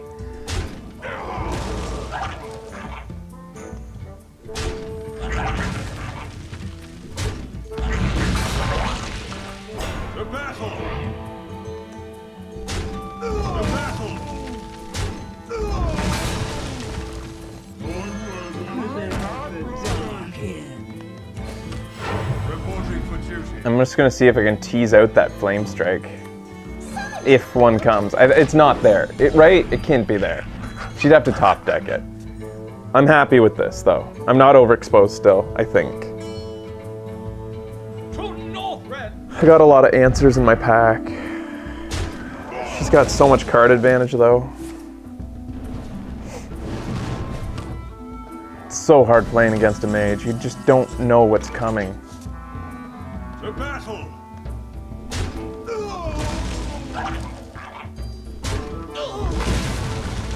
Let the dark in. Coming through.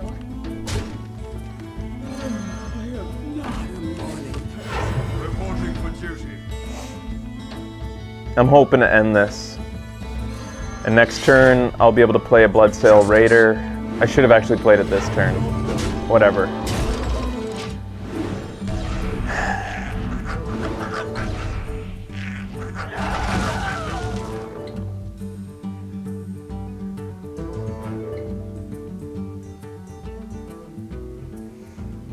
You wouldn't think I'd be feeling like this was,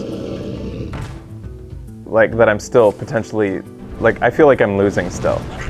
That's how scary it is playing against a mage.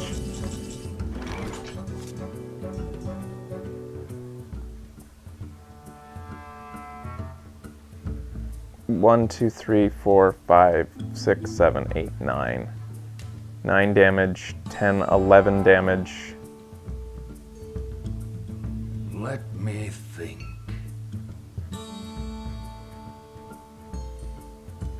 To battle! Coming through. Let the dark in.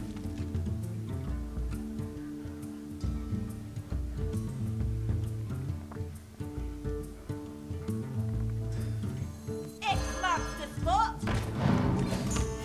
Reporting for duty. I'm swinging to the face because even if she Flame Strikes next turn, I can play Consecration and Abomination, and barring any healing that she might have, then I have lethal this way. I feel like it's a waste to play Humility right now because he can only hit one thing at a time and he's gonna kill most of the things he hits. So there's no reason for Humility yet.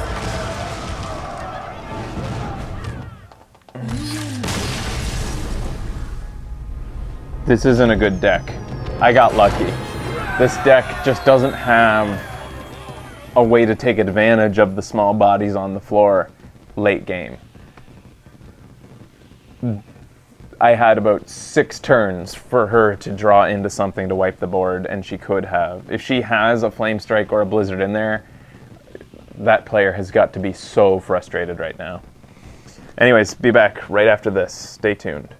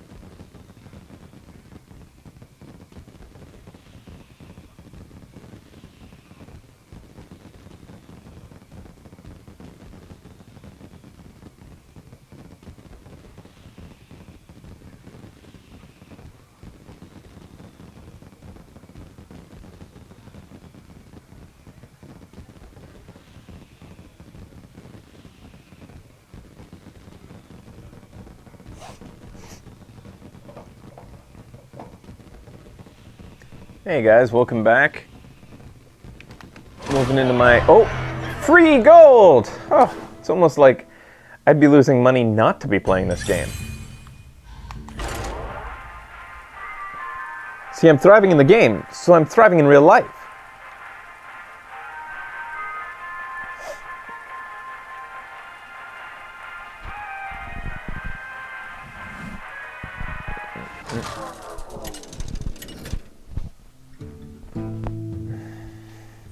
Uther versus Jaina. You asked for it. I will fight with honor. Might as well play an early game Avenge.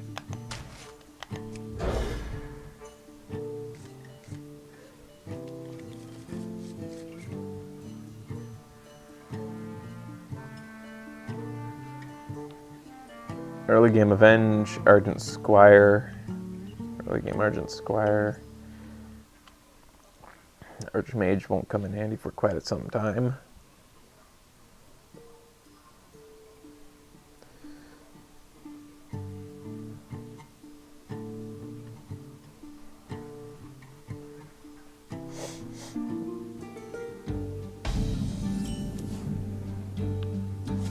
You gotta be careful when you marathon Always Sunny in Philadelphia. You might become amoral.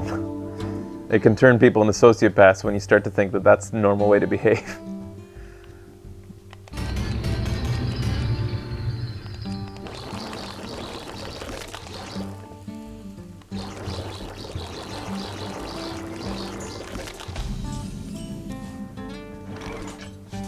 I fight. Powering up. Portal online. Wine in a can.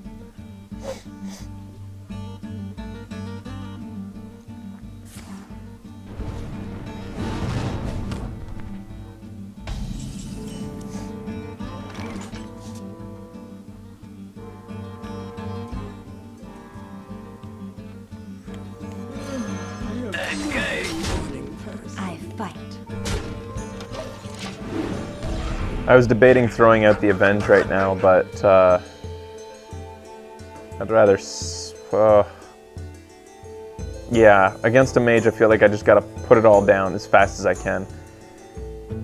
Instead of playing slow, when I know that I don't have much of a late game strategy. I just gotta get her down as low as possible with my weenies so that moving into the mid game to late game, I could possibly finish it off with True Silver Champion or maybe my Argent Commander. I just want her within striking range because I know how this deck plays. I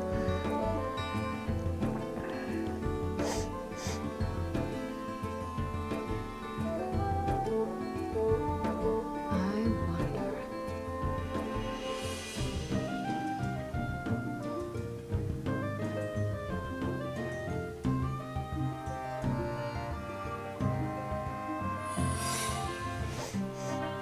Mirror image.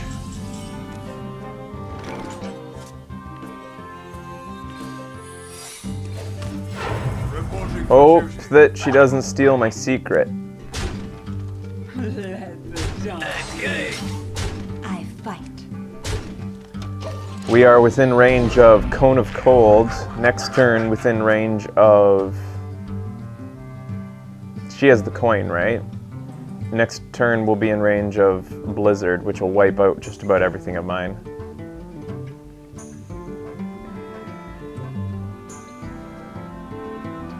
This may not be a very strong deck.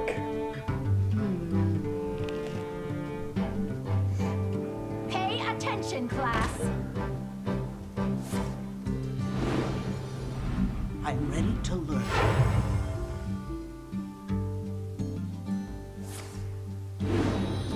Shit. I'm ready to learn. Don't hit my peons.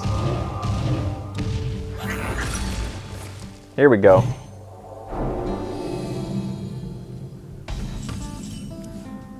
Duplicate? Well played. Do I want that duplicated? I'm okay. All I know is I'm okay with this guy coming out. If she copies it, fine by me. That's a good one to have copied, because all his value goes into another creature.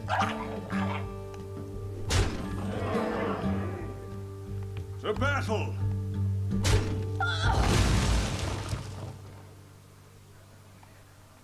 Engage! I fight. Reporting for duty. Still setting myself up for a potential very painful blizzard. Did someone say bomb? Oh my god. No, no, no, no. Oh, lucky me. Lucky, lucky me.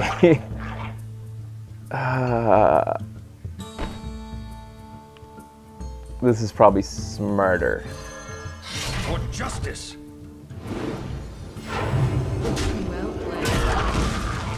This is my responsibility.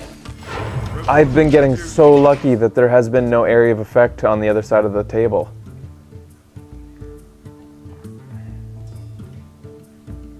She still has the coin, I think, and this could be a flame strike.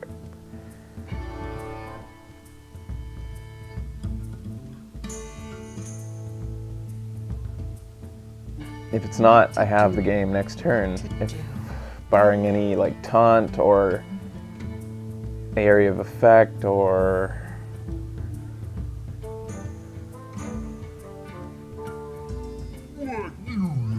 that's game.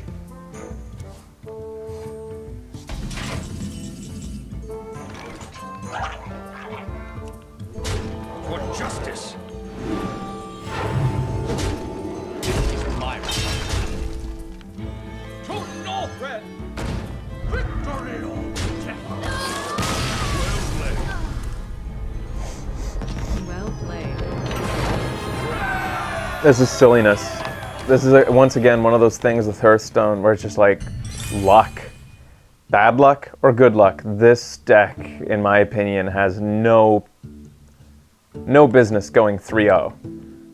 I could have seen it winning 3 games, but the fact that it's going 3-0 so far just means that I've gotten lucky against the opponents that I've gone against. Either have weak decks or just have been unlucky in what they draw. I mean, it is doing what it was meant to do. As you heard me talking about as I built it, it was going to be very aggressive, but it's even playing worse than I thought it would, and yet still winning. All right, be back right after this. Stay tuned.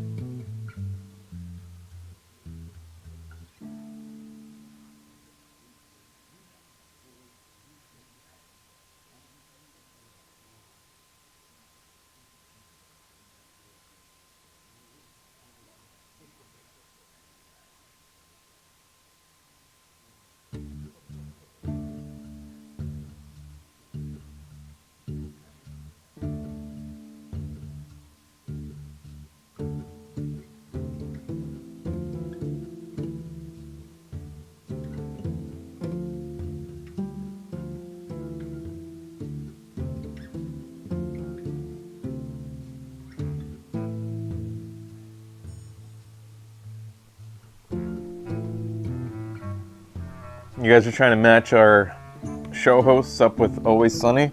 That's easy. Becky has to be D, obviously. But Kyle would be Mac, no question. Deacon is Charlie, no question. And then myself as probably Frank over Dennis. Probably Ben as Dennis. Although I'd say Ben and I could easily swap. Depending...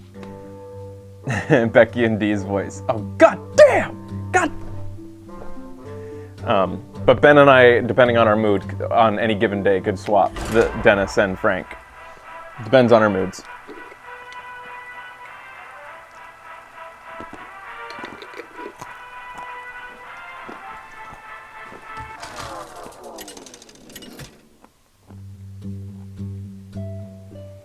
Uther versus Anduin.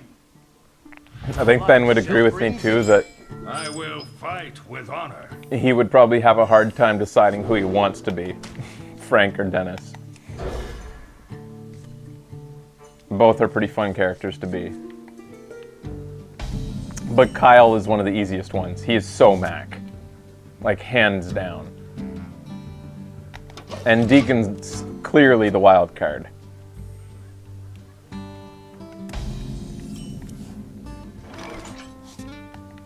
Powering up. Portals online.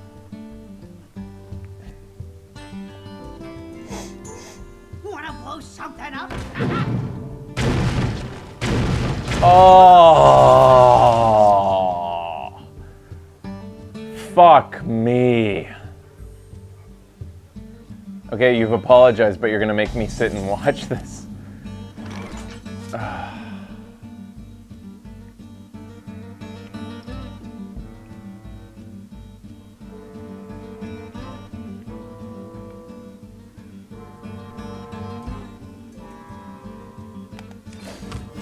Reporting for duty.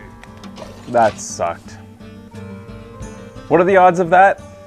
He just won a coin flip 3 times in a row. What are those odds?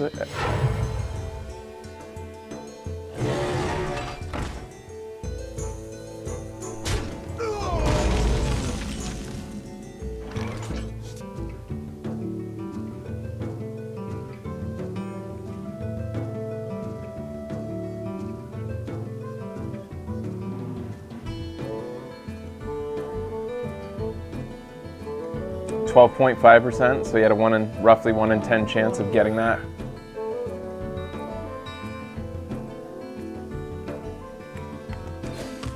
Reporting for duty. Not on my watch. I just need bodies out there right now. Seems like kind of a waste, but that's what I need. It's my only chance to stay in the game.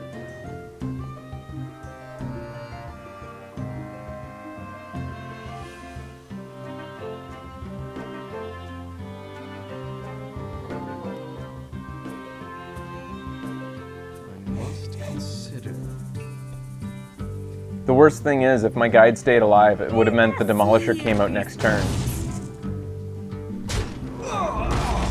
That guy's annoying. He's a pretty decent,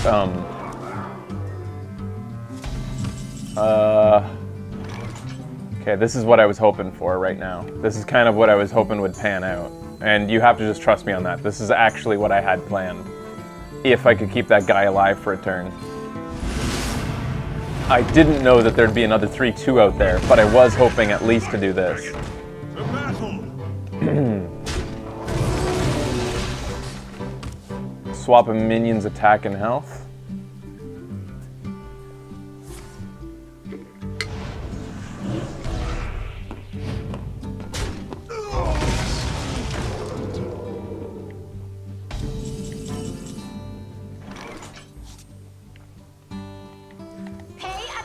Class. This is turning out well for me.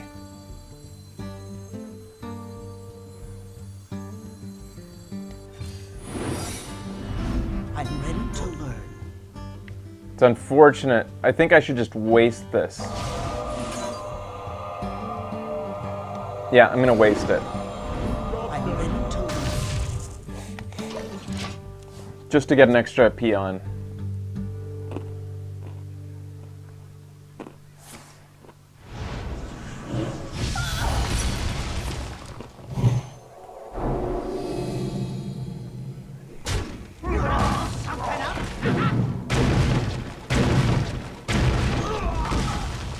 At least I got some luck that time.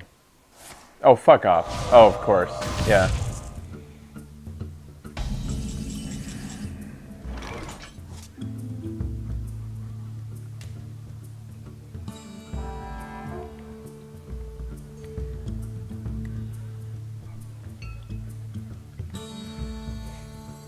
Are you ready for this? I shall do as you say.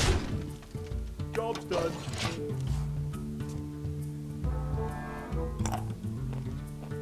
Sorry if this bugs you guys, but I'm hungry. And these are fucking good.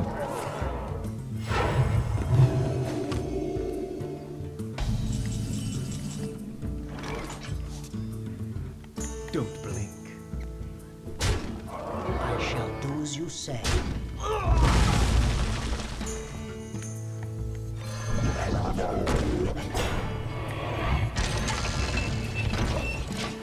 I think my favorite thing about almonds is that slight sweetness. They're almonds. This is that little bit of sweetness.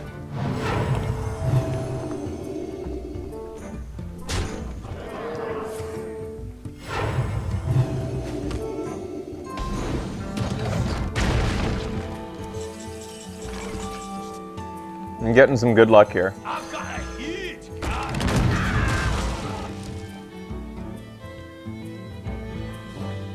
Don't blink.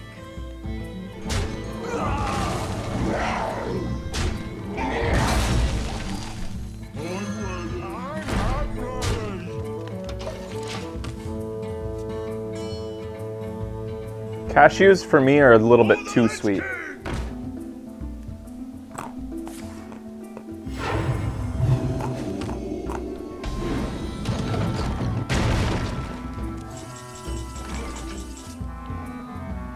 I'm ready.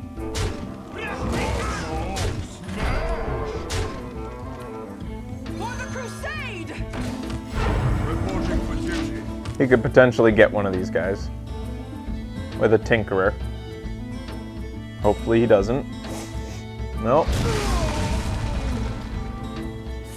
Double Nova? I was joking! He just fucking oh my god!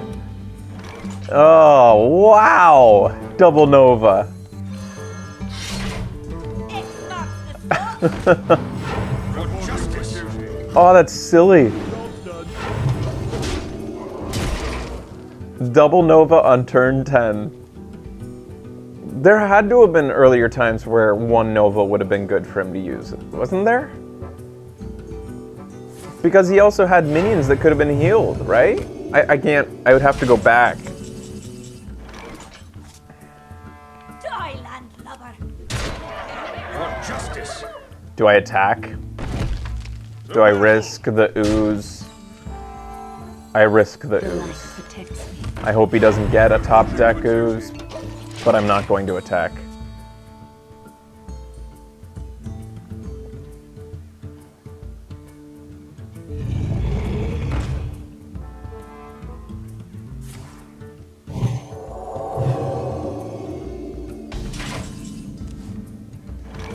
So what did he just do there? Valen's Chosen, give a minion +2/+4 and spell damage +1 for 3 mana. Decent card. But it is a buff, so. 6, 7, 8, 9, 10, 11, 12, 13. Die, landlubber! Still can't do it. The battle. I fight. The battle. Reporting for duty.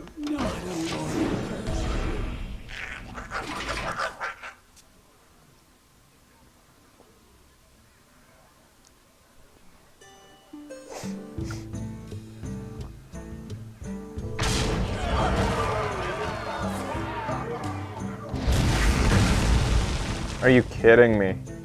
3 Novas. Whenever you play a 1-attack minion, give it +2/+2. Holy shit.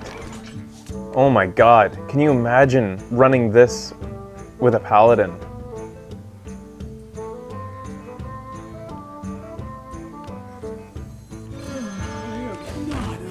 Reporting for duty. fight. Now I have to debate, like, do I hit this hobgoblin?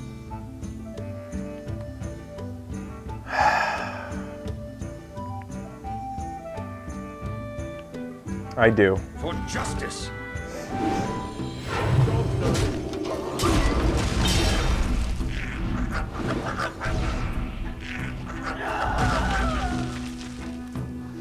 It doesn't work with Paladin? What? I'm talking about... You mean his hero ability?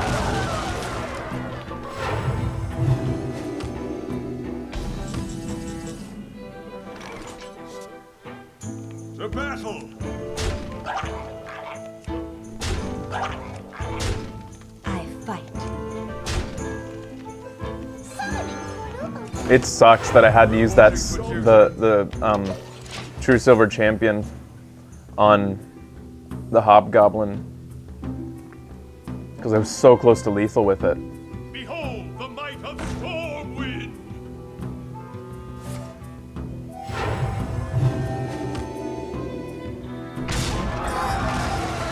These are weird matches. Dude, what are you doing? Don't do that! I'm getting bad draws. 10, 11, 17. I'm done. Powering up. Portals online. It's not that they're bad draws, it's that I have a bad deck. Yeah. I'm just gonna concede. Thank you. Victory.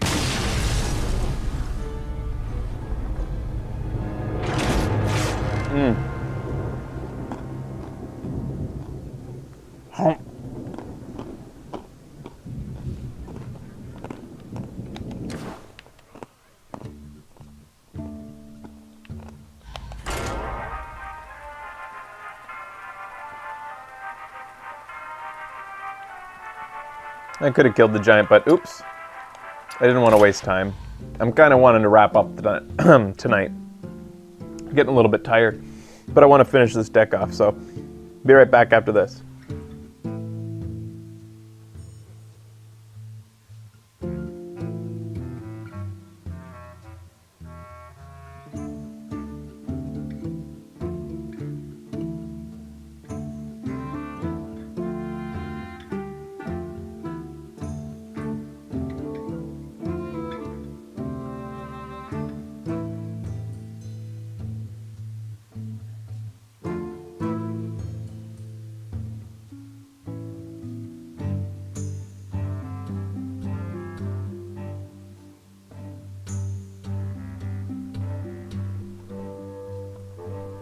Hey buddies, I'm back. I guess I had to expect that I would be playing a series of weird Hearthstone matches over the course of the last night. Considering there's brand new cards, 120 added to the set, so everybody's figuring out how to use them. In addition, we got a lot of new players in the arena who aren't used to playing arena, so you're seeing a lot of weird strategies. The meta has been upset. I will fight with honor. And it's interesting, it's a lot of fun playing like that.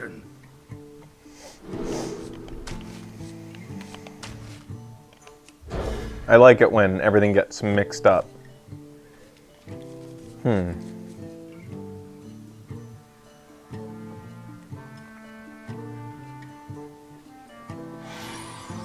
Lisa's starting to get active.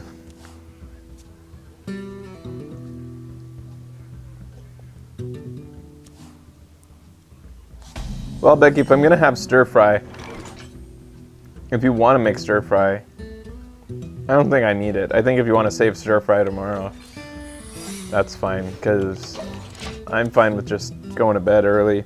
We have to do some stuff tomorrow, some business.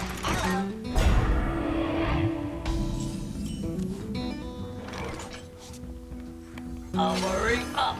Portals online. Next turn I can play my Demolisher and my Micro Machine if this thing survives. And it's not going to survive. Give me a quest. It'll survive.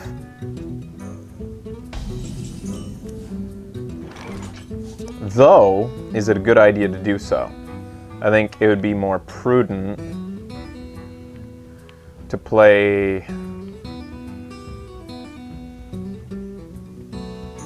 I could do 3 things. I'll do this.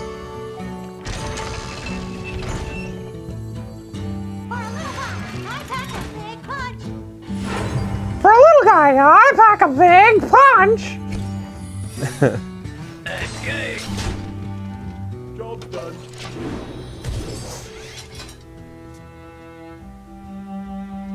This is quite the rollout for me. This is about the best, I think, rollout I could hope for with this deck. Reporting for duty.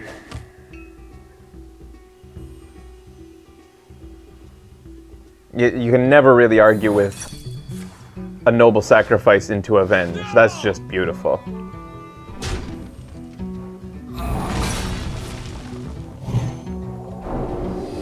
Oh, that's just pretty. And he unfortunately made that decision before he knew that that was coming. He shouldn't have done that.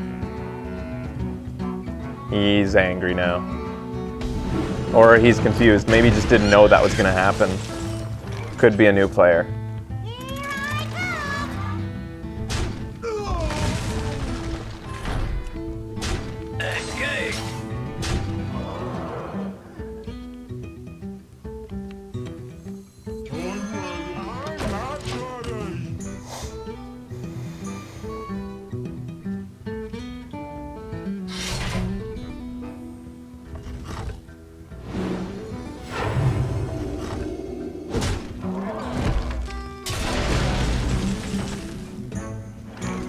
Escape! Escape!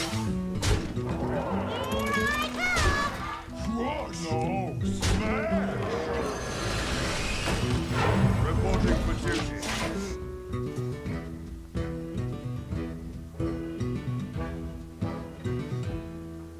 Truth is. I don't know how matchmaking works in Hearthstone. I don't know if new players get matched up with. Like, I've never really known if matchmaking in Hearthstone is based on a single arena run or if it's based over a life of a player. Like, if arena players are ranked. It's all about the record in arena, so it has nothing to do with your how veteran you are. To battle!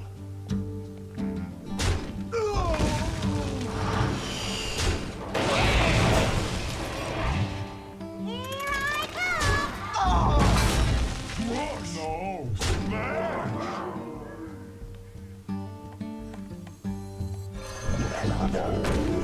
The light protects me.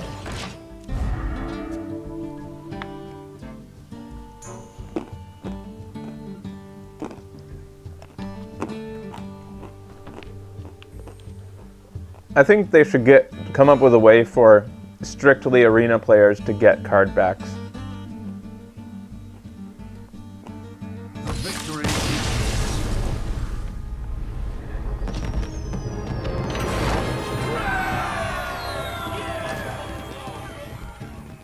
All right, be right back. Stay tuned. More of this Paladin run that's doing pretty well despite I don't get it. So I'll be right back.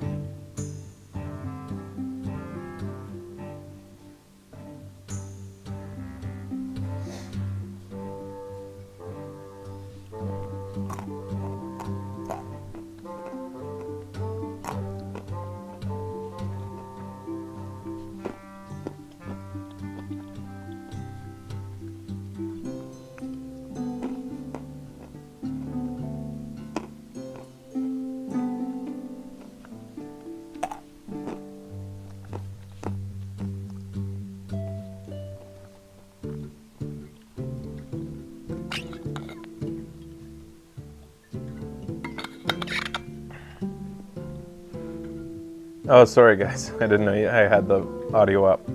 I was eating. Hey guys, welcome back. Headed into another round. This can't go on forever. Like, how is it that I'm not encountering... Well, to my credit, I mean, the only thing that shut me down in that priest match that I lost was because he ended up having a total of 3 Holy Novas. Uther versus Garrosh. But I've been pretty lucky I haven't been facing many players with that much area of effect. I'm going to drop all my 5 casting cross cards, start off with a Noble Sacrifice. Hopefully I draw into an Avenge as well. Nope. Bloodsail Raider wasted on turn 2, unless I can save her if I draw into more stuff that makes sense. I'm not even sure that playing the Noble Sacrifice right now is worth it. I think this... I feel as though I'm already at a major disadvantage with this. That's not bad to have now. Now a Noble Sacrifice would actually be good because if he plays... shit. If he plays a weapon, shit. 50% chance to attack the wrong enemy. Please attack me. Yes! Which means that he'll ignore the Noble Sacrifice, right?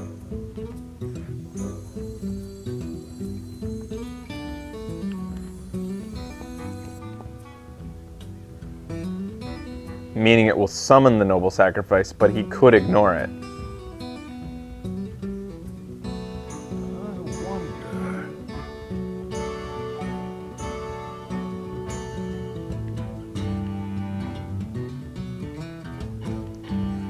I think I'm gonna do the wait and see. No. Yeah. I wonder. Powering up. Portals online. I wanted to keep the coin for the possibility of a Stormpike Commando next turn.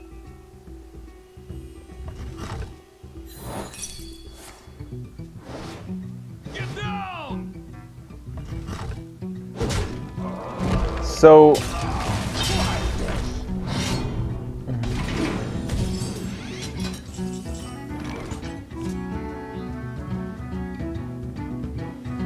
Not on my watch.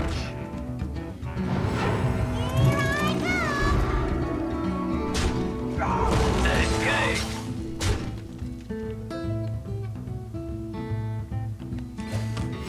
Reporting for duty. He's gonna take 6 to the face if he wants to take out my Micro Machine. That thing is strong. Micro Machine is a really terrifying thing to go up against if he's unanswered. Nice. Now I'm happy I have the coin. He's gonna have to take a lot more damage to the face if he wants to deal with this, and I think he will want to deal with it.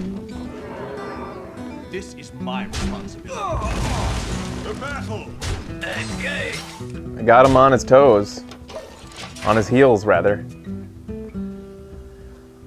He'll go down to 12 if he wants to hit this, which he almost certainly does. Want to hit it.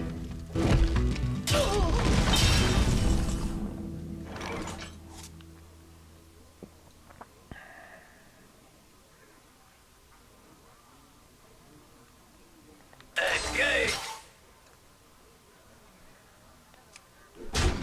The battle!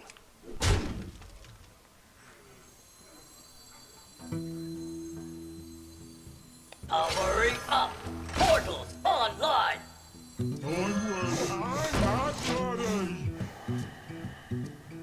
This is silliness. I just don't understand. Like, I mean, the deck is good, but it's getting lucky. Really lucky. The deck isn't...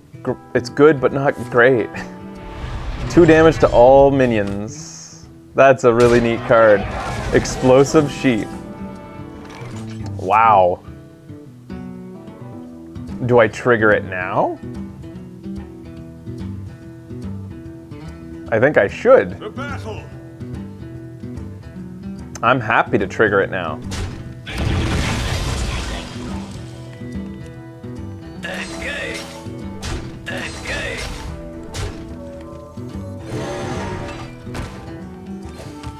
Reporting for duty. X marks the spot.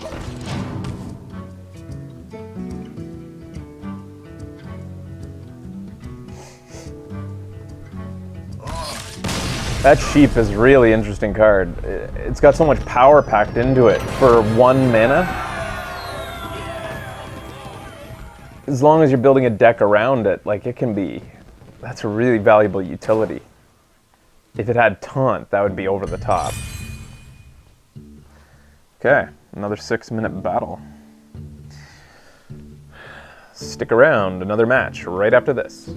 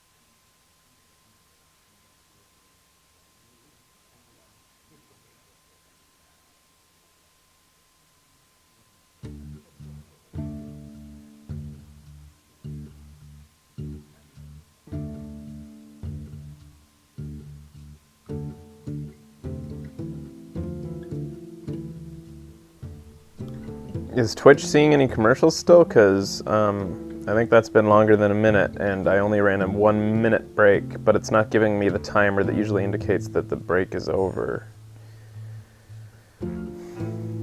I'm gonna assume everybody's commercials are over. I'm coming back now. Hey guys, welcome back. 6 games with... This is the longest I've gone with what I think is the weakest deck that I've built with goblins and gnomes so far.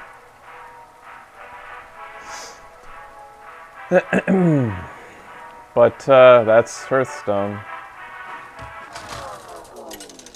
Sometimes you get lucky, sometimes you get unlucky. Uther versus Jaina! You asked for it. I will fight with honor.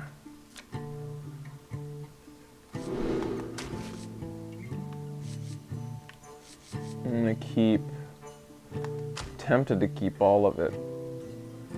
I don't think I should keep that one, but I think I should keep the others, yeah. There you go.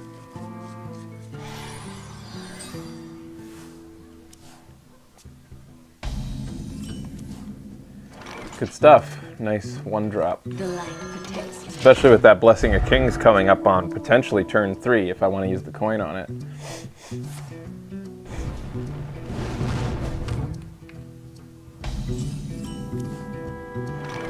I fight. Powering up. Portals online. If he can survive a turn, then I've got a mechanical Yeti coming out. Oh, I didn't even know it was a mechanical Yeti. I didn't even read the card. I just saw 4/5. That's cool that they made it a Yeti. The same as a Yeti.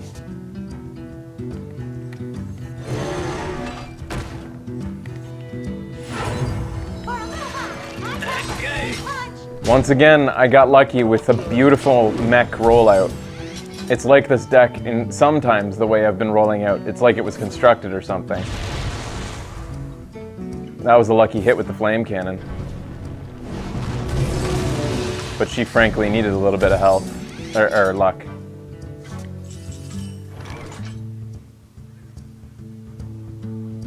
It's probably time to drop. Engage.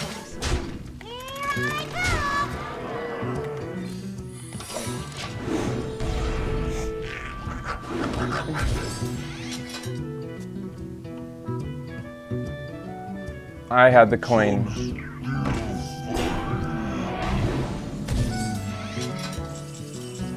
There you go. That's nice. For justice.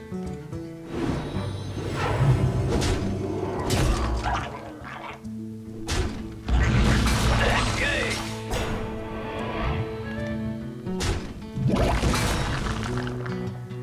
Should I protect my micro machine from potential blizzard next turn? Yes, I should.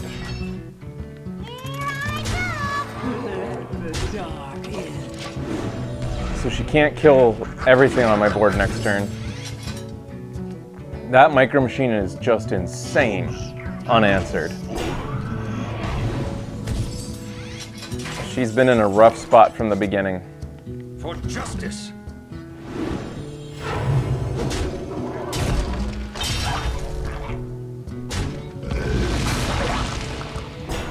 I should have played my Bloodsail Raider. I'll admit that was a misplay. I wasn't even paying attention. I'm so preoccupied with just finishing this, I guess.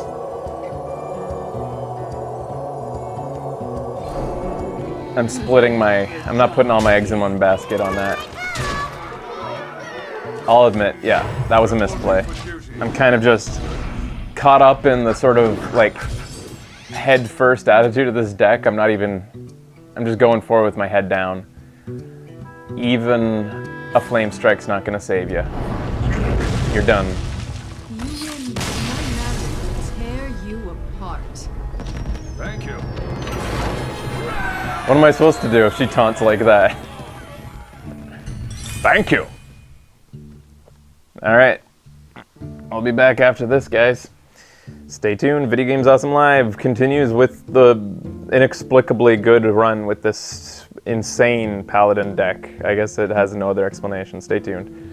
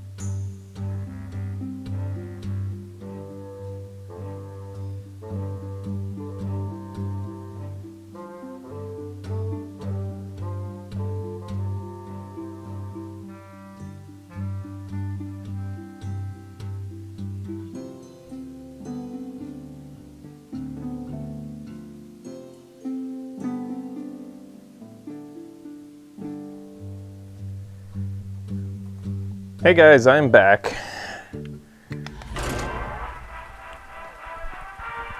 Potentially going to go 7 wins with this deck.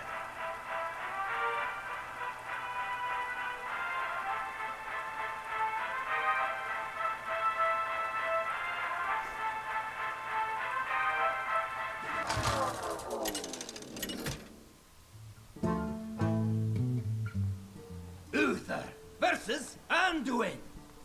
So I saw that there's no Gotham. Gotham hasn't. There wasn't Fight with a honor. new episode. What the hell's that all about? This is a good opening hand. Again, all my best hands have been mech based. I thought that the whole, like, when's the next Gotham gonna come out if it's not coming out right now? No Gotham till What?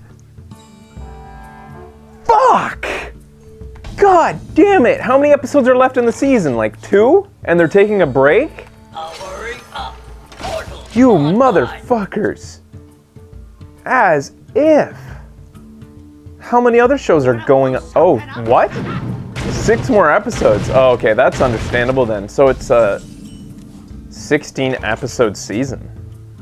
I'm so used to seasons that are like 12 episodes, like with HBO and stuff.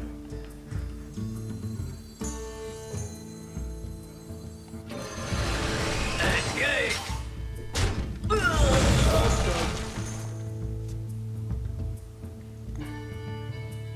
Man, Gotham's been so good. It's so silly, so good. I wish I could enjoy S.H.I.E.L.D. as much as I do Gotham, but I don't. I just don't like S.H.I.E.L.D. I don't like the acting. I don't like the writing.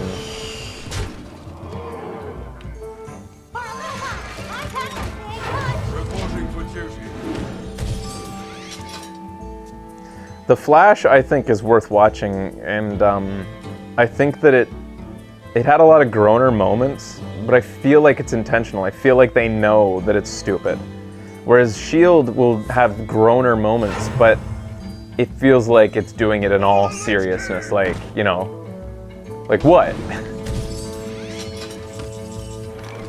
What do I do here? I could do this, right? This'll, Follow the rule. yeah, I love it. You're not protected.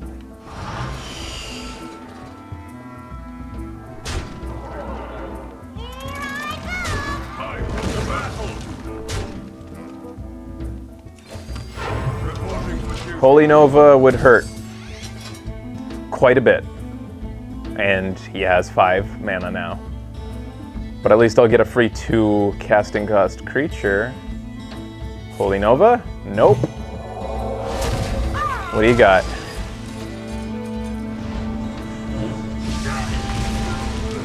Good.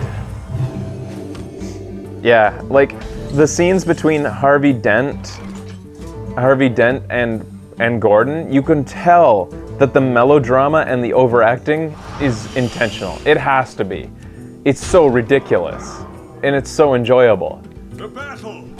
They're being so, like, every time I see Gordon's face and he's getting all intense, I love it. I laugh, and I really think they know what they're doing. They know. Like, that guy's a good actor. There's no way that he's doing that unless the director asked for it. Someone injured?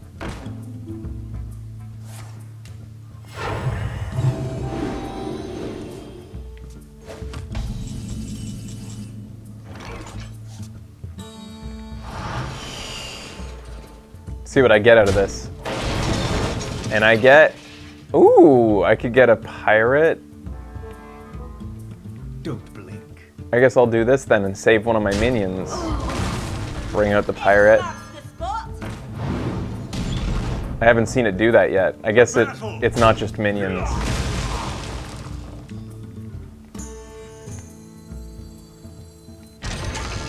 The battle. Maybe this deck isn't weak. Maybe I haven't been getting lucky. Maybe... I don't know. I think the guy who plays Penguin's awesome. I think the guy who plays Riddler is awesome. Yes, Riddler's annoying, but that's Riddler.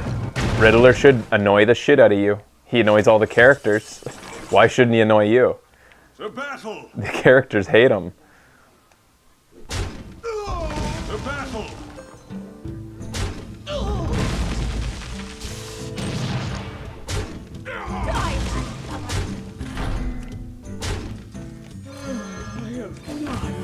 Reporting for duty.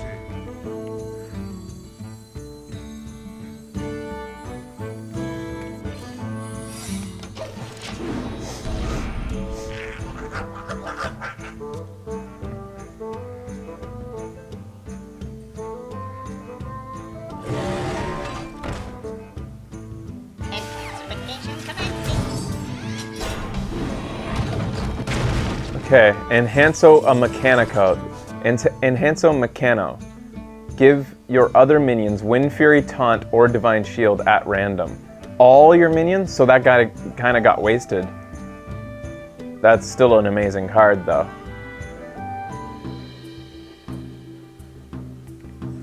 Let me.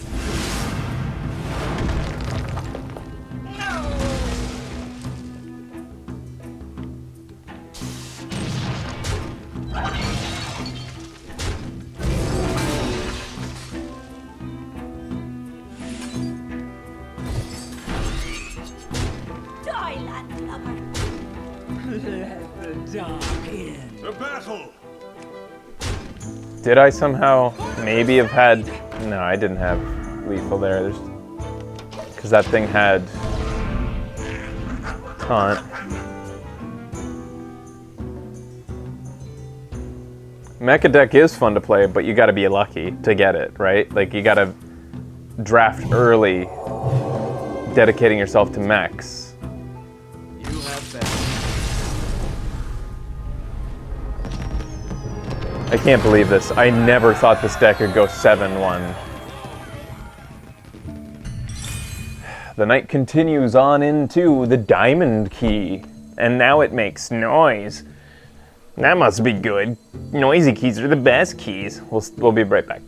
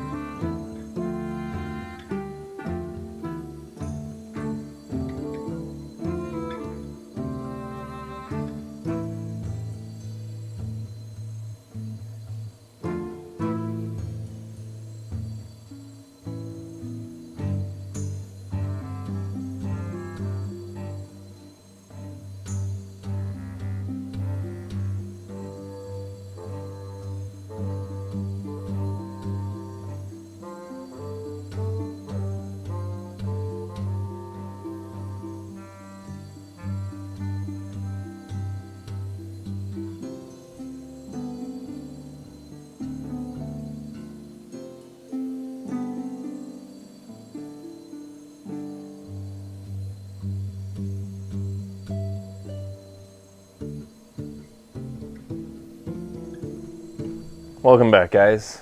Somebody shut that key up! Alright, I cannot, no match can go worse for me in which, bad in a way that I'll get angry at this stage, because there's no way I expected this deck to go like this. In fact, I should start to pay attention, because that last match, I'll admit, I was barely paying attention, and I probably could have thrown it because of that. Your soul shall be mine! I'm getting to the point where I wouldn't mind a break, but I want to finish this off. I wasn't expecting to go 8 games. But I want to finish off this deck so that I can play some decks off show while I work out.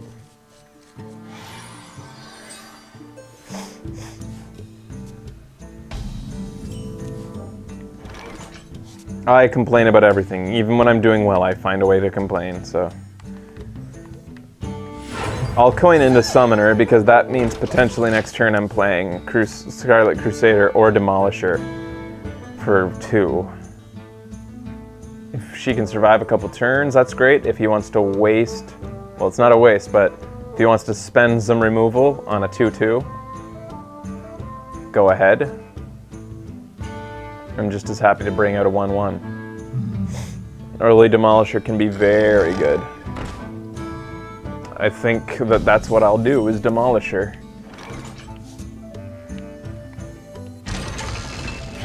She's done her job.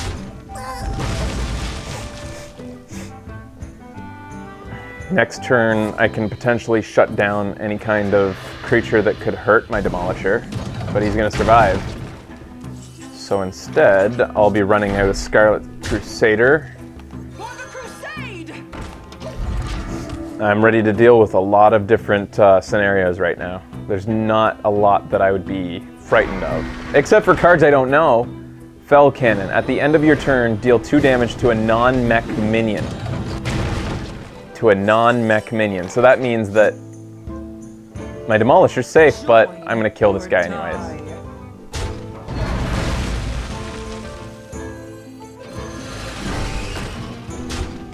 This is silly. I'm just getting lucky. I mean, yeah, it's an okay deck, but it has to get lucky to be as good as it's been playing, right? It couldn't be an amazing deck like it looks like it's being. Are you gonna finally get the, ooh, free 2 casting cost card, and it's the stealthy guy. I'm gonna keep, what's he gonna get if I kill that?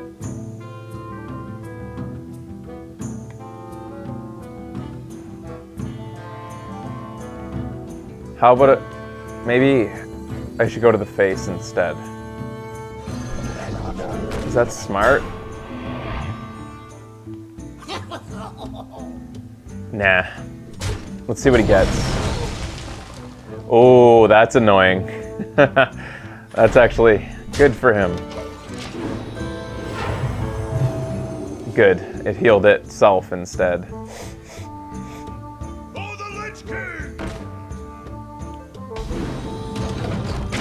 Or at least I'm getting rid of it right away. I'm getting lucky. I'm getting so fucking lucky.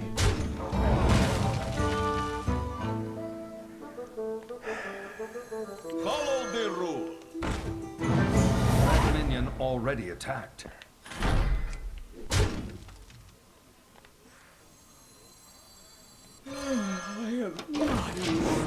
I'm setting myself up for a potential hellfire, but even if that happens, I'm not horribly positioned.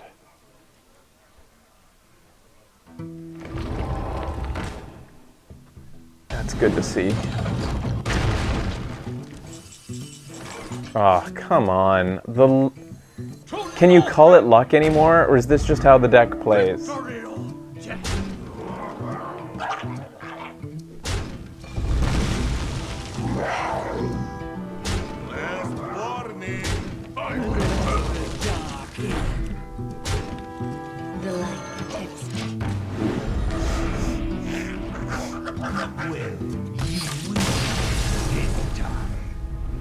Well played.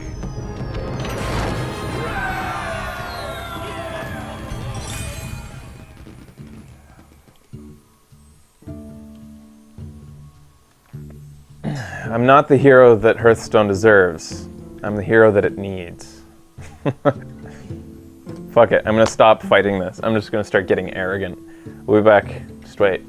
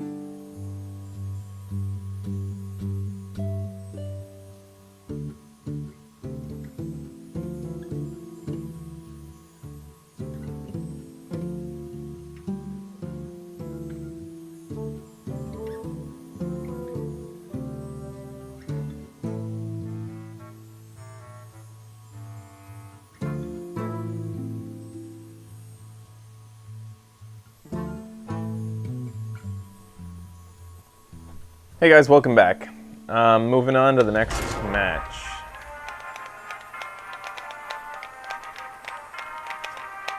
I'm playing the exclusive copy of the upcoming Xbox version of Hearthstone. I got this because I'm in good with the Blizzard peeps. They like me. They paid me 3,000 golds in Hearthstone, so that paid my rent this month. You asked for it. I will fight with honor. Demolisher, I'll keep.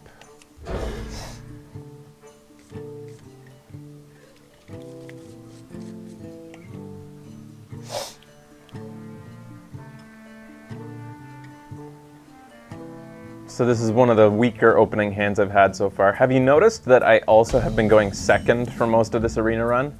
That's a huge part to do with how well I've been doing, because, you know, I know that Blizzard released stats saying that the coin, I forget what the stats are, but I think going first still wins just a fraction of a percentage more than going second. But they didn't show stats that related exclusively to Arena. And in my opinion, Arena is a very different area, and I think that having the coin gives you the advantage in Arena. A large part of that is because, unlike in Constructed, where you can hone your mana curve and strategically build your deck around how it rolls out, in Arena, often you build imperfect decks that you have no choice but to build, like, you know, a deck that isn't necessarily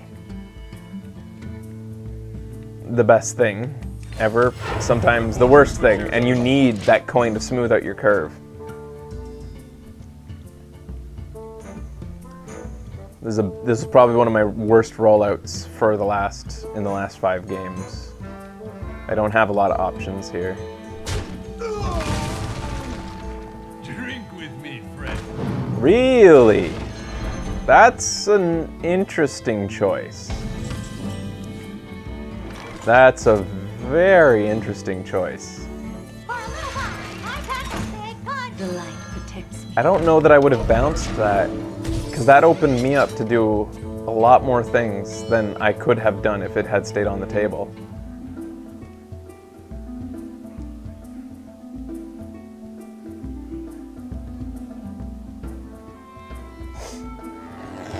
I mean, yeah, I'm in a lot of trouble now against this mage. I've been really lucky so far that every mage I've faced hasn't had any area of effect. I think that could really change now. Obviously, it could change at any time.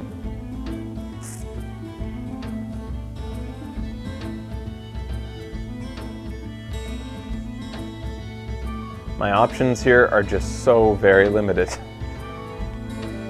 At least she can't kill this outright. I fight. If she wants to spend 2 mana to take that down on the 4th turn, go ahead. I need the momentum. I need to get back into this, so spend away. 2 mana. So you gotta remember that, even though, yes, you know that she could shoot this, well, obviously that's a better choice. I was afraid she was gonna, I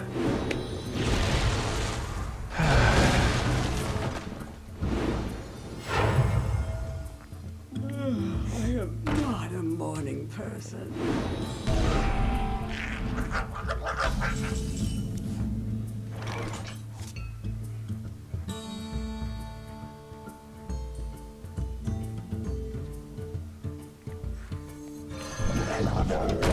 I think that was the wrong choice. I'm hoping to draw into Consecration, but I'm expecting a Fireball now. Yeah. And there was a top deck, so might not have, like 1 turn ago, not been the wrong choice. Consecration, come on, baby.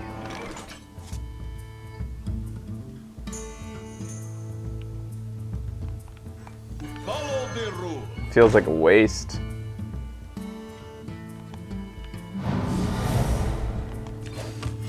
Reporting for duty. But I need the body out there.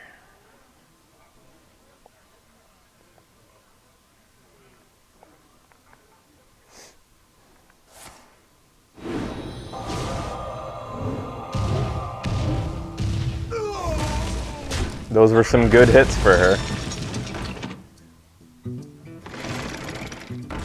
Come on, consecration.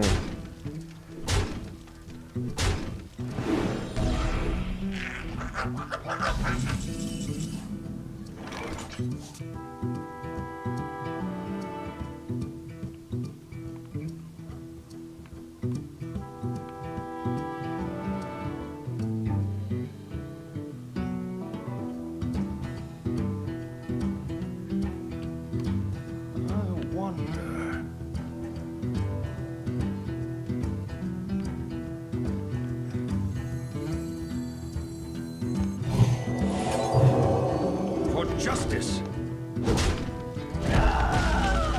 For the crusade! I'm kind of absolutely now banking on a consecrate. I have a 1 in 20 chance of getting one. I don't have 2 in here. That hurts, but at least I have humility.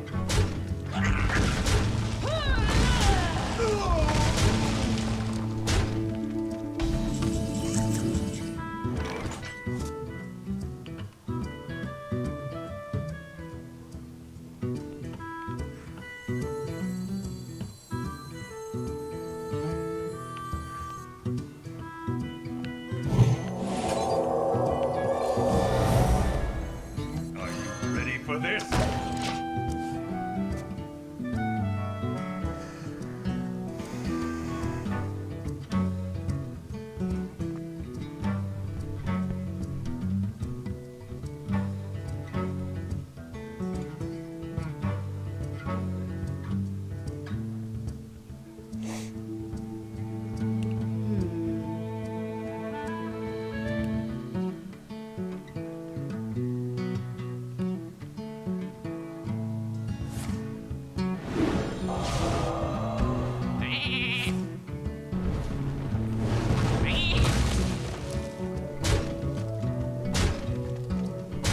Well, at least we're even on cards.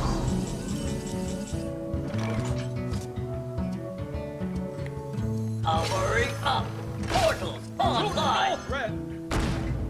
Victory or death. Well done.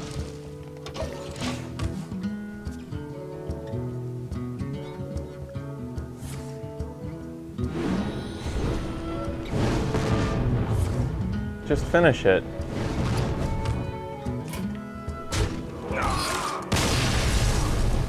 The fireball wasn't necessary. All right. First loss in a while. Let's see if it wraps up after this, or can I go all the way? Stay tuned, guys.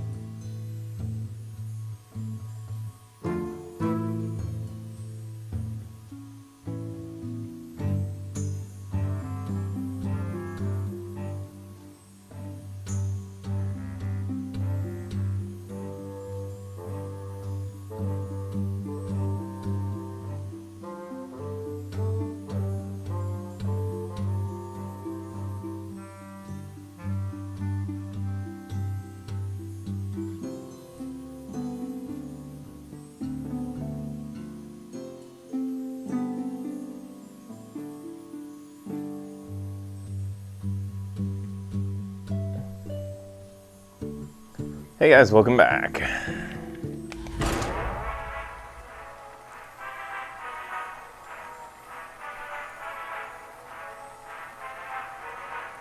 Zarkith, you can switch out quests? You mean when you press the X on a quest, it will switch for another one? It'll swap to a different one? Or I thought that if you pressed X, it just got rid of the quest to make room for more. Like, versus Anduin. The light shall bring victory. I will fight with so if I have one quest available and it's to play Priest and I don't want to play Priest, I can exit and it will turn into a different quest? Just one. Like, I'm not talking about having a full roster of quests. Huh.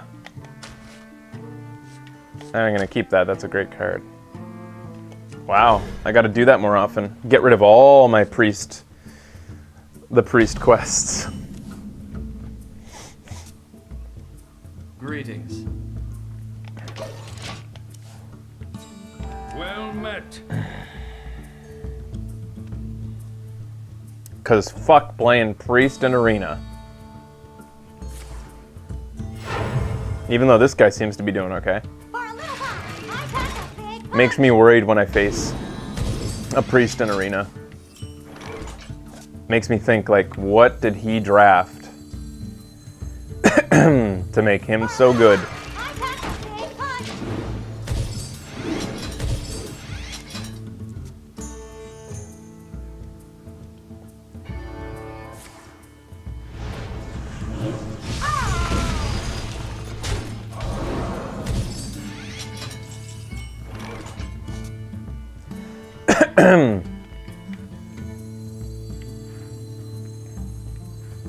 Summoning portal open.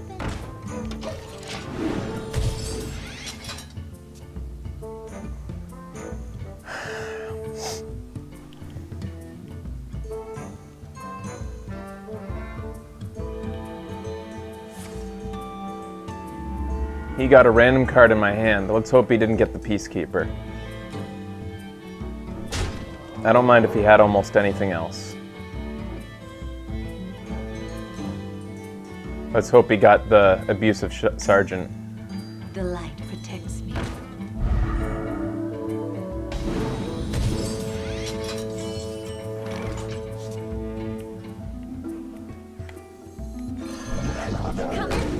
If you got the Peacekeeper, I'm okay if it hits the Fen Creeper, because the Fen Creeper's here to be a wall, not necessarily do damage. Though both would be nice.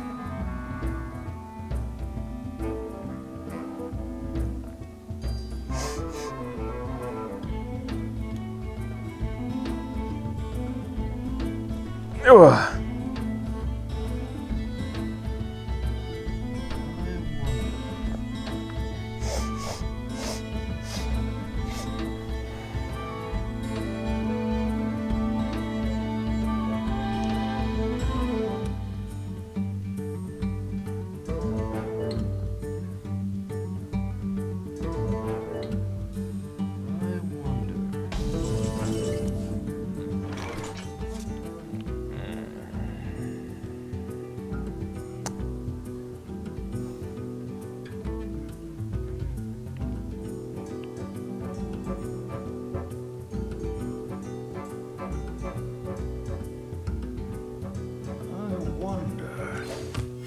Reporting for duty.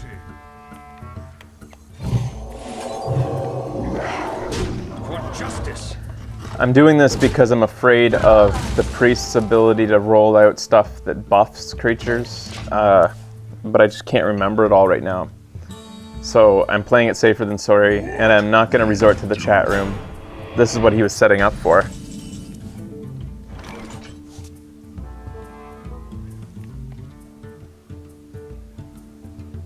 I'm okay with that.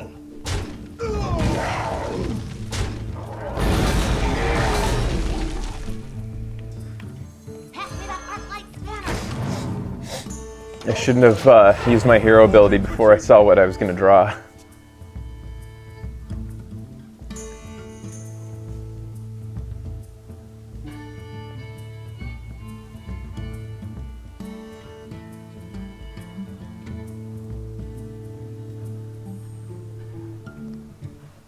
What's his... What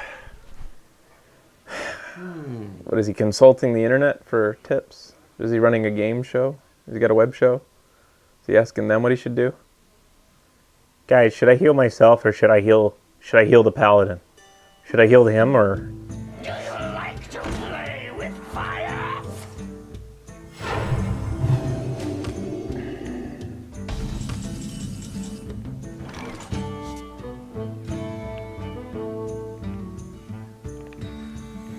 Get in there! Fight, dragon! The battle!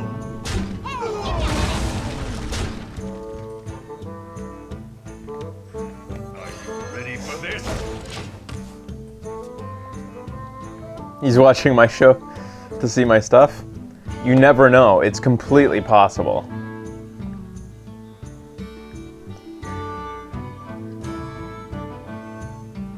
I've faced a couple people while playing on my own that friended me afterwards, and I thought they were just going to be like trash talking, and I accept the friendship request, and they're like, "Are you far from subtle or whatever?" So it's completely possible that I could be against somebody who's watching the show.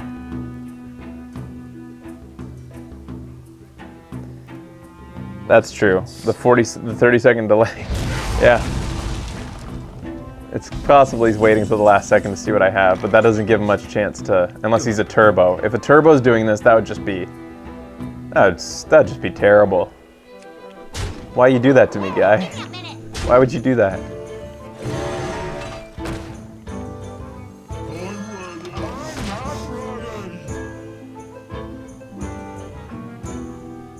After confirming who I are, they trash talk you. Yeah, that's when it happens.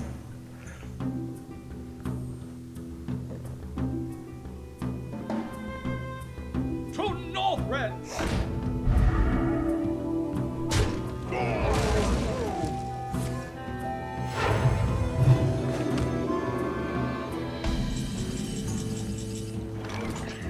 Hey, give me a minute.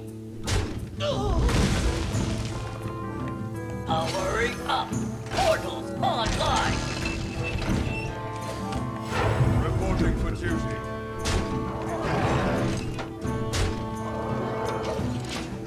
Wow. I'm doing well, and I don't see much. If I was up against a mage, I'd be nervous, but I don't see much that he can do to... Like, a bomb might really help him out, but... I mean, Ysera's not even going to help him. Well, Ysera would help. Ysera always helps. But I can take down a Ysera in one shot. Don't silence it.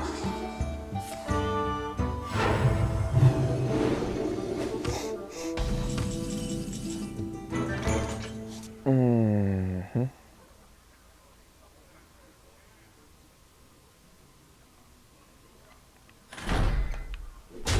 The battle! Engage. Don't blink.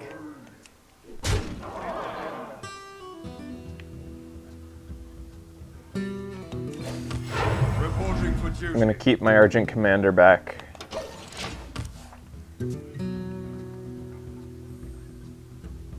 Make him think he doesn't have to heal. If he doesn't want to. If he needs to spend all that to get back in the game.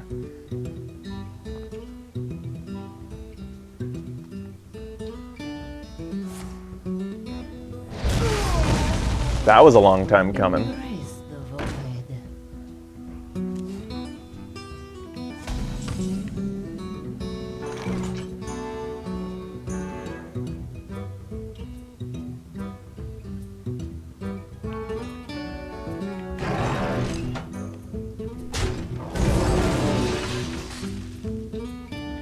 Ah, that's nice. Don't blink.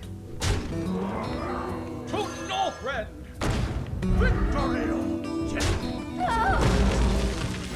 Reporting for duty. Which one should I give stealth? He can't target either with his shadow word. Either shadow words can hit these guys. But he can deal 2 damage, so if I hit stealth on this guy, he's safe from the 2 damage dealing. Make him safe from charge as well.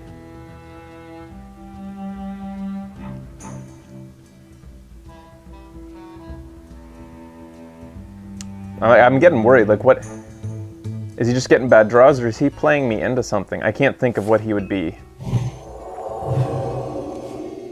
Wow.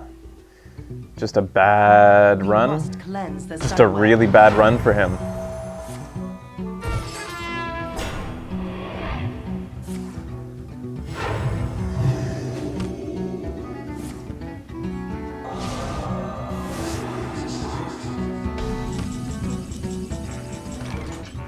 I don't need these change of minions attack cards.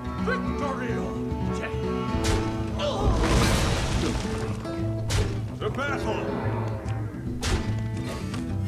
Reporting for duty.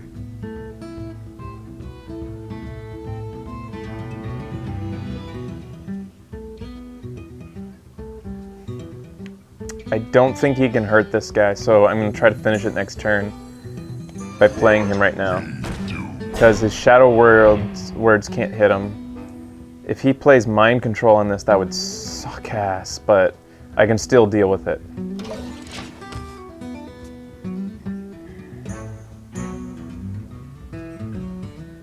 You have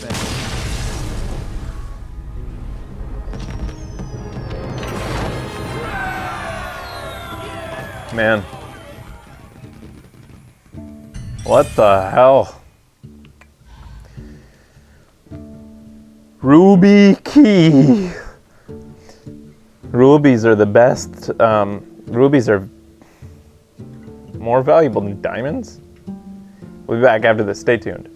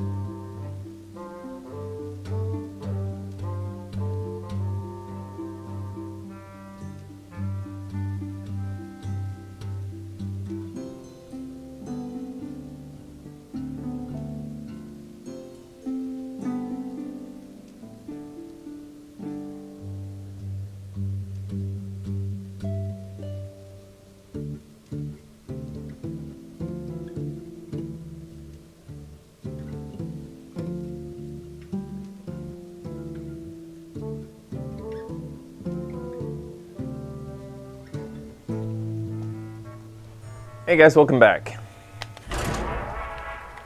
Moving on into my 12th game with this deck.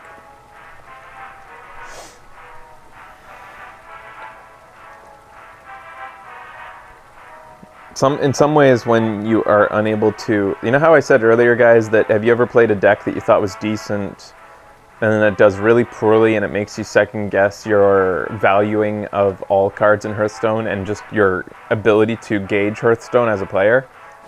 The same thing happens sometimes when I think that I've drafted a deck that could go 4 or 5 wins max, and then I go much further. It makes me feel just as, in some ways, just as unskilled. But then you just have to chalk it up to luck. You know, I don't think that I value cards improperly. I don't think that I'm bad at gauging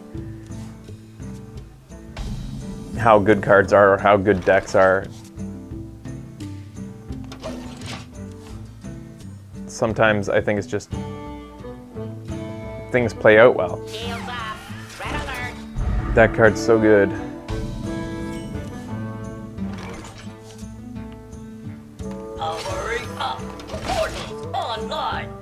But the fact is, I've gotten really lucky. Because every time I've gone up against a mage, what is this? Battlecry, if you have a mech, gain +1/+1 and add a spare part to your hand. That's beautiful. And he went to the face? Interesting.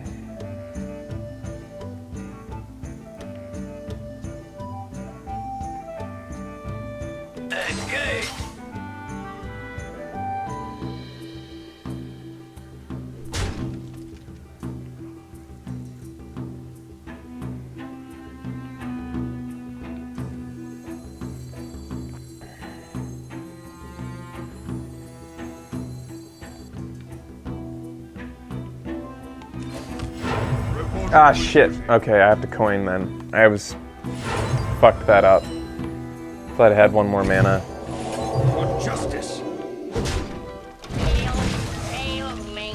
I want at least one target for the Blessing of Kings next turn.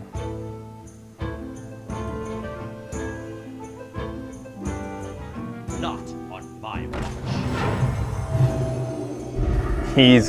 See, the priest was hard to understand. This guy's deck is just awesome.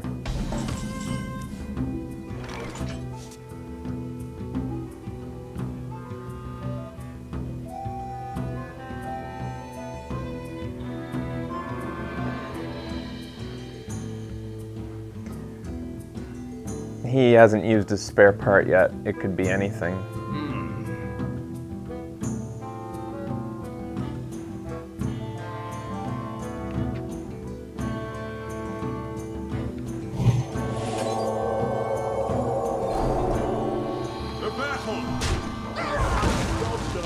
I considered hitting the Argent Protector with it instead so that he wouldn't be able to just use his minion. All the Divine Shields.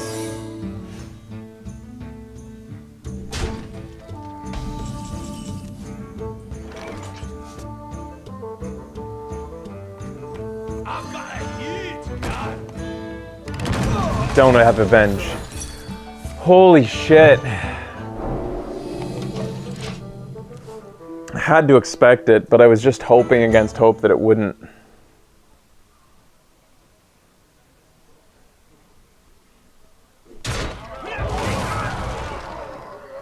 Not on my watch. Oh my god, this guy's deck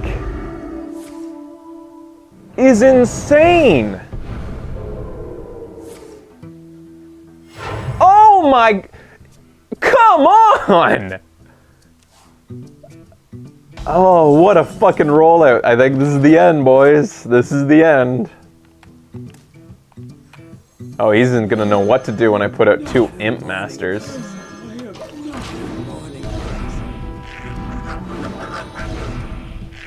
Well, I had luck to get to this point. He had an amazing deck. That deck, like, I mean, his luck all came from the draft itself. The cards that he has in there, like, well, I mean, they haven't been insane. He's getting them at the right time, so maybe a part of it is luck. He is getting the right cards at the right time. But overall, from what I've seen, he still has a way better deck.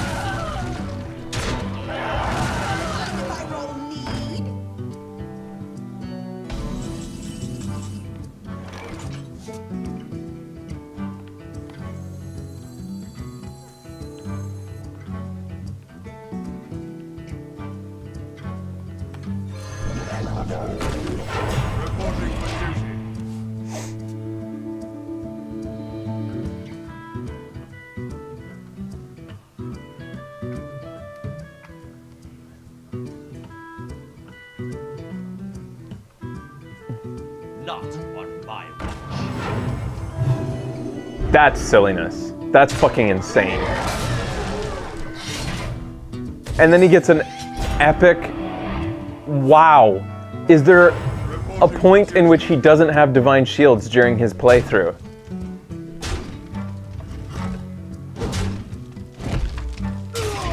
If he doesn't go 12, like, he would have to run into the worst luck in the world to not go 12 with that deck. Summoning portal open.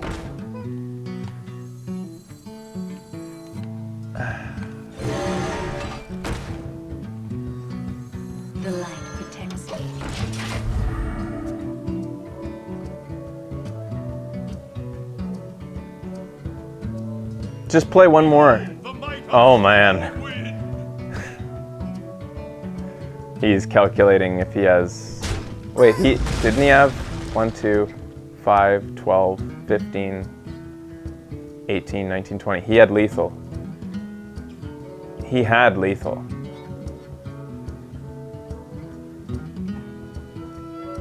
Is he like calculating it post and realizing?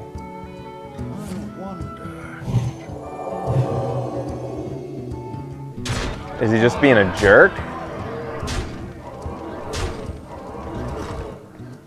Well played. Well played. That was nuts. Oh, that was insane. That is the dream fucking paladin deck. Even, you know what, Coolnara? Even if I had a Blood Knight against that guy, he wouldn't give a shit about Blood Knights. Like, I would have to have 4 Blood Knights for him to actually care, because the Divine Shields never end. So, sure, maybe I steal 1 or 2 Divine Shields. He doesn't care. Nothing wrong with losing to a deck like that. That's insane.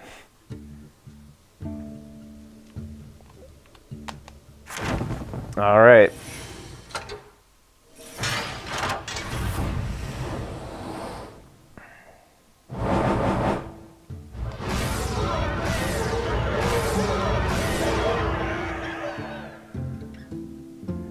Not really great gold for going 9-3.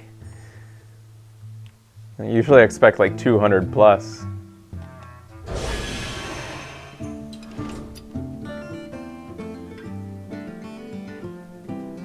So anyways, it was fun. It was a weird deck. Fun times. Wasn't expecting it. I now have 161 packs.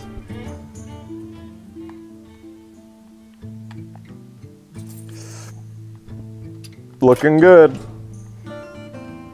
Alright guys, see you next time. This has been Video Games Awesome Live, Hearthstone Awesome. Still, no, I'm gonna keep them. I'm gonna keep them. Alright, you guys deserve it. We'll open the packs then.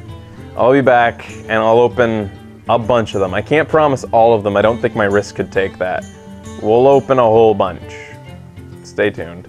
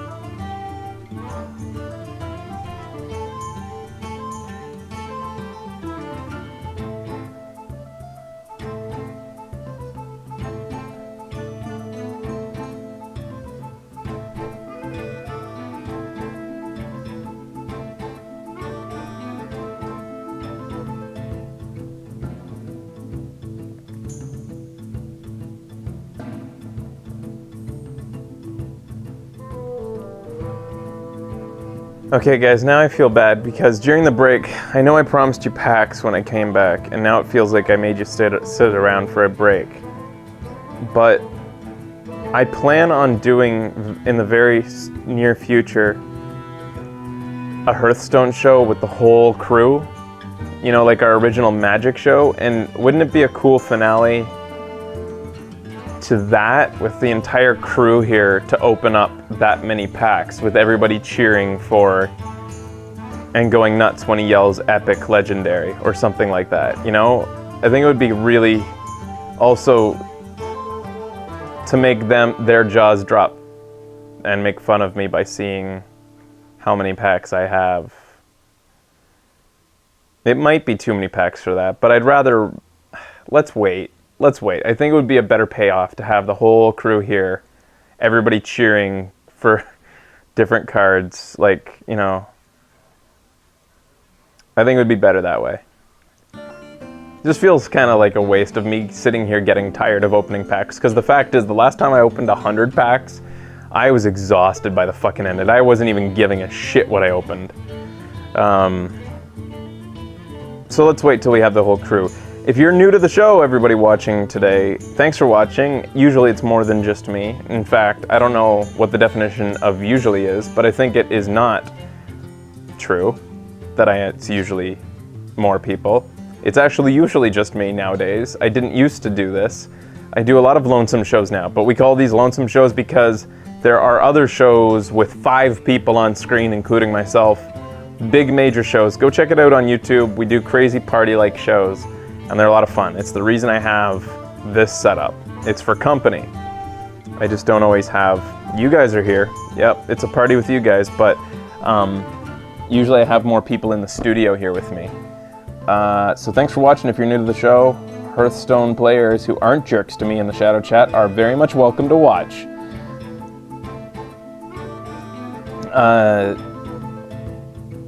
Another point of interest is just to let you know that those Amazon links below help the show, and Amazon is a highly recommended place to buy things, according to me.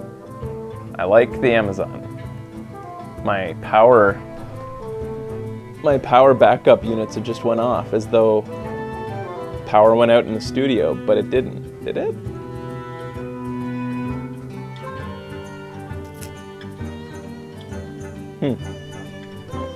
Anyways, thanks for seeing the show, guys. See you later. Goodbye.